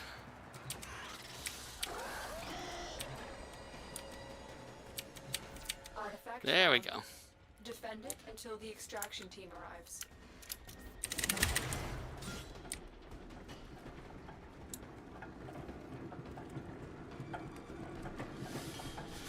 Alright, so now we're in a defense mission for this. This will take a moment.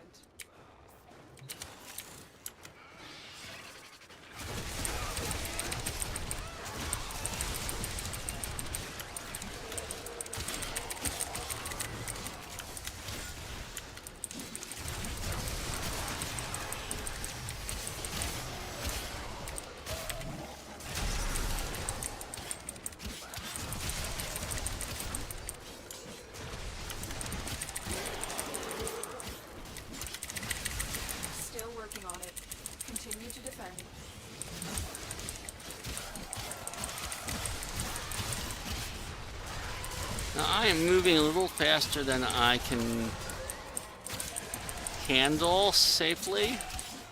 That's the disadvantage of Volt I've mentioned. And that's what our player over here is playing. He sped me up, which I can handle to some extent, but I have to let go of the movement key. I can't just keep moving like I would like to. But we did it. Mission complete. Alright, we're done. We gotta get out of here now. It's virtually not far. Where is it?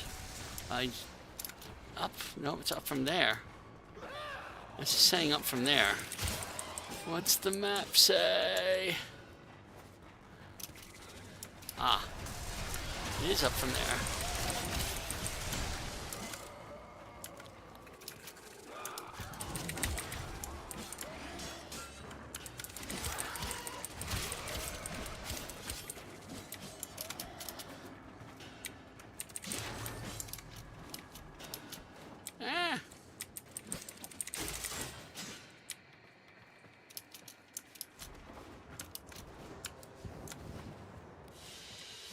And well. Another job well executed.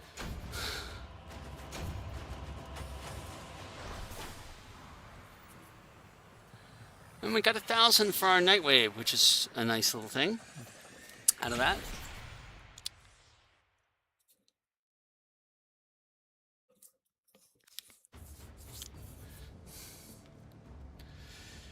We got a reload speed mod. We got a new stance mod for fists. So we're really set for those fists for when we need to do that. Okay. Before we continue with the next quest, we come in here. I'll look at my Boltor. I now have 7 space, which is enough for me to throw on Stormbringer. As well. Oh, I already have Stormbringer. It's enough for me to bring on the Point Strike, which increases my critical chance just a teeny bit. Look at my Warframe itself.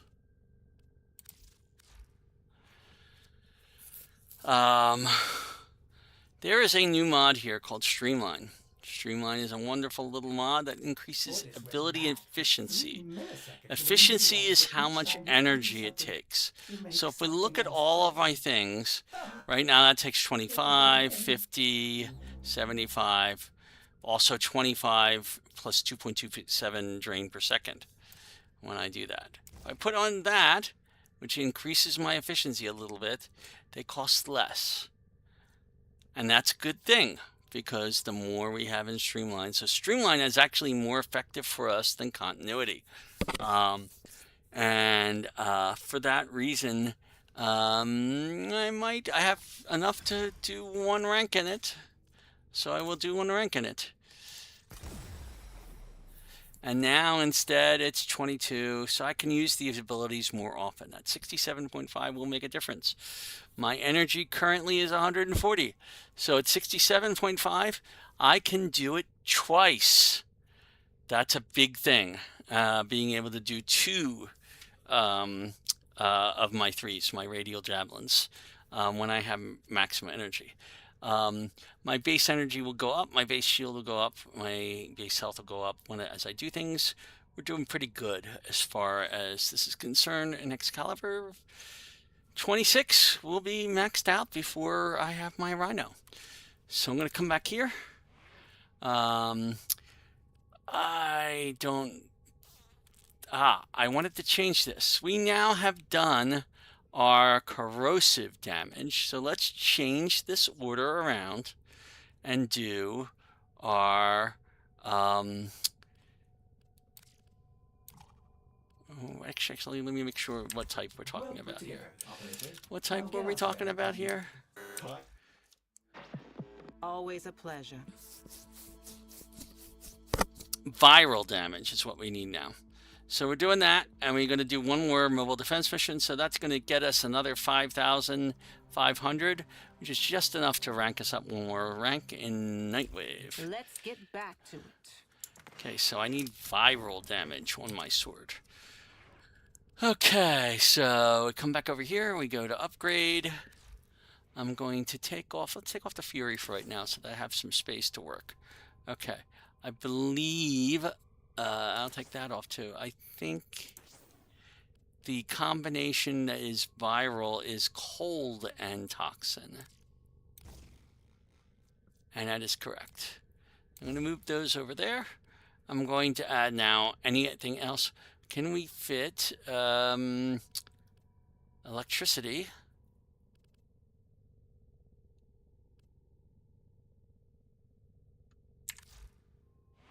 Come back to this. I thought I had one of those which was ranked up.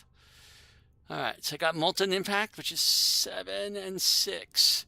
So if I put heat and that on there, so now I'm doing radiation and viral on the same thing, which is a pretty darn good combination. I have a ranked up north wind. But I don't have another one of those unless I have the endo to do this, which I don't think I do. Leave to rank, I need 120 endo, which I don't have. But let's see if we can get it. And I'm going to come back over to my mod thing. Maybe we have some duplicates now. We probably do. Let's come over here. There is a column here that says duplicates. And oh look, we have a bunch of duplicates, a whole bunch of duplicates, like Revenge here. Poor Revenge here is for shade. We're never going to have more than one of them on a shade, so I'm only going to need one. I will click on that, and I will say I'm going to get rid of 4. Confirm. Okay, that's worth 20 endo right there. Shredder is on a shotgun. We're probably only going to use one of those. Confirm. Reach is range for melee. At most, we're going to use one of those. Metal fiber, armor, or most we're going to, we might use 2 of those, so I'm only going to do 1. Actually, we already have another one, so I'm going to do another one here. Okay, so that's currently 50 of our endo. Assault mode, which is a sentinel thing. No, I'm not going to get rid of all 3. I'm just going to get rid of 2. Quick draw, it's brand new. Reload speed mod, I'm going to get rid of one of those. Rupture, same thing, I'm going to get rid of one of those. Oh, we have an extra redirection here. I'll get rid of that. Let's see what else. I have blunderbuss. I have 2 of those. I can get rid of one of those. Now we're starting to get to 80.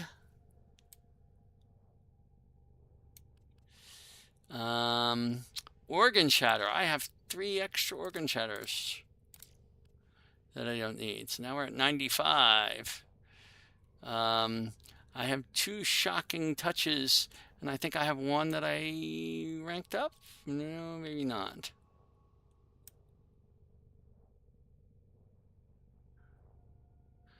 I know I have a ranked up heated charge. So I'll do one of those.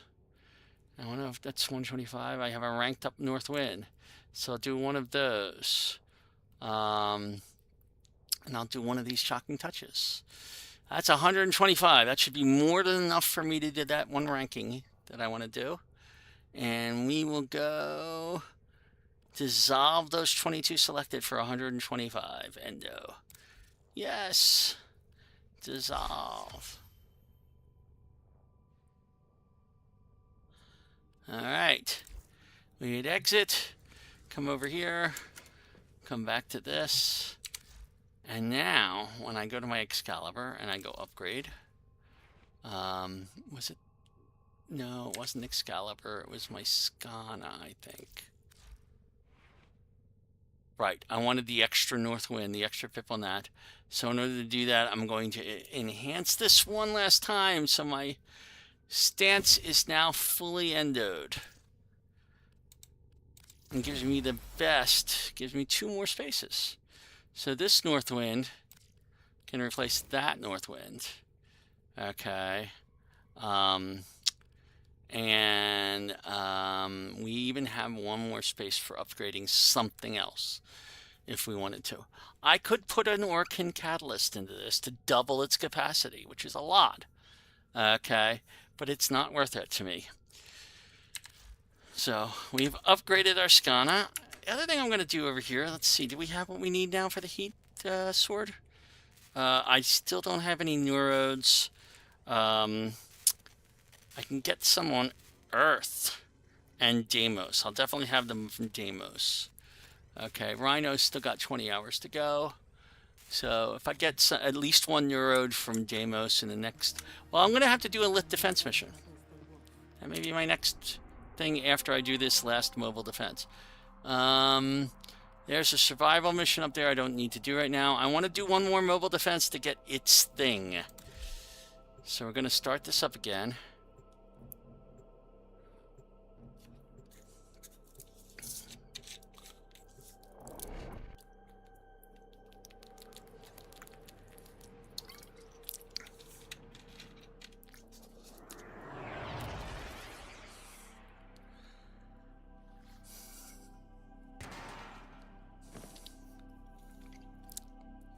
This is a mobile defense mission. Alright, we grab the You must deliver payloads and defend a doohickey. number of locations while I break into the network.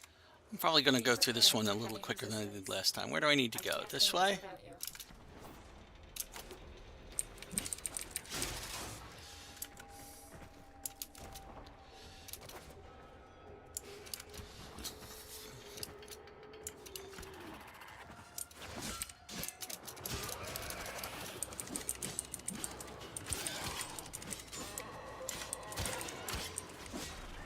We have got to find a terminal. Proceed and prepare.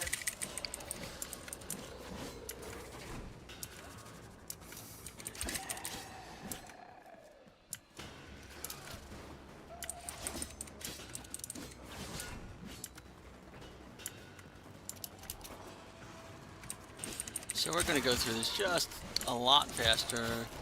Less worry about loot. I want the loot, but the loot I need isn't actually here, so...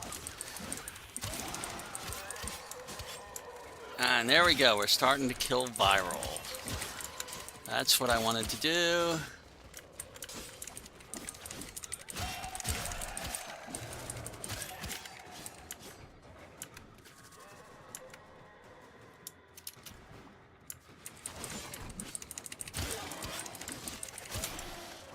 Stay focused. There's a heavy unit approaching.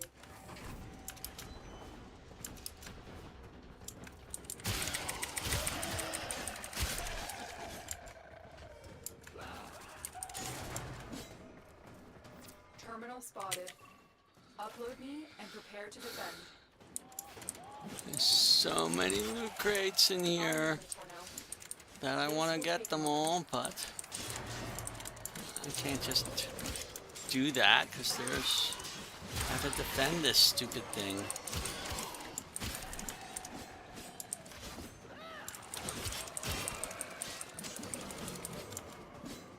Alright, the console isn't stupid. Let's be serious.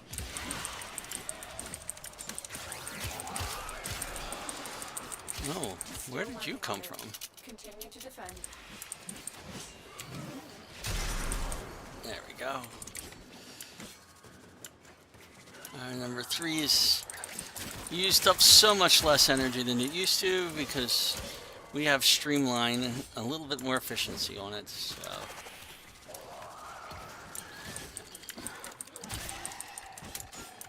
if I was going to do a lot with Excalibur, I would put a potato on him, but an Orkin catalyst. But honestly, as soon as I get my Rhino, that's going to become my main for a very long time. I come through here, you know, I have to go get some of these kit containers. Maybe not all of them, but some. We've got infested incoming. But some of them.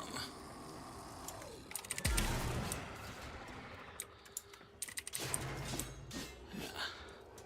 Normally a little more careful about the the explosive containers, because it does affect you as well. But let's be serious. When you're not doing it, they're useful for destroying all kinds of stuff.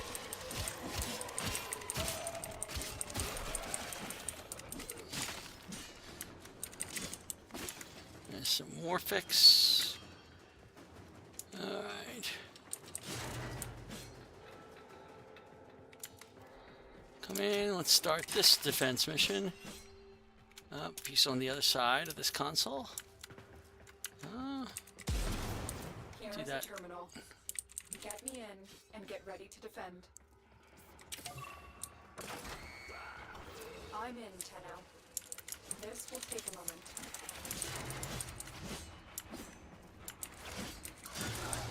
Alright, I will repeat because it's been a while.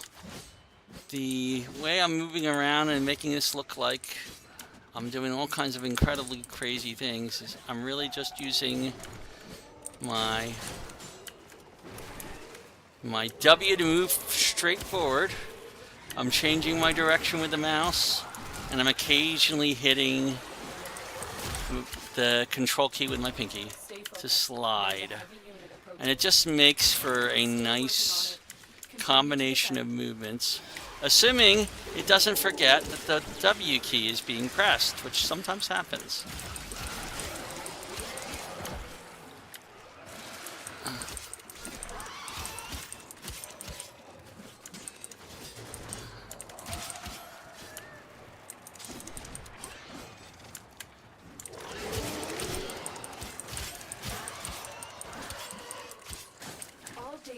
Indicate that there is an Orokin artifact somewhere here. Get Okay, to it now, let's... defend it, and then we can leave. There's some stuff here to loot. I'm gonna loot some of that stuff because it's just too tempting for me. One must be true to one's looting nature in this game in particular. Okay. I don't have a partner, so only one person is needed to do this. Defend it until the extraction team arrives.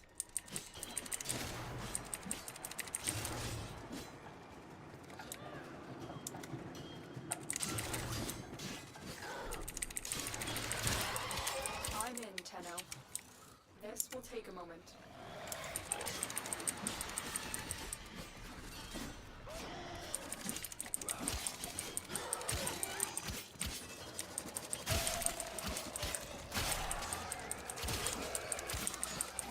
And 100 enemies. Infested missions that take a while are pretty good ways to get a lot of kills in one mission.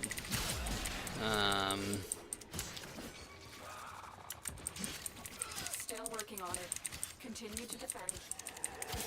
I might finish that viral in this one mission. Stay focused. There's a heavy unit approaching.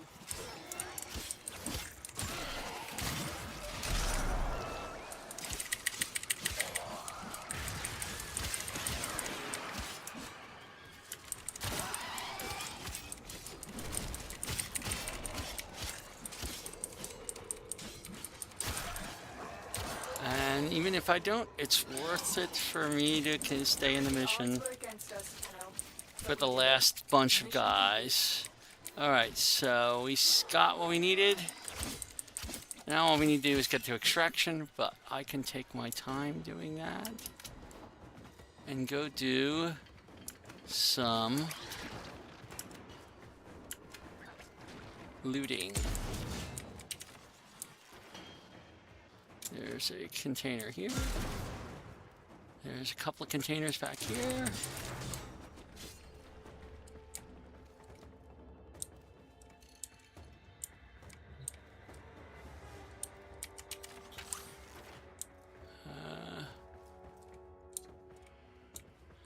There's a container. All those containers are above me. You see the little up arrow there? That means that they're up higher.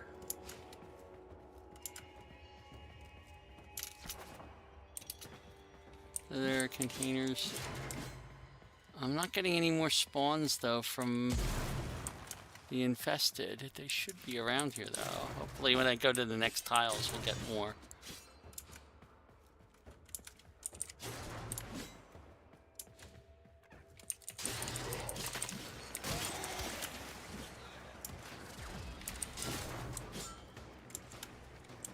Another one over here somewhere.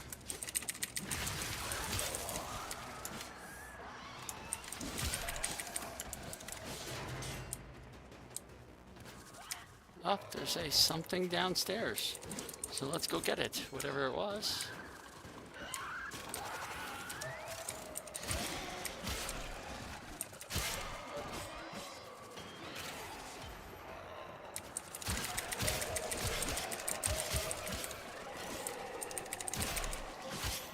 Where is that?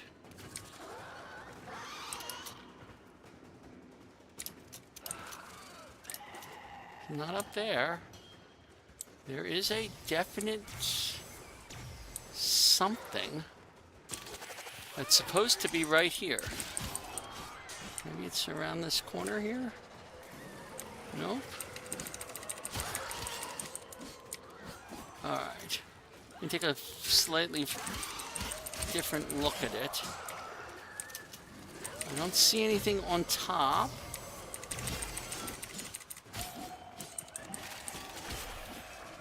But so maybe is there something way something could be underneath that? That is a curious thing. Or is it possible it's on one of these pipes?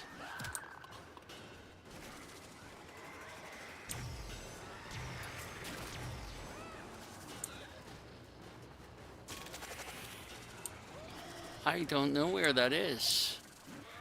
That's an interesting little conundrum there. There's something there. Okay, we've done that. I can't even get back here, so it can't be that. Oh, but apparently whatever it was... Nope, nope, I still see it there. I feel like something's hidden here. But maybe hidden by that geometry?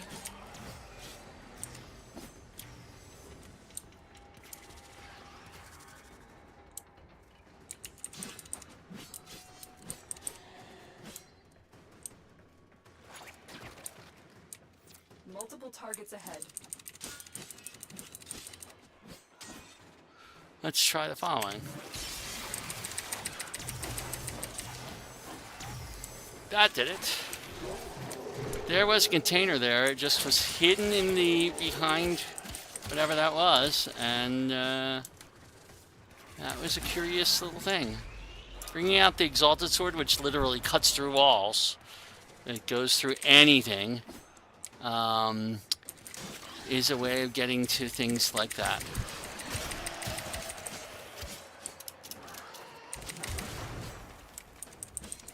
I guess I could have slammed attack and probably gotten the same effect. Alright. So we have done our...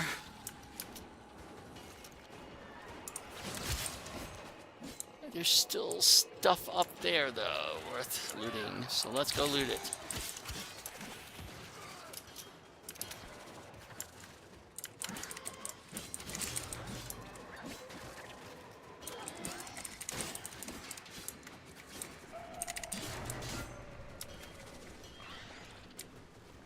There's something down here, apparently. Yep, there is.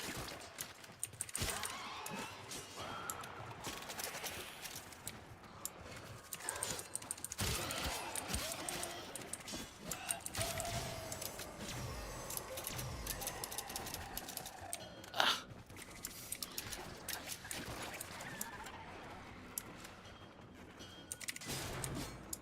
There's that one. There's a container up here, I think. Yep.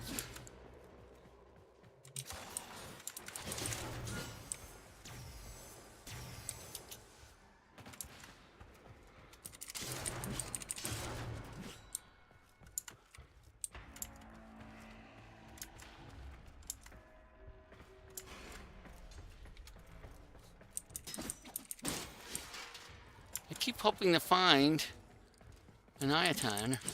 relic in one of these containers, in something. Well, it wouldn't be in a container, but it would be marked on the map if we ran into it. All right, we have pretty. Oh, there's still some containers I haven't looted up above, so I gotta go up.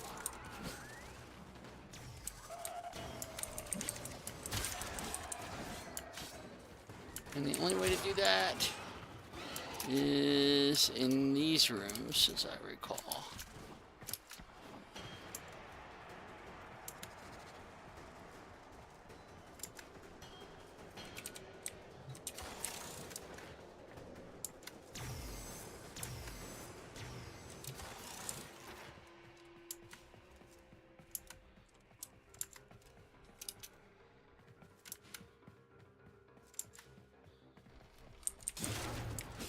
There, and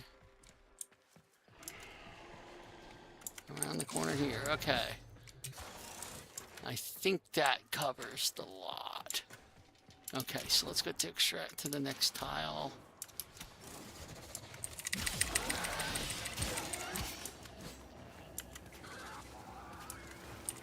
Have I mentioned that looting is an addiction? I'll mention it again. Looting is an addiction. And if you're watching this and you have not figured that out yet, you haven't watched long enough. Because honestly, this game requires so much loot. But there's some things that you just keep looking for, and you hope that you find them in every mission. And the thing that I'm looking for, I just haven't found yet.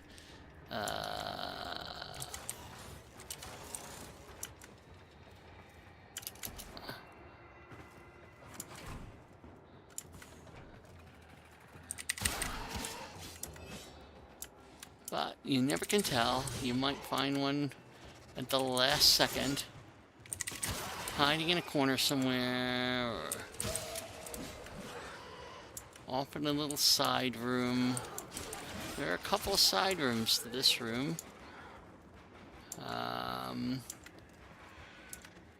Or there usually are.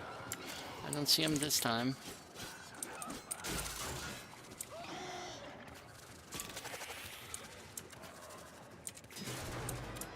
Nope, nothing there. We come into our final room and nope. But we'll take what we got. Mission complete. Excellent work, Tenno. So we got the 5500 that we wanted from Nightwave. We are in pretty good shape. We've got a couple of new mods. We maxed out our Taxon. We're getting further towards maxing out our Excalibur Kenai. But we are ready to unlock Mars and move on to the next thing. Regen is new. Okay. I'm going to exit. We're going to go and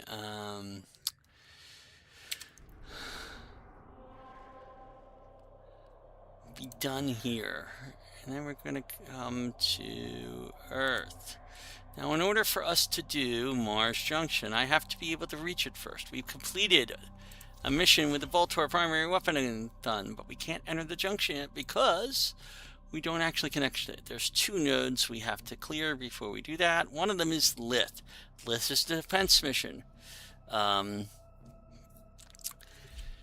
basically go in and you defend the target. You stay around it, make sure it doesn't take damage. This used to be a really, really common place for people to sit for a long time. I remember doing, I think, 20 rounds, 20 waves in it early on one game, just because it was a good place to level things up. And defend the cargo until reinforcements arrive. because the only thing you do here is you come through this one door. You come down here. Oh, somebody was already here.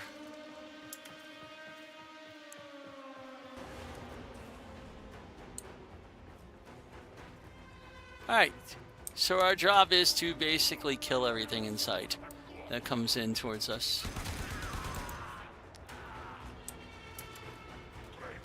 They're going to come in from all directions, so don't wander too far away from the center.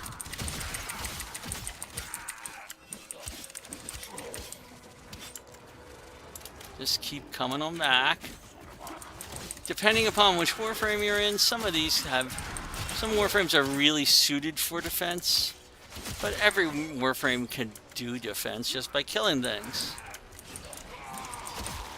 But some Warframes can like give defensive buffs to the target and put shields around it. I was a big fan of Gara when it first came out because it was just perfect for defense missions like these.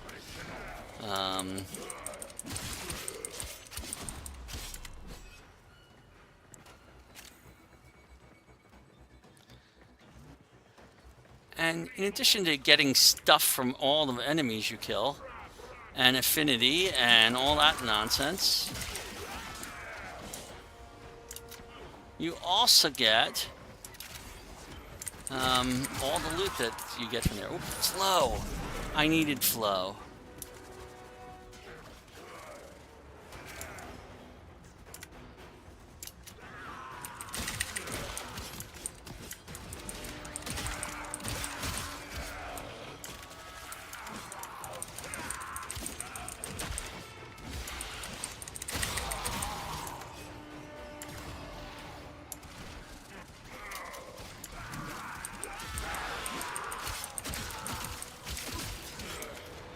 That's maybe a Protea? I don't know. I have to go look. I don't remember what that is. You got a Mastery Rank 0 guy here who just came through the Awakening. He hasn't even gone through, I think, well, he may not have taken the first test. And then we got a Mastery Rank 20 person who is either leveling up a frame or is just helping the other guy or who knows what.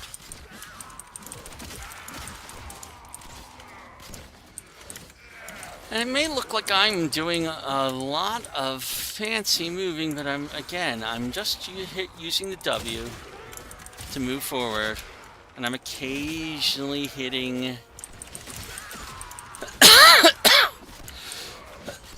the control key while I am spamming my E. It is not hard to do.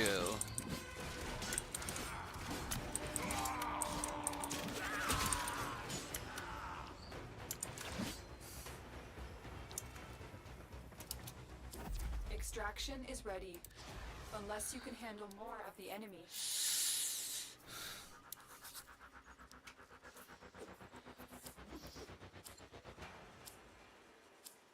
Oh, this is interesting. Okay, so you might see this occasionally. The extraction team will take over from here.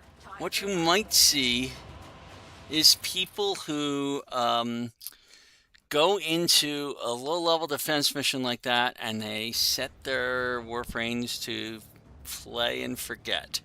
It is possible to do that if you have the right mods and the right Warframes, and it's a great way to level up and collect relics and other things, but means literally they aren't sitting at the screen when they're being asked about things like, do you want to continue the battle or not?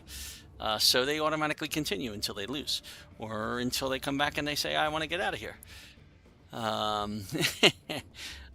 don't run into them very often, but it's interesting to watch when you see somebody like that.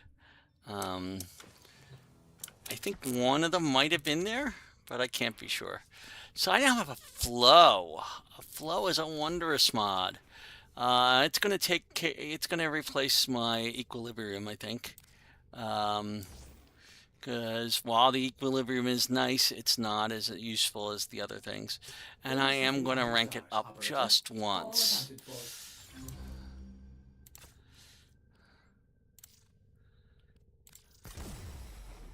Because I can. And the advantage of flow is that flow, if I take it off right now, you can see my energy is 145, but if I put that on, my energy goes up to 193, which means I can use my 3 even more often. Okay, my 3, I'll remind you, is that radio javelin. It's my area of effect attack.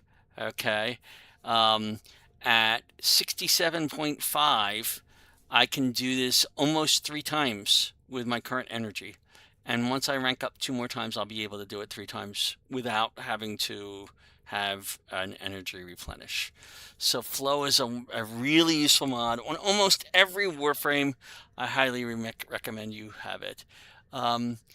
Fast deflection versus any of these, probably slightly better. The recharge could be useful. I can again get more mod capacity by ranking up my Dreamer's Bond, but I'm not going to worry about that right now. We still have an hour and 55 in that Affinity Blessing, so I'm going to take advantage of this. But we have, as we look through this, we have one more node that we have to go through in order to unlock Mars Junction, and that is Eurasia. Eurasia is another mobile defense mission. So there we go. We're going to do a mobile defense. One more mobile defense. Into the breach, dear friends.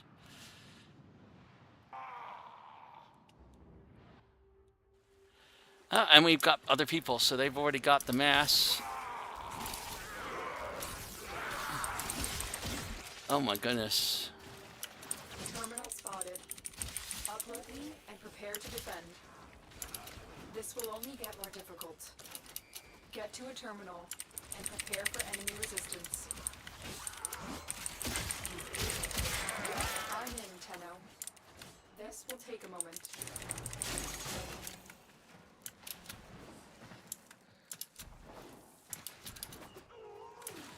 Okay, that is Frost, I believe. I could be wrong, but that's a nice... Somebody decided they didn't like this particular mission. Heads up. A Grenier assault team is headed your way. Still working on it. Continue to defend. It's a nice defensive cold bubble. Sitting there, we don't have to do much with it. Stay focused. There's a heavy unit approaching.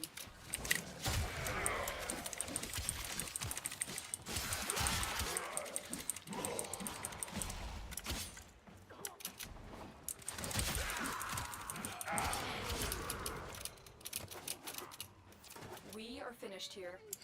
Move on. And they've already got it. So we can move on.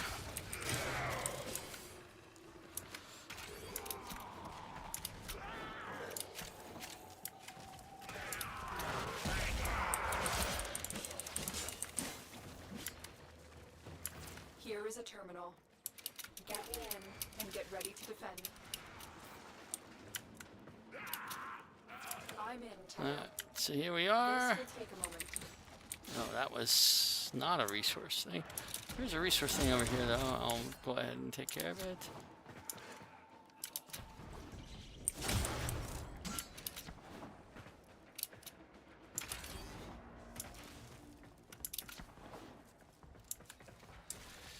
One of the nice things about Warframe is everybody gets all the loot. Still working on it. Continue to defend. It's not like the first person gets the loot. Everybody gets all the loot. As long as they go to the place where the loot is, they can pick it up. Oh.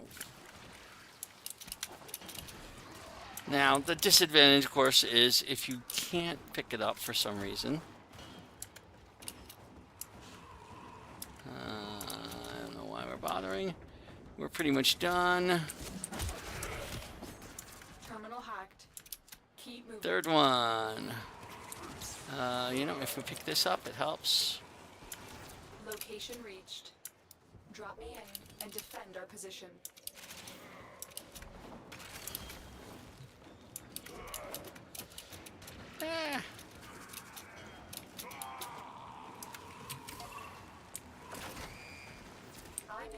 Tenno.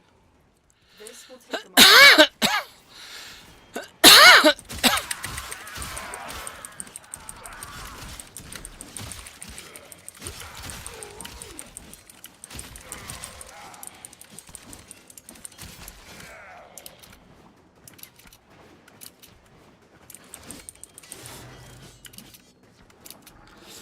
I don't have to worry too much about the terminal in these ones because we have that frost bubble.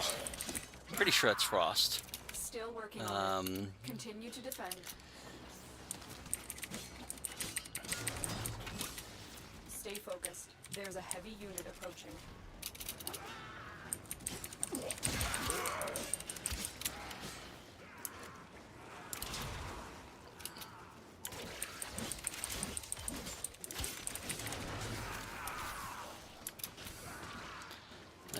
Getting hung up on the geometry as usual. The odds were against us, Tenno, but we did it. Alright. Oops. Where's our exit? This way.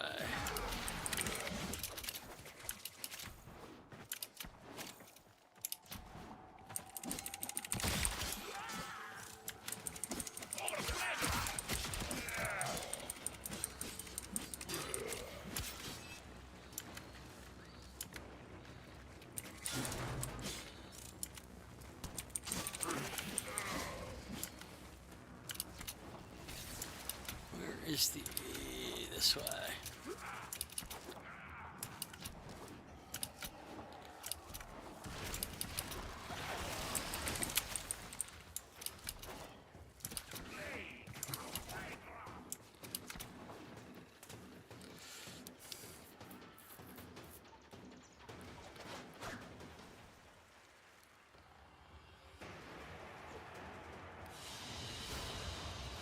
Okay, so that's unlocked.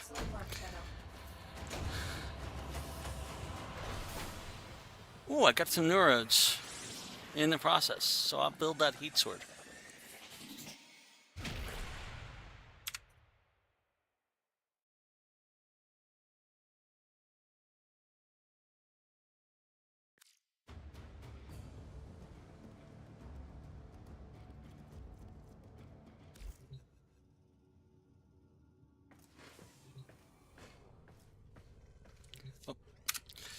Since I got a neurode, I can now build that heat sword.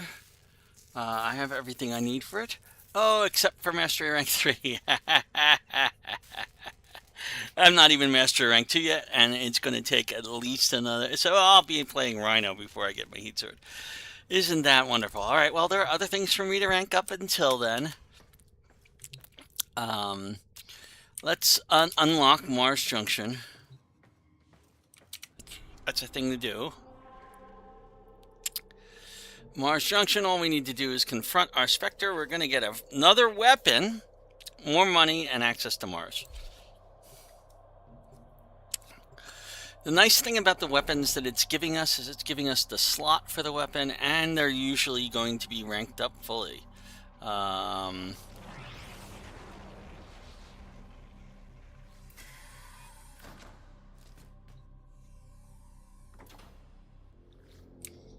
I forget which Spectre we've got here, but it's going to be much the same. We just do a lot of damage, and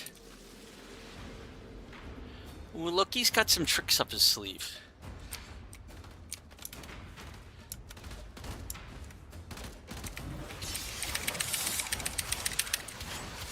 But the Exalted Blade still is just deadly to almost anything.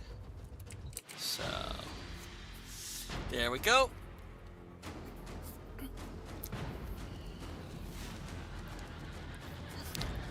And congratulations, we have now ranked up Mars.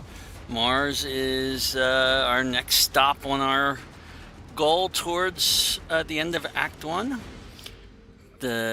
We do need to do a little side trip here, though, afterwards, because there's 2 quests that we just got.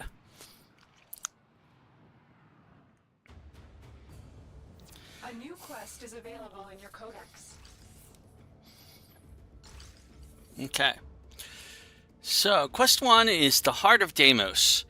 We're going to have to do that in order to unlock Jupiter anyway, so that's important. Same thing with the Arcwing. The Arcwing is a very important quest. It'll get you your first Arcwing. It lets you fly around in space and do all kinds of things. There are a number of missions involving the Arcwing. We're going to be doing both of those quests. They are on our main path. They are required in order for us to progress, but they may not be the thing that we do first. Because we're on Mars. Welcome to Mars. If you notice, Deimos does not require anything to unlock. We can go straight there. We can do all the stuff that's there.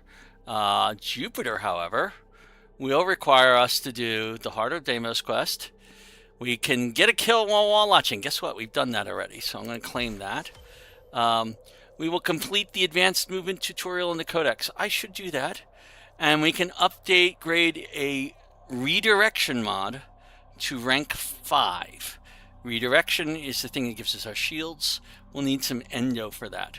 And there are ways to get endo, and other ways to get endo that we haven't used yet, so that's going to be good. So that's Jupiter Junction. But Mars also has 2 more junctions to deal with. Operator, Ordis has been interfacing with the Foundry's AI presets. You could say we forged a new connection. Now, Ceres Junction. Okay. We need to complete Maru's weekly IATAN treasure hunt. We're going to do that because I need to show you what IATAN treasures are, and they are a great way to get endo. We need to fill in an IATAN sculpture with IATAN scars. We need to trade it for endo, and we need to pledge to a syndicate. We are not going to be able to unlock Ceres Junction until we can pledge to a syndicate, which we can't do until Mastery Rank 3. That's not going to happen until tomorrow night sometime. So Sunday night, I'll be able to get to Mastery Rank 3, and then I'll be able to pledge to a syndicate. So Ceres Junction is going to be locked out for us until tomorrow night, no matter what we do. But I will be able to do all 3 of these things, and I intend to do all 3 of these things fairly soon. Okay? Phobos Junction. I've killed 10 enemies with headshots. I can claim it. Oh, there's that flow that I just got. Just talking to Maru will get us the last important base mod for Warframes, which is Intensify. That increases the power of your powers, your Warframe powers. So we will want that too. Refining a Void Relic. We talked about this a little earlier today. Using Void Traces for Void Fissures, we have to do that. And opening 3 Lith Void Relics will get us the Cipher Blueprint. We do want a Cipher Blueprint because we're going to need to know how to use those in the future. This is going to get us to salvage. This will get us the ability to build a Cipher Blueprint. We're going to want to start getting blueprints from the market for things like that as well. So, we have a lot of side stuff to do here. The first thing we need to do, though, is get to Maru's Bazaar. That's kind of a prerequisite for a lot of that stuff. So, we got to go through Ares. Ares is our first sabotage mission. Sabotage missions are pretty simple. We kind of had a pseudo-sabotage mission as part of a different mission during the Boar's Prize quest, where we had to sabotage a ship after doing the rest of the quest. So we'll be given instructions on this. This is pretty straightforward. It's not complicated. So I'm going to come in and do that mission. And if we do this alone, we can take our time. But if we don't, you know, I'm perfectly okay with going through this at breakneck speed.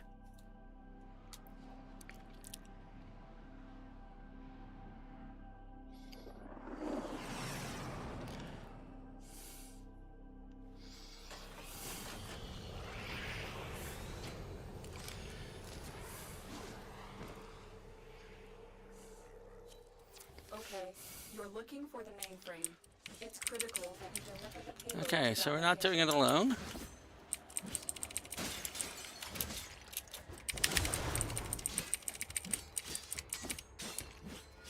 And there's our guy. Looks like our segment is down here somewhere, which I wasn't expecting. I have to pick it up. We have to upload this data mass to a terminal.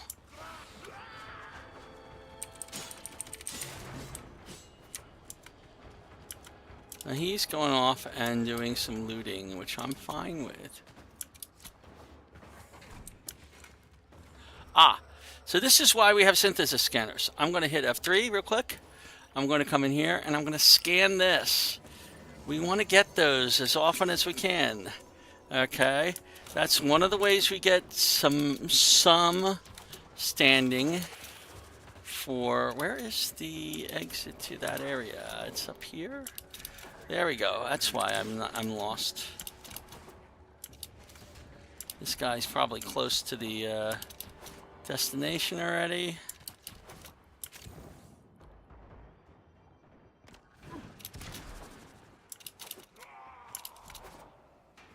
Wait, is that a tunnel? That is a tunnel that I have to go in, yes.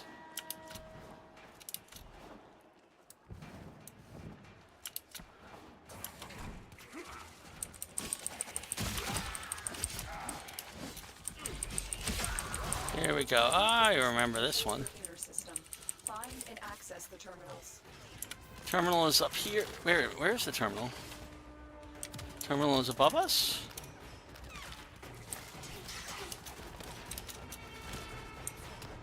Terminal should be right here. We need to destroy the reactor. The reactor will have tight security. Watch out for enemy patrols.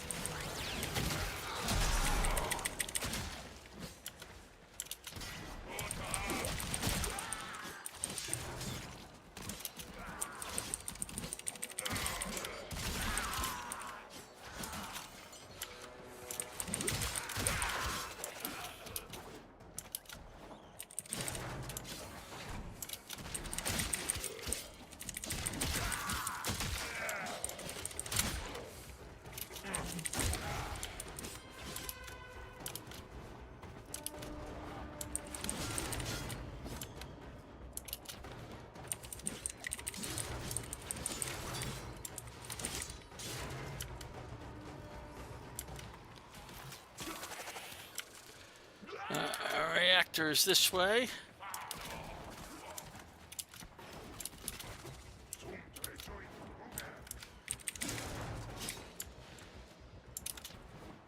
I'm gonna need some help here, aren't I? Well, you know, he's a good distance away. I'll do a little bit of collecting while he catches up with me.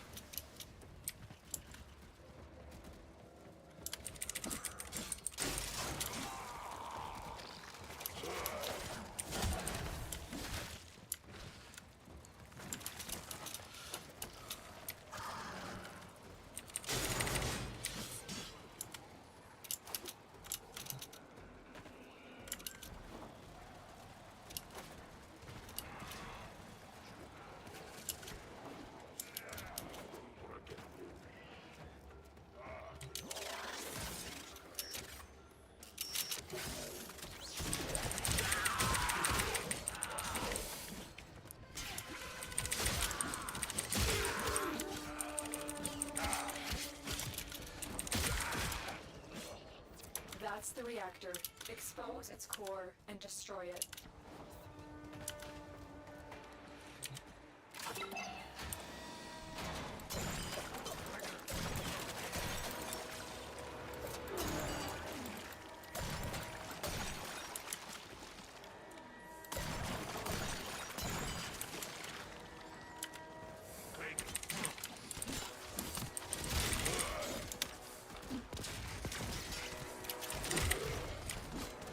Oh, I must have missed one.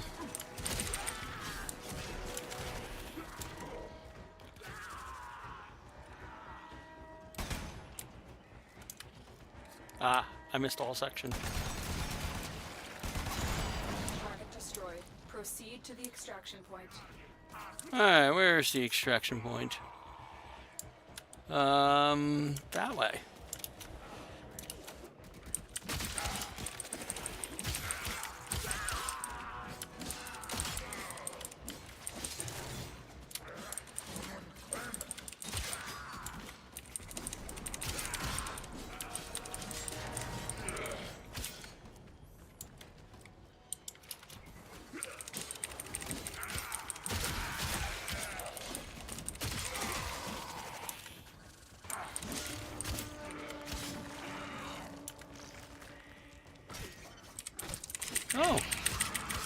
think I've run into a desert skate yet. That's just Mars, though. So yeah, you'll run into that native fauna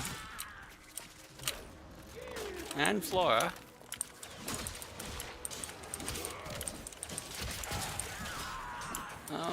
Which way am I actually going towards? Oh.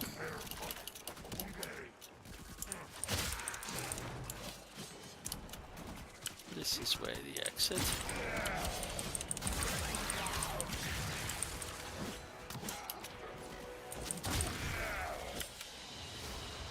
Alright, so we've done this mission. That's not a big deal. We got a few things that we hadn't gotten before. Like Rick's Claw, that's our brand new, another resource. Morphics, which are always useful. Salvage, which we use a lot of. We got our first standing for Cephalon Solaris. We got 10, which is nothing. We need 50,000, that's a lot. But until we're Master Rank 3, we're not going to get all that much. So we exit here, come through here, go to Tharsis. Tharsis is another mobile defense. Wow, I didn't need to do any of those mobile defenses. I could have just done them here. But here we go.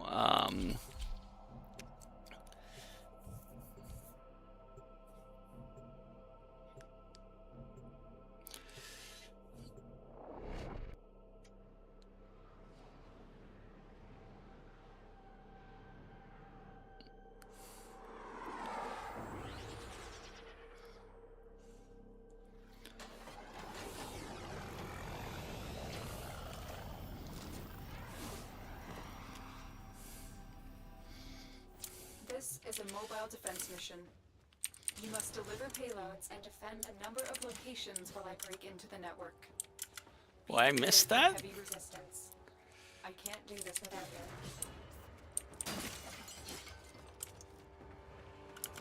you. Alright. There's something down here. I need to come down here to get it.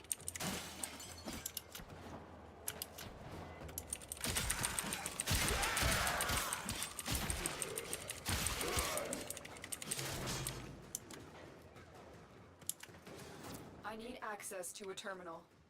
Find one and patch me in.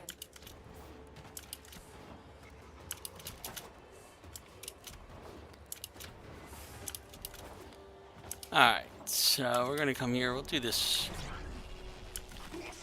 That's what happens if you go through a door with a sensor on it without even taking care of the sensor.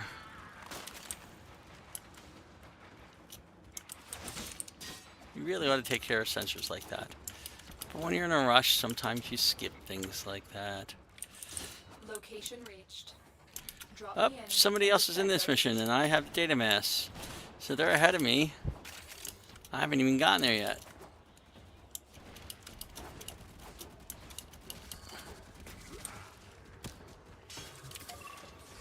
Alright, so defend this system.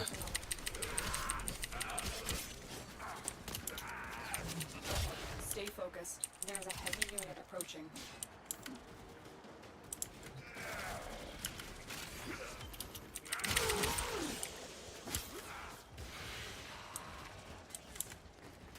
Somebody marked that with ally. That's the first time I've seen that particular marking. There are ways to mark different things in this game. Usually either you put waypoints there. Continue to defend. When you put a waypoint on a target that is friendly, it will mark it as an alloy. But rarely you need to do that. What you might do, though, is mark and target as an enemy, like if you've got a boss. And that way, if somebody's a distance across the map, they can still spot the boss, or if the boss teleports. It's also very useful. Terminal hacked. Keep moving. Where is it? Alright, so we move on to the next mission. The next mobile defense section. We have 3 data terminals. You are surrounded by Grenier Marines. Not anymore, I'm not.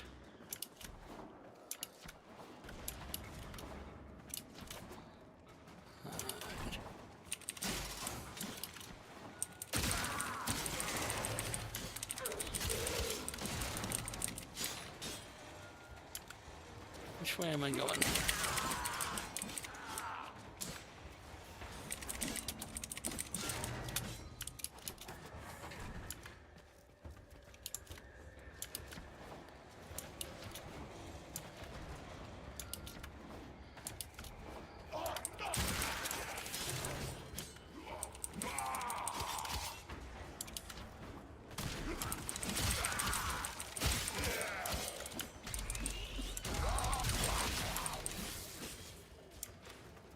Here is a terminal.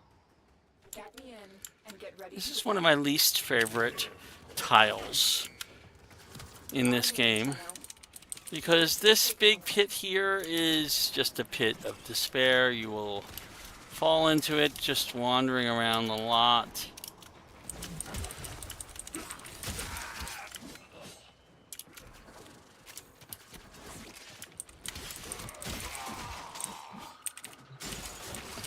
And there's a battle that happens on this tile in a later quest that's particularly difficult. Still working on it. Continue to defend. Unless you're good at dodging, and this is not a good map for dodging. Stay focused. There's a heavy unit approaching. Which may be why they picked it.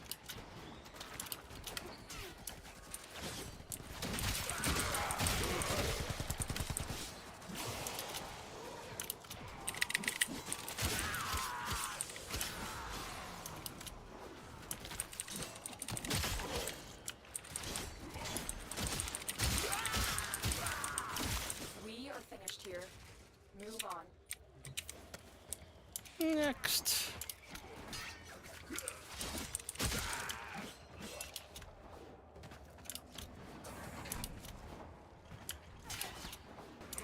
Oh, there's a Morphix.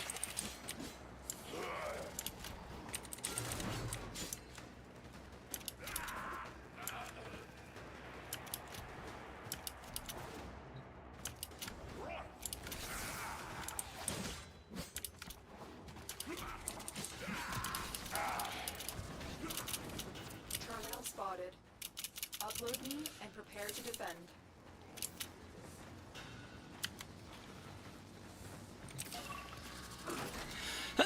I'm in, Tenno. This will take a moment.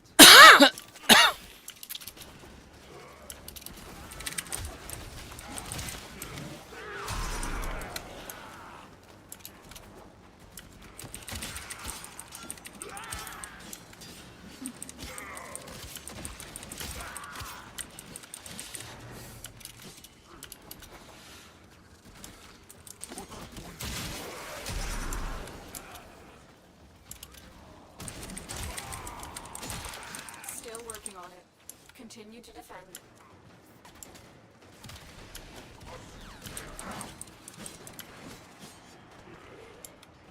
Something a little weird in my heads-up display. I no longer see the other guy.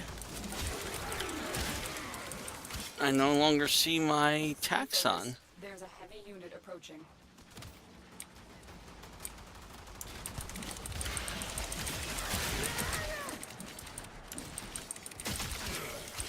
The odds were against us, Tenno, but we did it. Mission complete.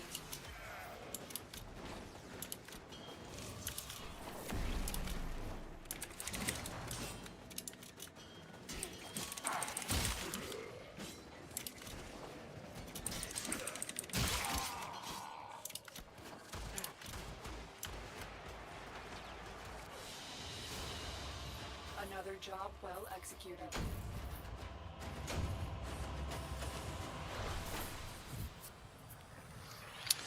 That was a little weird. The display glitched, and I did not see my other teammates, or even my own taxon. So I'm not sure what caused that glitch, but clearly the person was there. But look at my stats.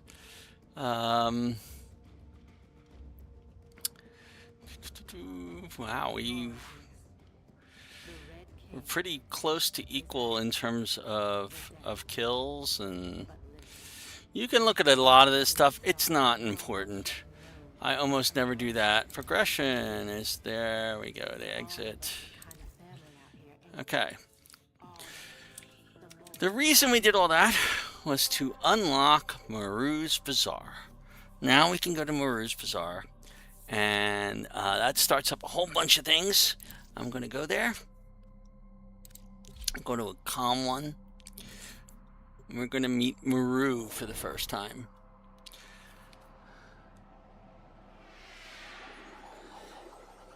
Now normally, or at least when I first played this game, we met Maru in a quest. Now you have to actually meet Maru here before you can even consider meeting Maru in the quest. They changed the order of things a bit. And it's possible that you don't even do that quest under the normal aggression anymore, but...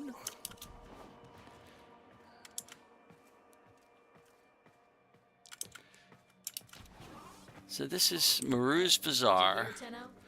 This is the place you go for a lot of trading. If you go to the chat right now, okay, which I can't even do, you would probably, because I'm not high enough level to trade yet, or maybe I don't have the two-factor authentication set up. But you could go and put something in your chat saying, I want to sell this for that. And then when you talk to them, you can trade. He's selling. Oh, actually, that's different. They've changed that. So this guy is selling, for example, the entire Saren Prime set. Okay. Along with a couple of other things.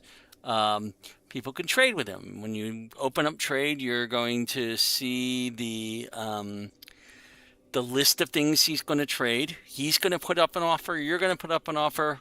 If both of you accept the offer, the trade happens.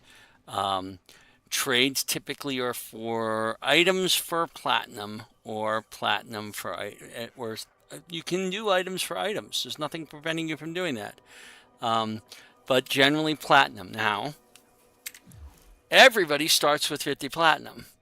The 50 platinum that you have when you start is not usable for trades. You cannot trade with that. It's personal platinum. It's flagged, especially as things. You cannot gift it to somebody. You cannot trade it to somebody. And that's just to keep it from being people making up a whole lot of accounts just to give other people platinum. So this is a trading hub. This is the only relay where you have a trading hub like this. You can come here and do all the stuff if you want. And if you look at these, you can also inspect people. If you look at somebody in this, I can go hit I. I can see that that person is a level 5 novice. He is currently using, has all kinds of equipment. I can invite him to a thing. I can send messages to him. There's a whole lot of things, but I don't need to do any of that. What I'm here for is to talk to Maru. This is Maru. She's welcome to my bazaar. Tenno from all over the system come here to trade. Need any pointers?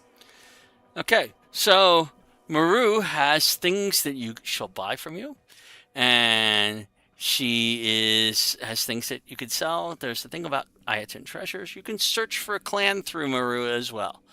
I'm going to bring up the search for the clan for a second, just to show it. I may or may not join a clan as part of this. Okay, this is a way you can group up with other Warframe players, other Tenno. You can create your own clan. Okay, or you can search for one. Clans are in a lot of different ways, but you do want to eventually join a clan. Okay, the reason you need to join a clan is because clans, and I will show this in a later stream with my main, who is part of a clan that we all started 6 years ago, and I'm pretty much the only one who's been playing in it. But we had everything. There's a lot of stuff that a clan provides you You can buy blueprints for weapons and warframes and a lot of special things. You can get stuff there that you cannot get anywhere else. Okay, so you really want to be going to a clan. If you're starting a clan, you can get all this stuff anyway too, but it will take you time because every single thing that it provides needs to be researched and funded. Okay, if you're doing this on your own, it takes a lot of work, and it is doable. I may do a side stream on that one too, where I take I have a secondary account that I used when I was relearning the game. Never joined it into a clan. I may take that and use that for a series of how to make a clan on your own and how hard it is to do it all by yourself. But it's doable. If I wanted to, I could search for a clan right now. It doesn't really do things. There's a whole lot of clans. I would want a clan. If you're starting the game, you want a beginner-friendly clan. You want a... it would be nice to have max research complete, but it's not required. None of these are completed things. You find a clan that is beginner-friendly and has max research complete. You find some that looks like this. Jolly Gang with one member there. I have my suspicions about whether or not they're going to be max research complete. They're casual, English, Russian, Ukrainian. Okay, so I don't know. These are all what they say. This is not what they are. Okay. They may claim to be max research complete, but doesn't necessarily mean they are. Okay. There are clans of different sizes. You have small clans, okay, that are, this is the current basic clan, okay. A shadow clan is going to have more members, okay. A storm clan can have up to 100 members. A mountain clan can have up to, I think, 500 members, I think, and a moon clan can have up to 1,000. Okay, so the ones with more members may have more requirements. I mean, if you look at some of these, like this one has a decorated dojo, they have fashion frames, they're casual, they're active mentor, they are English. You have to log on regularly in order to stay a member of that clan. And you will find that that's a lot of kind of things that they would do here. Some of them, that's French. If you speak French, maybe you'll go for that one. You can go look at all of these. You can do one of these. You can pick the clan. Let's say I wanted to go to this one. I can pick that. I can send them a message asking to join. I'm not going to do that. You can see there are lots and lots of clans. I will do a version of this, but the biggest advantage of the clans is that there's a lot of stuff that you can only get from a clan. The second biggest advantage of clans is clans provide a trading post. Instead of coming here to Maru's Relay and dealing with whoever happens to be here, okay, you can actually do things. There's a place called Warframe.market where you can create an account and list things that you want to sell for platinum and how much you want, how much platinum you're looking for. And people can send you an offer saying, I have this much platinum, and then you can invite them to your dojo, which is the clan's base of operations. Okay. I think after this I might go see a dojo so I can show you what it can have. The clan's base of operations has these labs in it with research stuff, and it has a place to trade. You go to the trade thing, you invite somebody to your group, you go to the trading console, you say trade, and it's trade. You are able to trade. You do have to have two-factor authentication enabled on your account to do any trading. But I'm not going to worry about that right now. So that was my little side thing on clans. I'll do another side thing on clans once I finish with Maru. You're looking for Maru's Bazaar. You've come to the right place. Ah, so you're buying? That's nice. Keep a lookout for Tenno with something to sell. And remember, only suckers pay the first price. Okay, so again, this area is for people who want to haggle too. We're not a haggler type person, but maybe you are. Okay. Tenno from all over the system come here to trade. Need any pointers? You can talk about how you want to sell your wares. Selling, are we? Okay then, find a shady spot near the tree and let everyone know you're here.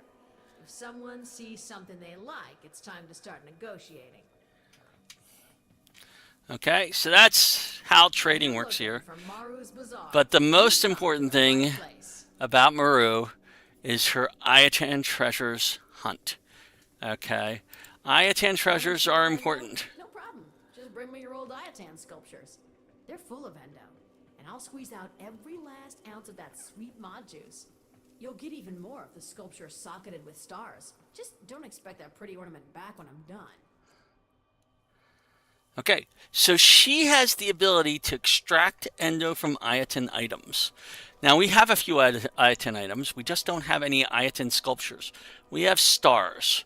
They're worth a little bit of endo, but they're not really something you want to use for endo. You need sculptures. And what you do is you take the sculptures, you put the stars in the sculptures, and it makes them that much more worth in endo. And then you take those sculptures to Maru, and she gives you a lot of endo. So that's a great way to get endo. You've come to the right place. This starts her Ayatan treasure hunt. Ayatan treasure hunt is a special mission type where you go in to a map. You got to fight through a whole lot of things to find a treasure room. Now she'll mark that treasure room on your map. Okay. Once you hit the treasure room, you have to go through a challenge. It's a speed challenge. You've got to find your way to the treasure, okay, before the time runs out. If you can't do that, if you fail to do that, the mission ends. You don't get anything out of the mission. You also don't lose anything, so it's not really that bad of a thing. And you can try it again. But once you've gotten the treasure, you can't try it anymore. The reason you want to do this, you get a treasure out of it when you succeed, okay? And that can be worth anywhere from, I would say, 1,200 to over 2,000, maybe 3,000 endo, each one of those treasures. And B, it's a great way to learn those treasure room puzzles, okay? Those treasure room puzzles you will encounter during missions later on in the game, and you want to be able to know how to get through them. Okay, so this is a good way to practice them. And if you're slow like me, especially slow like me, you want to learn how to practice them, because the more you can do, the better they are. All right, so we're going to try one. I don't know if it's going to be one that I'm good at. There are some treasure rooms I'm very good at. There are some treasure rooms I'm not good at. There's some treasure rooms, if I just mistime it a little bit, I will fail. We'll see. I'm looking for Ayatan treasures. Have any leads on hidden Ayatans? Of course. Though retrieving them won't be easy. Or safe, really. But then again, you probably knew that. Shall we? Okay. And every week we can do this. Once you've gotten an Ayatan treasure from this, you cannot do it again for a week. But every week you can do this, and I highly recommend you do it. So here we go. We say, I'm ready, and we're starting this mission. I knew it. Okay, let's do this.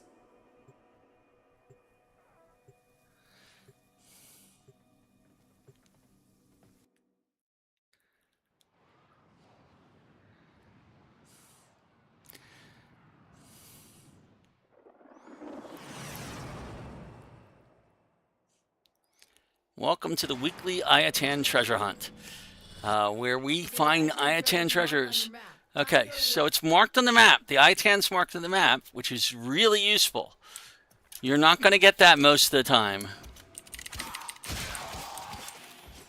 Most of the time, you're going to encounter ITANs randomly in place of a loot crate. You'll see them on the floor, and you'll just pick it up. This is a new tile set. This is the Void, the Orokin Ship in the Void tile set. You'll see a lot of these come up. There's a lot you can loot in here. For example, down this little thing, there's a hole. You go through the hole, there's stuffed loot crates. Okay, so by all means, loot until you get to the vault, but maybe not. Because the problem with looting, spending a lot of time looting, is if you fail to get the Aya-10 treasure, you're not going to get anything out of this.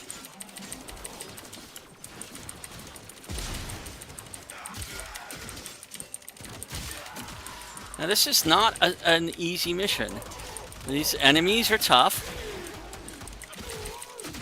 and they will get tougher. So, there we go. There's the elevator. We had to call the elevator. And this is a long elevator. So I'm really only grabbing loot boxes when I need, as an opportunistic thing. I'm really not grabbing them like that is on my way. So where is my, I thought, oh, it's this way. Oh, it's giving me an elevator up one level just because this happens to be a... Stay focused. There's a heavy unit approaching.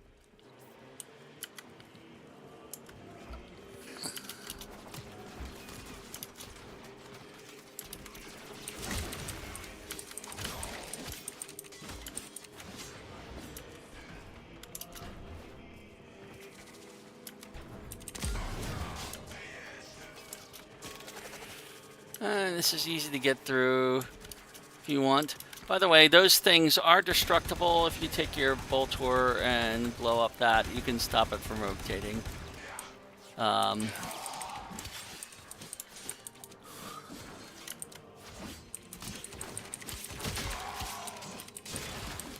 all these wonderful laser plates, you can shoot them too.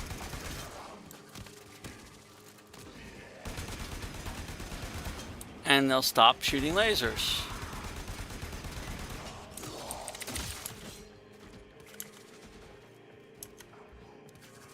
There's a lot of secrets in here. I'm not going to cover them right now because, again, as I mentioned before,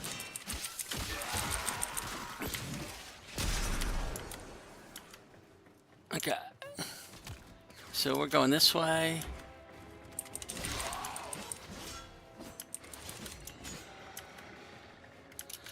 Now you might notice at the bottom I'm getting these achievements. They don't give you anything really interesting. They're just progress achievements. If you look at your profile, you'll see them in there. Where is... Oh, we're going this way.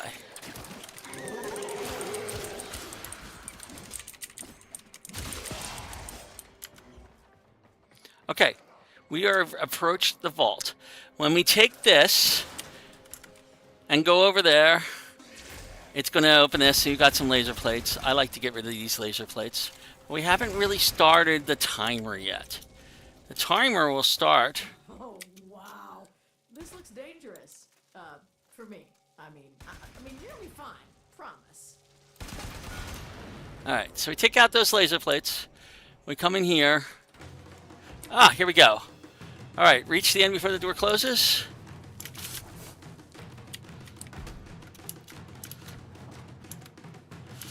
Come over here. Come over here, jump up, up, up. Get on that plate. Come over here. And you gotta slide under this door. And we made it. There's an Aya-10 nearby. And there's our first Aya-10 sculpture. They look a lot like this. There's a lot of different variations, all gold and moving like that. You pick it up. what we came here for. Your job's done. And you now have an Iatan. But you can also, since you succeeded in getting through this vault, this is the easiest vault that I know of. This treasure vault here. Oh, why did it do that? That was weird. It's like I fell through some of the geometry briefly. Okay, so there's a whole lot of loot crates. Loot them all. And since this is now fully opened, I'm going to walk you through this slowly so that you can actually see what I did. Okay, because it's all still open. Okay, so once you step on this plate, it starts the timer. Okay, this is the plate that is in this room. The second you step on this plate, it starts a timer. That is a wall at that point in time. That is not open. Okay, you can come through here. You want to jump over these. I don't recommend shooting them or taking your time. You want to just jump over them. Okay, so we come through here, we jump over them with a bullet jump. And ideally land here. If you're smart, you will right-click just as you're landing so that you don't slam into the ground like I did when I actually did it and slow yourself down. Okay, so now here, this section we're going to bullet jump over here. Okay, all right. There is a lot of ways to get through this, but your goal is you got to get over here. There's a container there. You don't need to break it. The easiest way I found is you come up here, okay, and you jump on this plate here. You got to jump, yeah. Once you jump on this plate, it starts these two platforms from sliding out, okay. That door opens, this door opens, okay. Coming in here, though, these two doors start lowering, and as soon as they have been here, this door will lower more. You usually have to slide through it at the end. Okay, if you're lucky. If the door is closed before you get there, you have failed this mission. Okay, but we succeeded. Woohoo! Now all we have to do is get to extraction. But congratulations, there's a lot of things waiting for us through here. R3 is wonderful for that sort of situation. Okay. So, there's still a lot of things waiting for us, though. Stay focused. Now, you have you can take your time the rest of this and loot the hell out of it. Okay. I'm actually going to backtrack all the way to the beginning and make sure I didn't miss anything.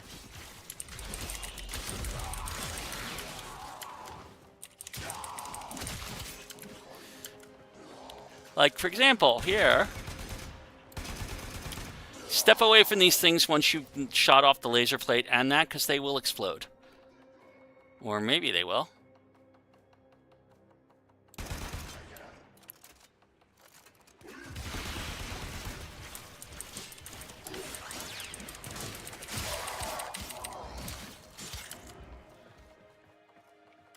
It did eventually explode. Okay. But we have... Ooh, I got an argon crystal. That's really useful to have early on. Okay. We're in the void. Okay. The void is a special place. So you can get drops like argon crystals here. Argon crystals have their uses. They're very useful. They're going to come in... It's going to come in really handy if I can keep it...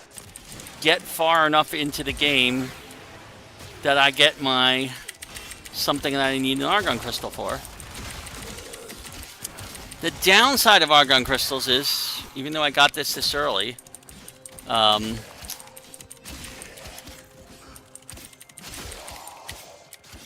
is that the argon crystals will decay over time. And they decay, it doesn't give you a lot of time, a day or two. So I'm hoping by the time I actually get the personal quarters segment, which is what I need for for something, and it requires an argon crystal in order to do it. So we're still going back here. Oops, there's another one of those. Nope.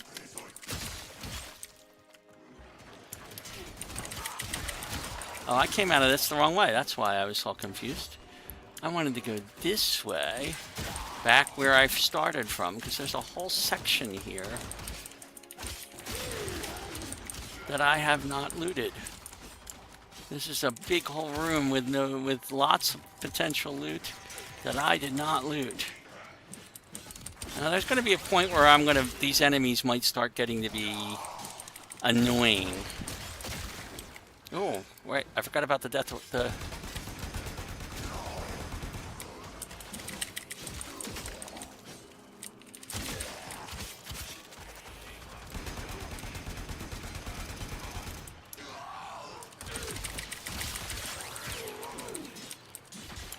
Now, there's a crate. Yeah, like I said, there's going to be a point where some of these enemies might start getting a bit annoying. If that happens, I will go towards extraction much more quickly. But so far, we're doing pretty well. So I'm not too worried about it. There's a lot of side rooms in here. There are death orbs galore.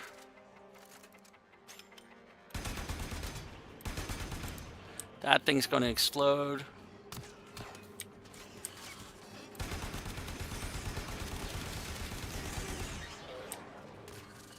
Or maybe not. It will now.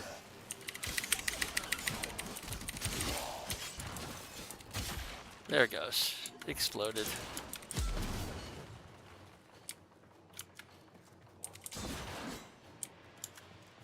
There is just a lot of stuff that you can loot from here. But argon crystals are a good reason to come to the Void. This is one of the few missions you can do in the Void and out actually unlocking the Void proper.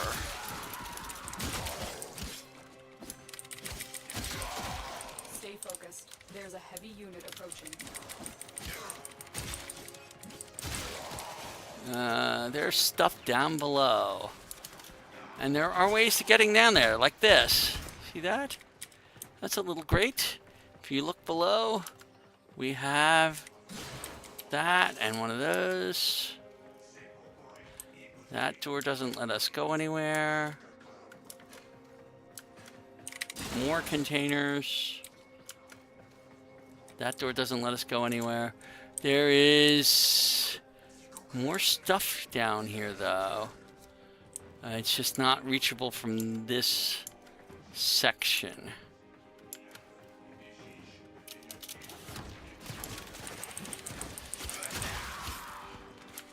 That's the elevator we came.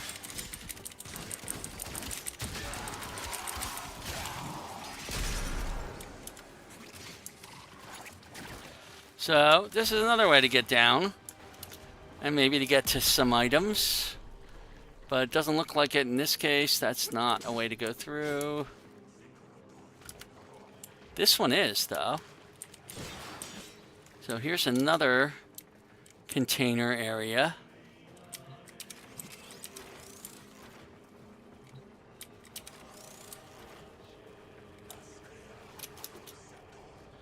Now it'll take us back up. Notice all the way to the second floor?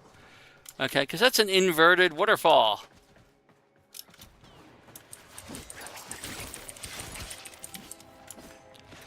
Let's go back down there for a second.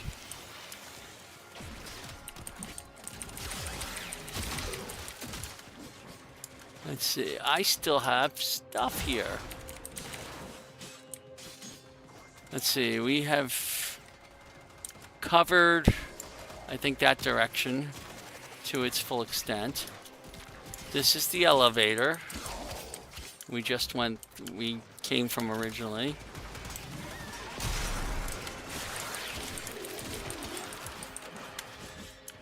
Okay, so something didn't survive that blast, which is an indicator that things are starting to get a little bit tighter. Alright. Do we have any more doorways I haven't gone down? I'm pretty sure I went down this one, yep. Did I go down this one? No, I did not. Here's another one of these.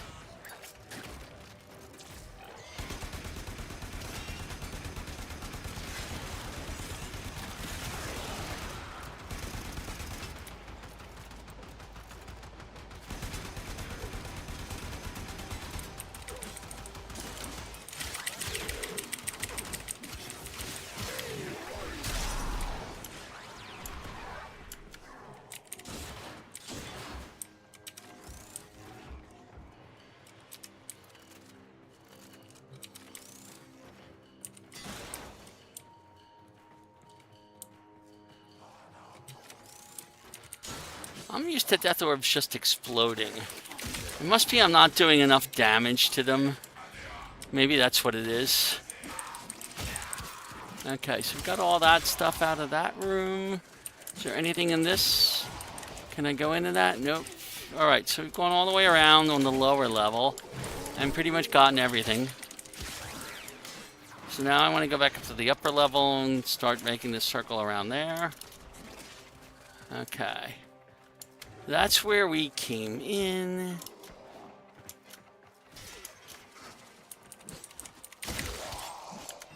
This is a door. It does lead somewhere. Oh, I remember this area.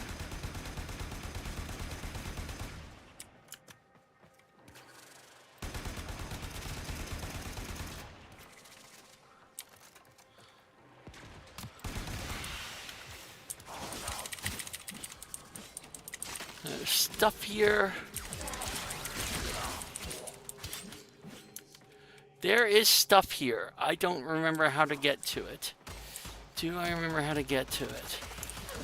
There is some way of getting the stuff that's on the other side of this, but I can't remember it. It may have been the first time I stepped on that, I had to come through here fast.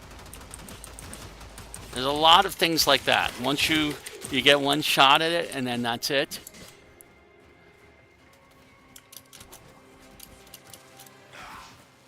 Oh, and there's, I think...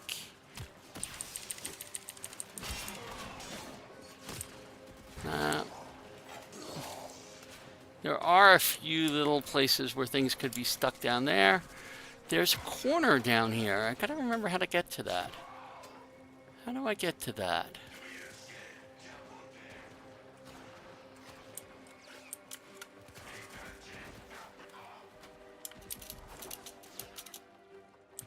Ah, that's how it is.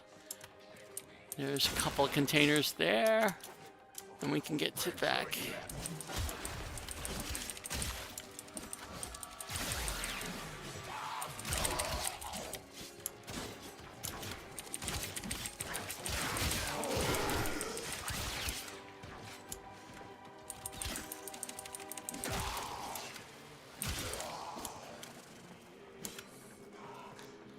Now, it might be...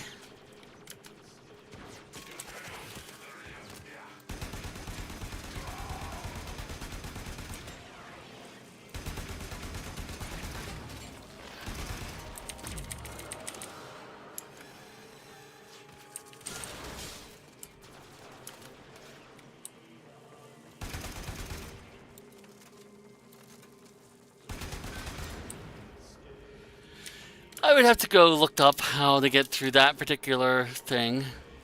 But there's stuff there.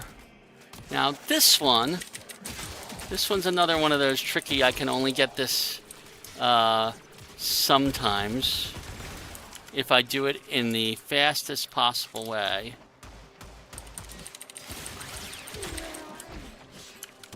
But before I do that, let me go this way. Nothing connects.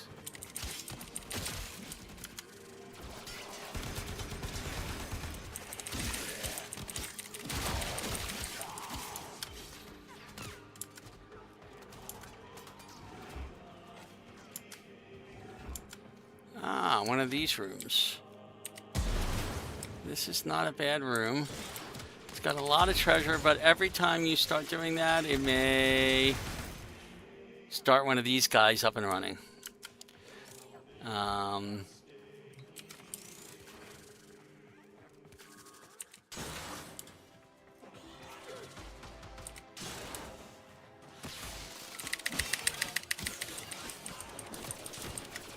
Like that.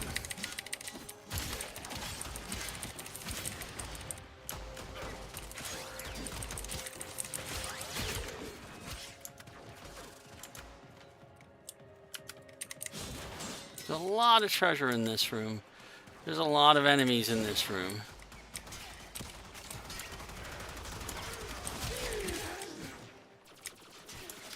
This one's the one giving us trouble now.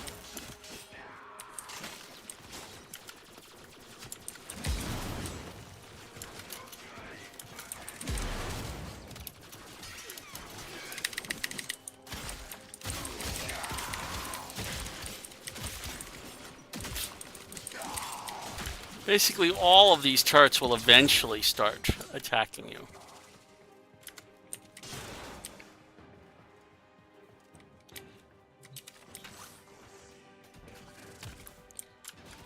And you just loot everything in the room until you run out of stuff, and you move on to the next room. That's the whole room.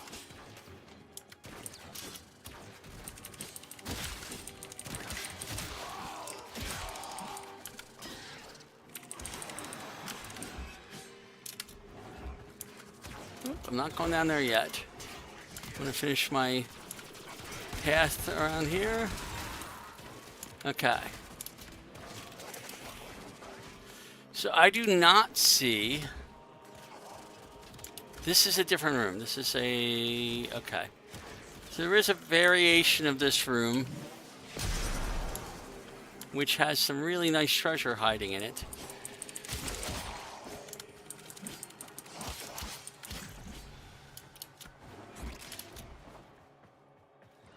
Let's see, this doesn't connect.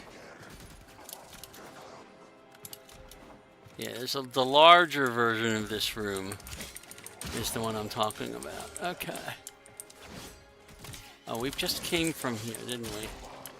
Okay, so I want to go the other way out of here. Starting to get some enemies that are bugging me a little. Okay. But this is the nice thing about I-10. Once you've gotten the I-10, you can take your time and go through this entire map, learn all of the extra features of it if you can. Try all of the different things you can. The different puzzles, the different little side tricks. Take your time. All you got to do is fight enemies at this point. If you're solo. Now, the I-10 mission is almost always done solo.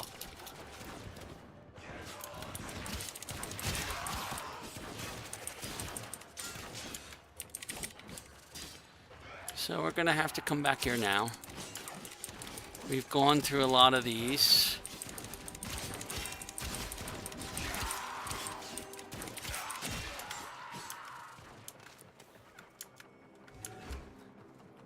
Ah! I don't remember if I went through this room.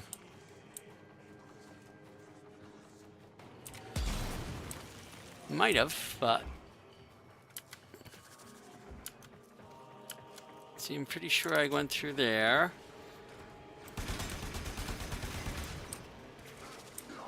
There's a death orb.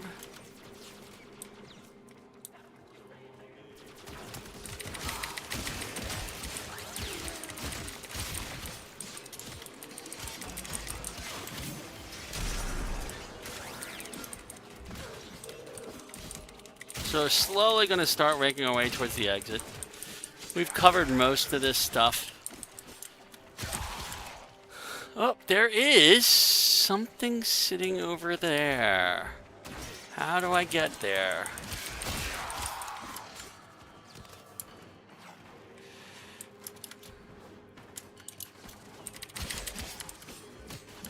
That would be through here, I think. Oh, that's that.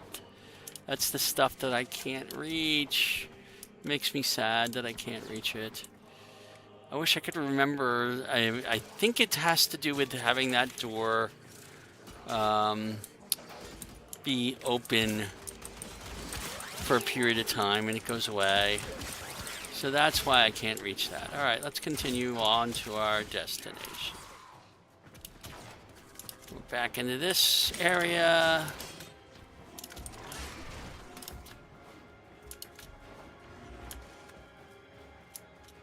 Okay. I've already covered this side, but I missed some stuff apparently. So maybe... Oh, this is our treasure area. Okay, so now we're in our new area. This is the area approaching the exit. Okay, and they're all new tiles. So we're going to go through all these tiles and loot the hell out of them.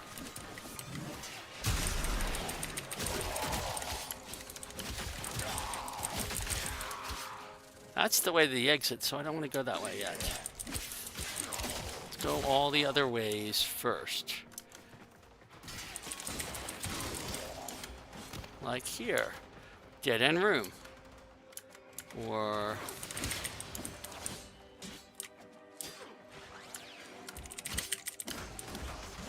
Here's another treasure room.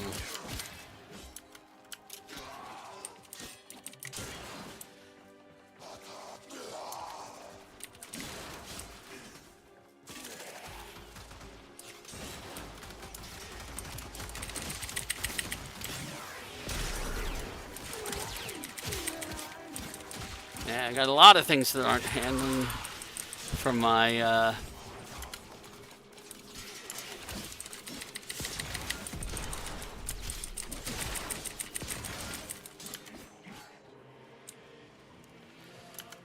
my radial spear is not getting, javelins are not killing things as well as they used to.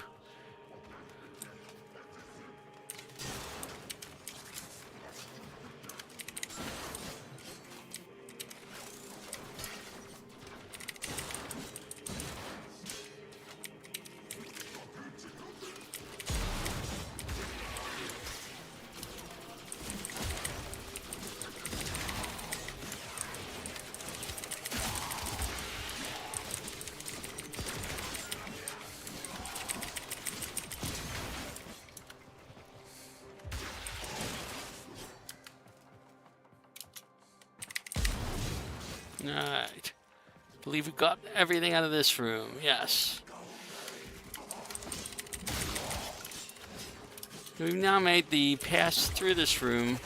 There's still a few things down here.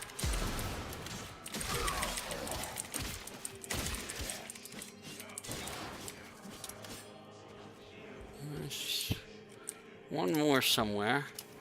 I think it's up here. Yep.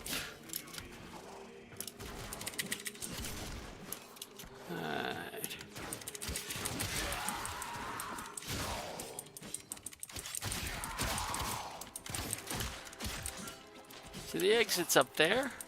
We're not going up there quite yet. That doesn't connect to anything.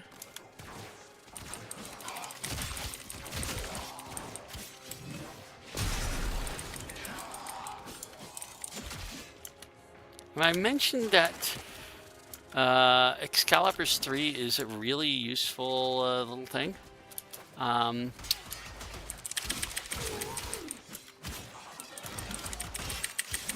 You just need the energy to keep using it when you have a group like that.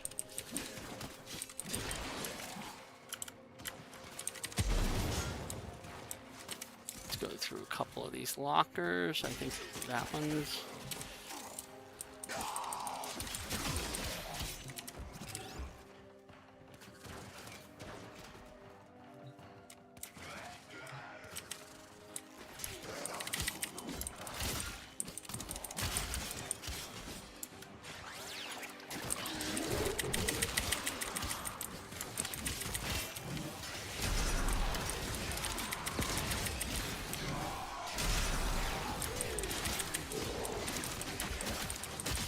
Remember I said you might need to be able to use it 3 times? Well, that might have been a situation where it would have been nice to use it 3 times.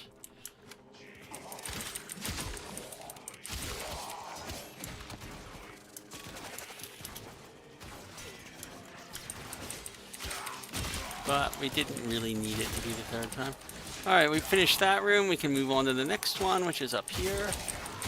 And we're pretty close to the extraction area. There's no way through there. This is the extraction area. The extraction area is up there. There are almost always stuff back here. So I like to go back here. And there's an Iatan star, which we'll take. Okay. There's rooms to either side. This one is unfortunately empty. Okay, so there may be an occasional piece of loot on either side here, but otherwise we just go out. And we are out of this mission. We are at 6:57 p.m., which is way later than I intended to do this. I'm going to take an hour break after this. And resume the series at 8 o'clock. I got 2 argon crystals. Unfortunately, the argon crystals will decay on me. They may not be around by the time I need them, which is sad. But we will we'll keep them anyway. We're happy. We have reached max rank with my Excalibur. That's great. I got one new thing. I did not get as much. Well, I got a lot. Ooh, Hellfire's a good one. I got 80 Endo, and I got the Iatan Via Sculpture. So now, we're still on Muru's Relay. I will continue this after at 8 o'clock tonight. So I'm going to leave Muru's Bazaar, and I'll show you what you can do with that Iatan Sculpture as the last thing before I sign off for an hour. So here we go. I'm going to come over here to the mod area.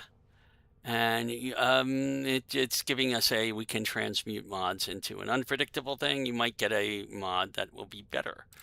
Okay. And also we've opened up Iatan treasures. So there's new things we can do.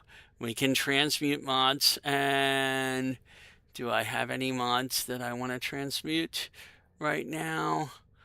Who knows? Let's look at my duplicates real quick. And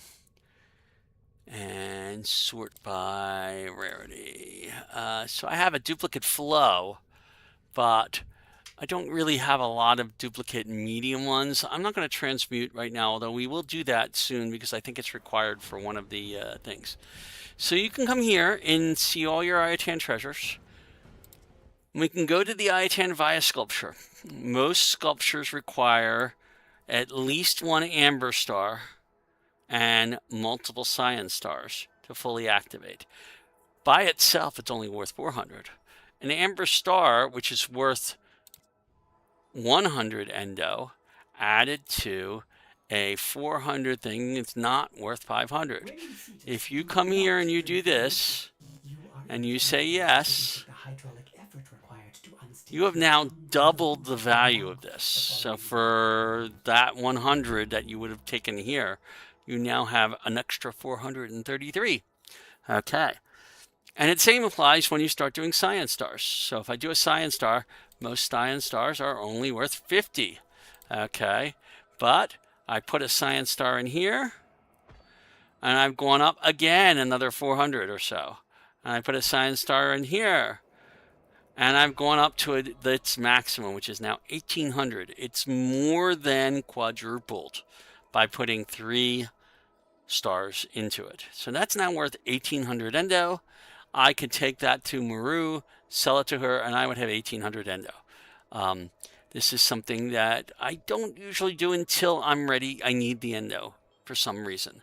So that is how you do these things. They also make nice decorations. Later on, you're going to find you have a lot of these hanging around that you don't need for Endo right away, so you use it as a decoration. They're pretty. So I'm going to sign off now, and I will be signing back on at 8 o'clock. I need to get dinner.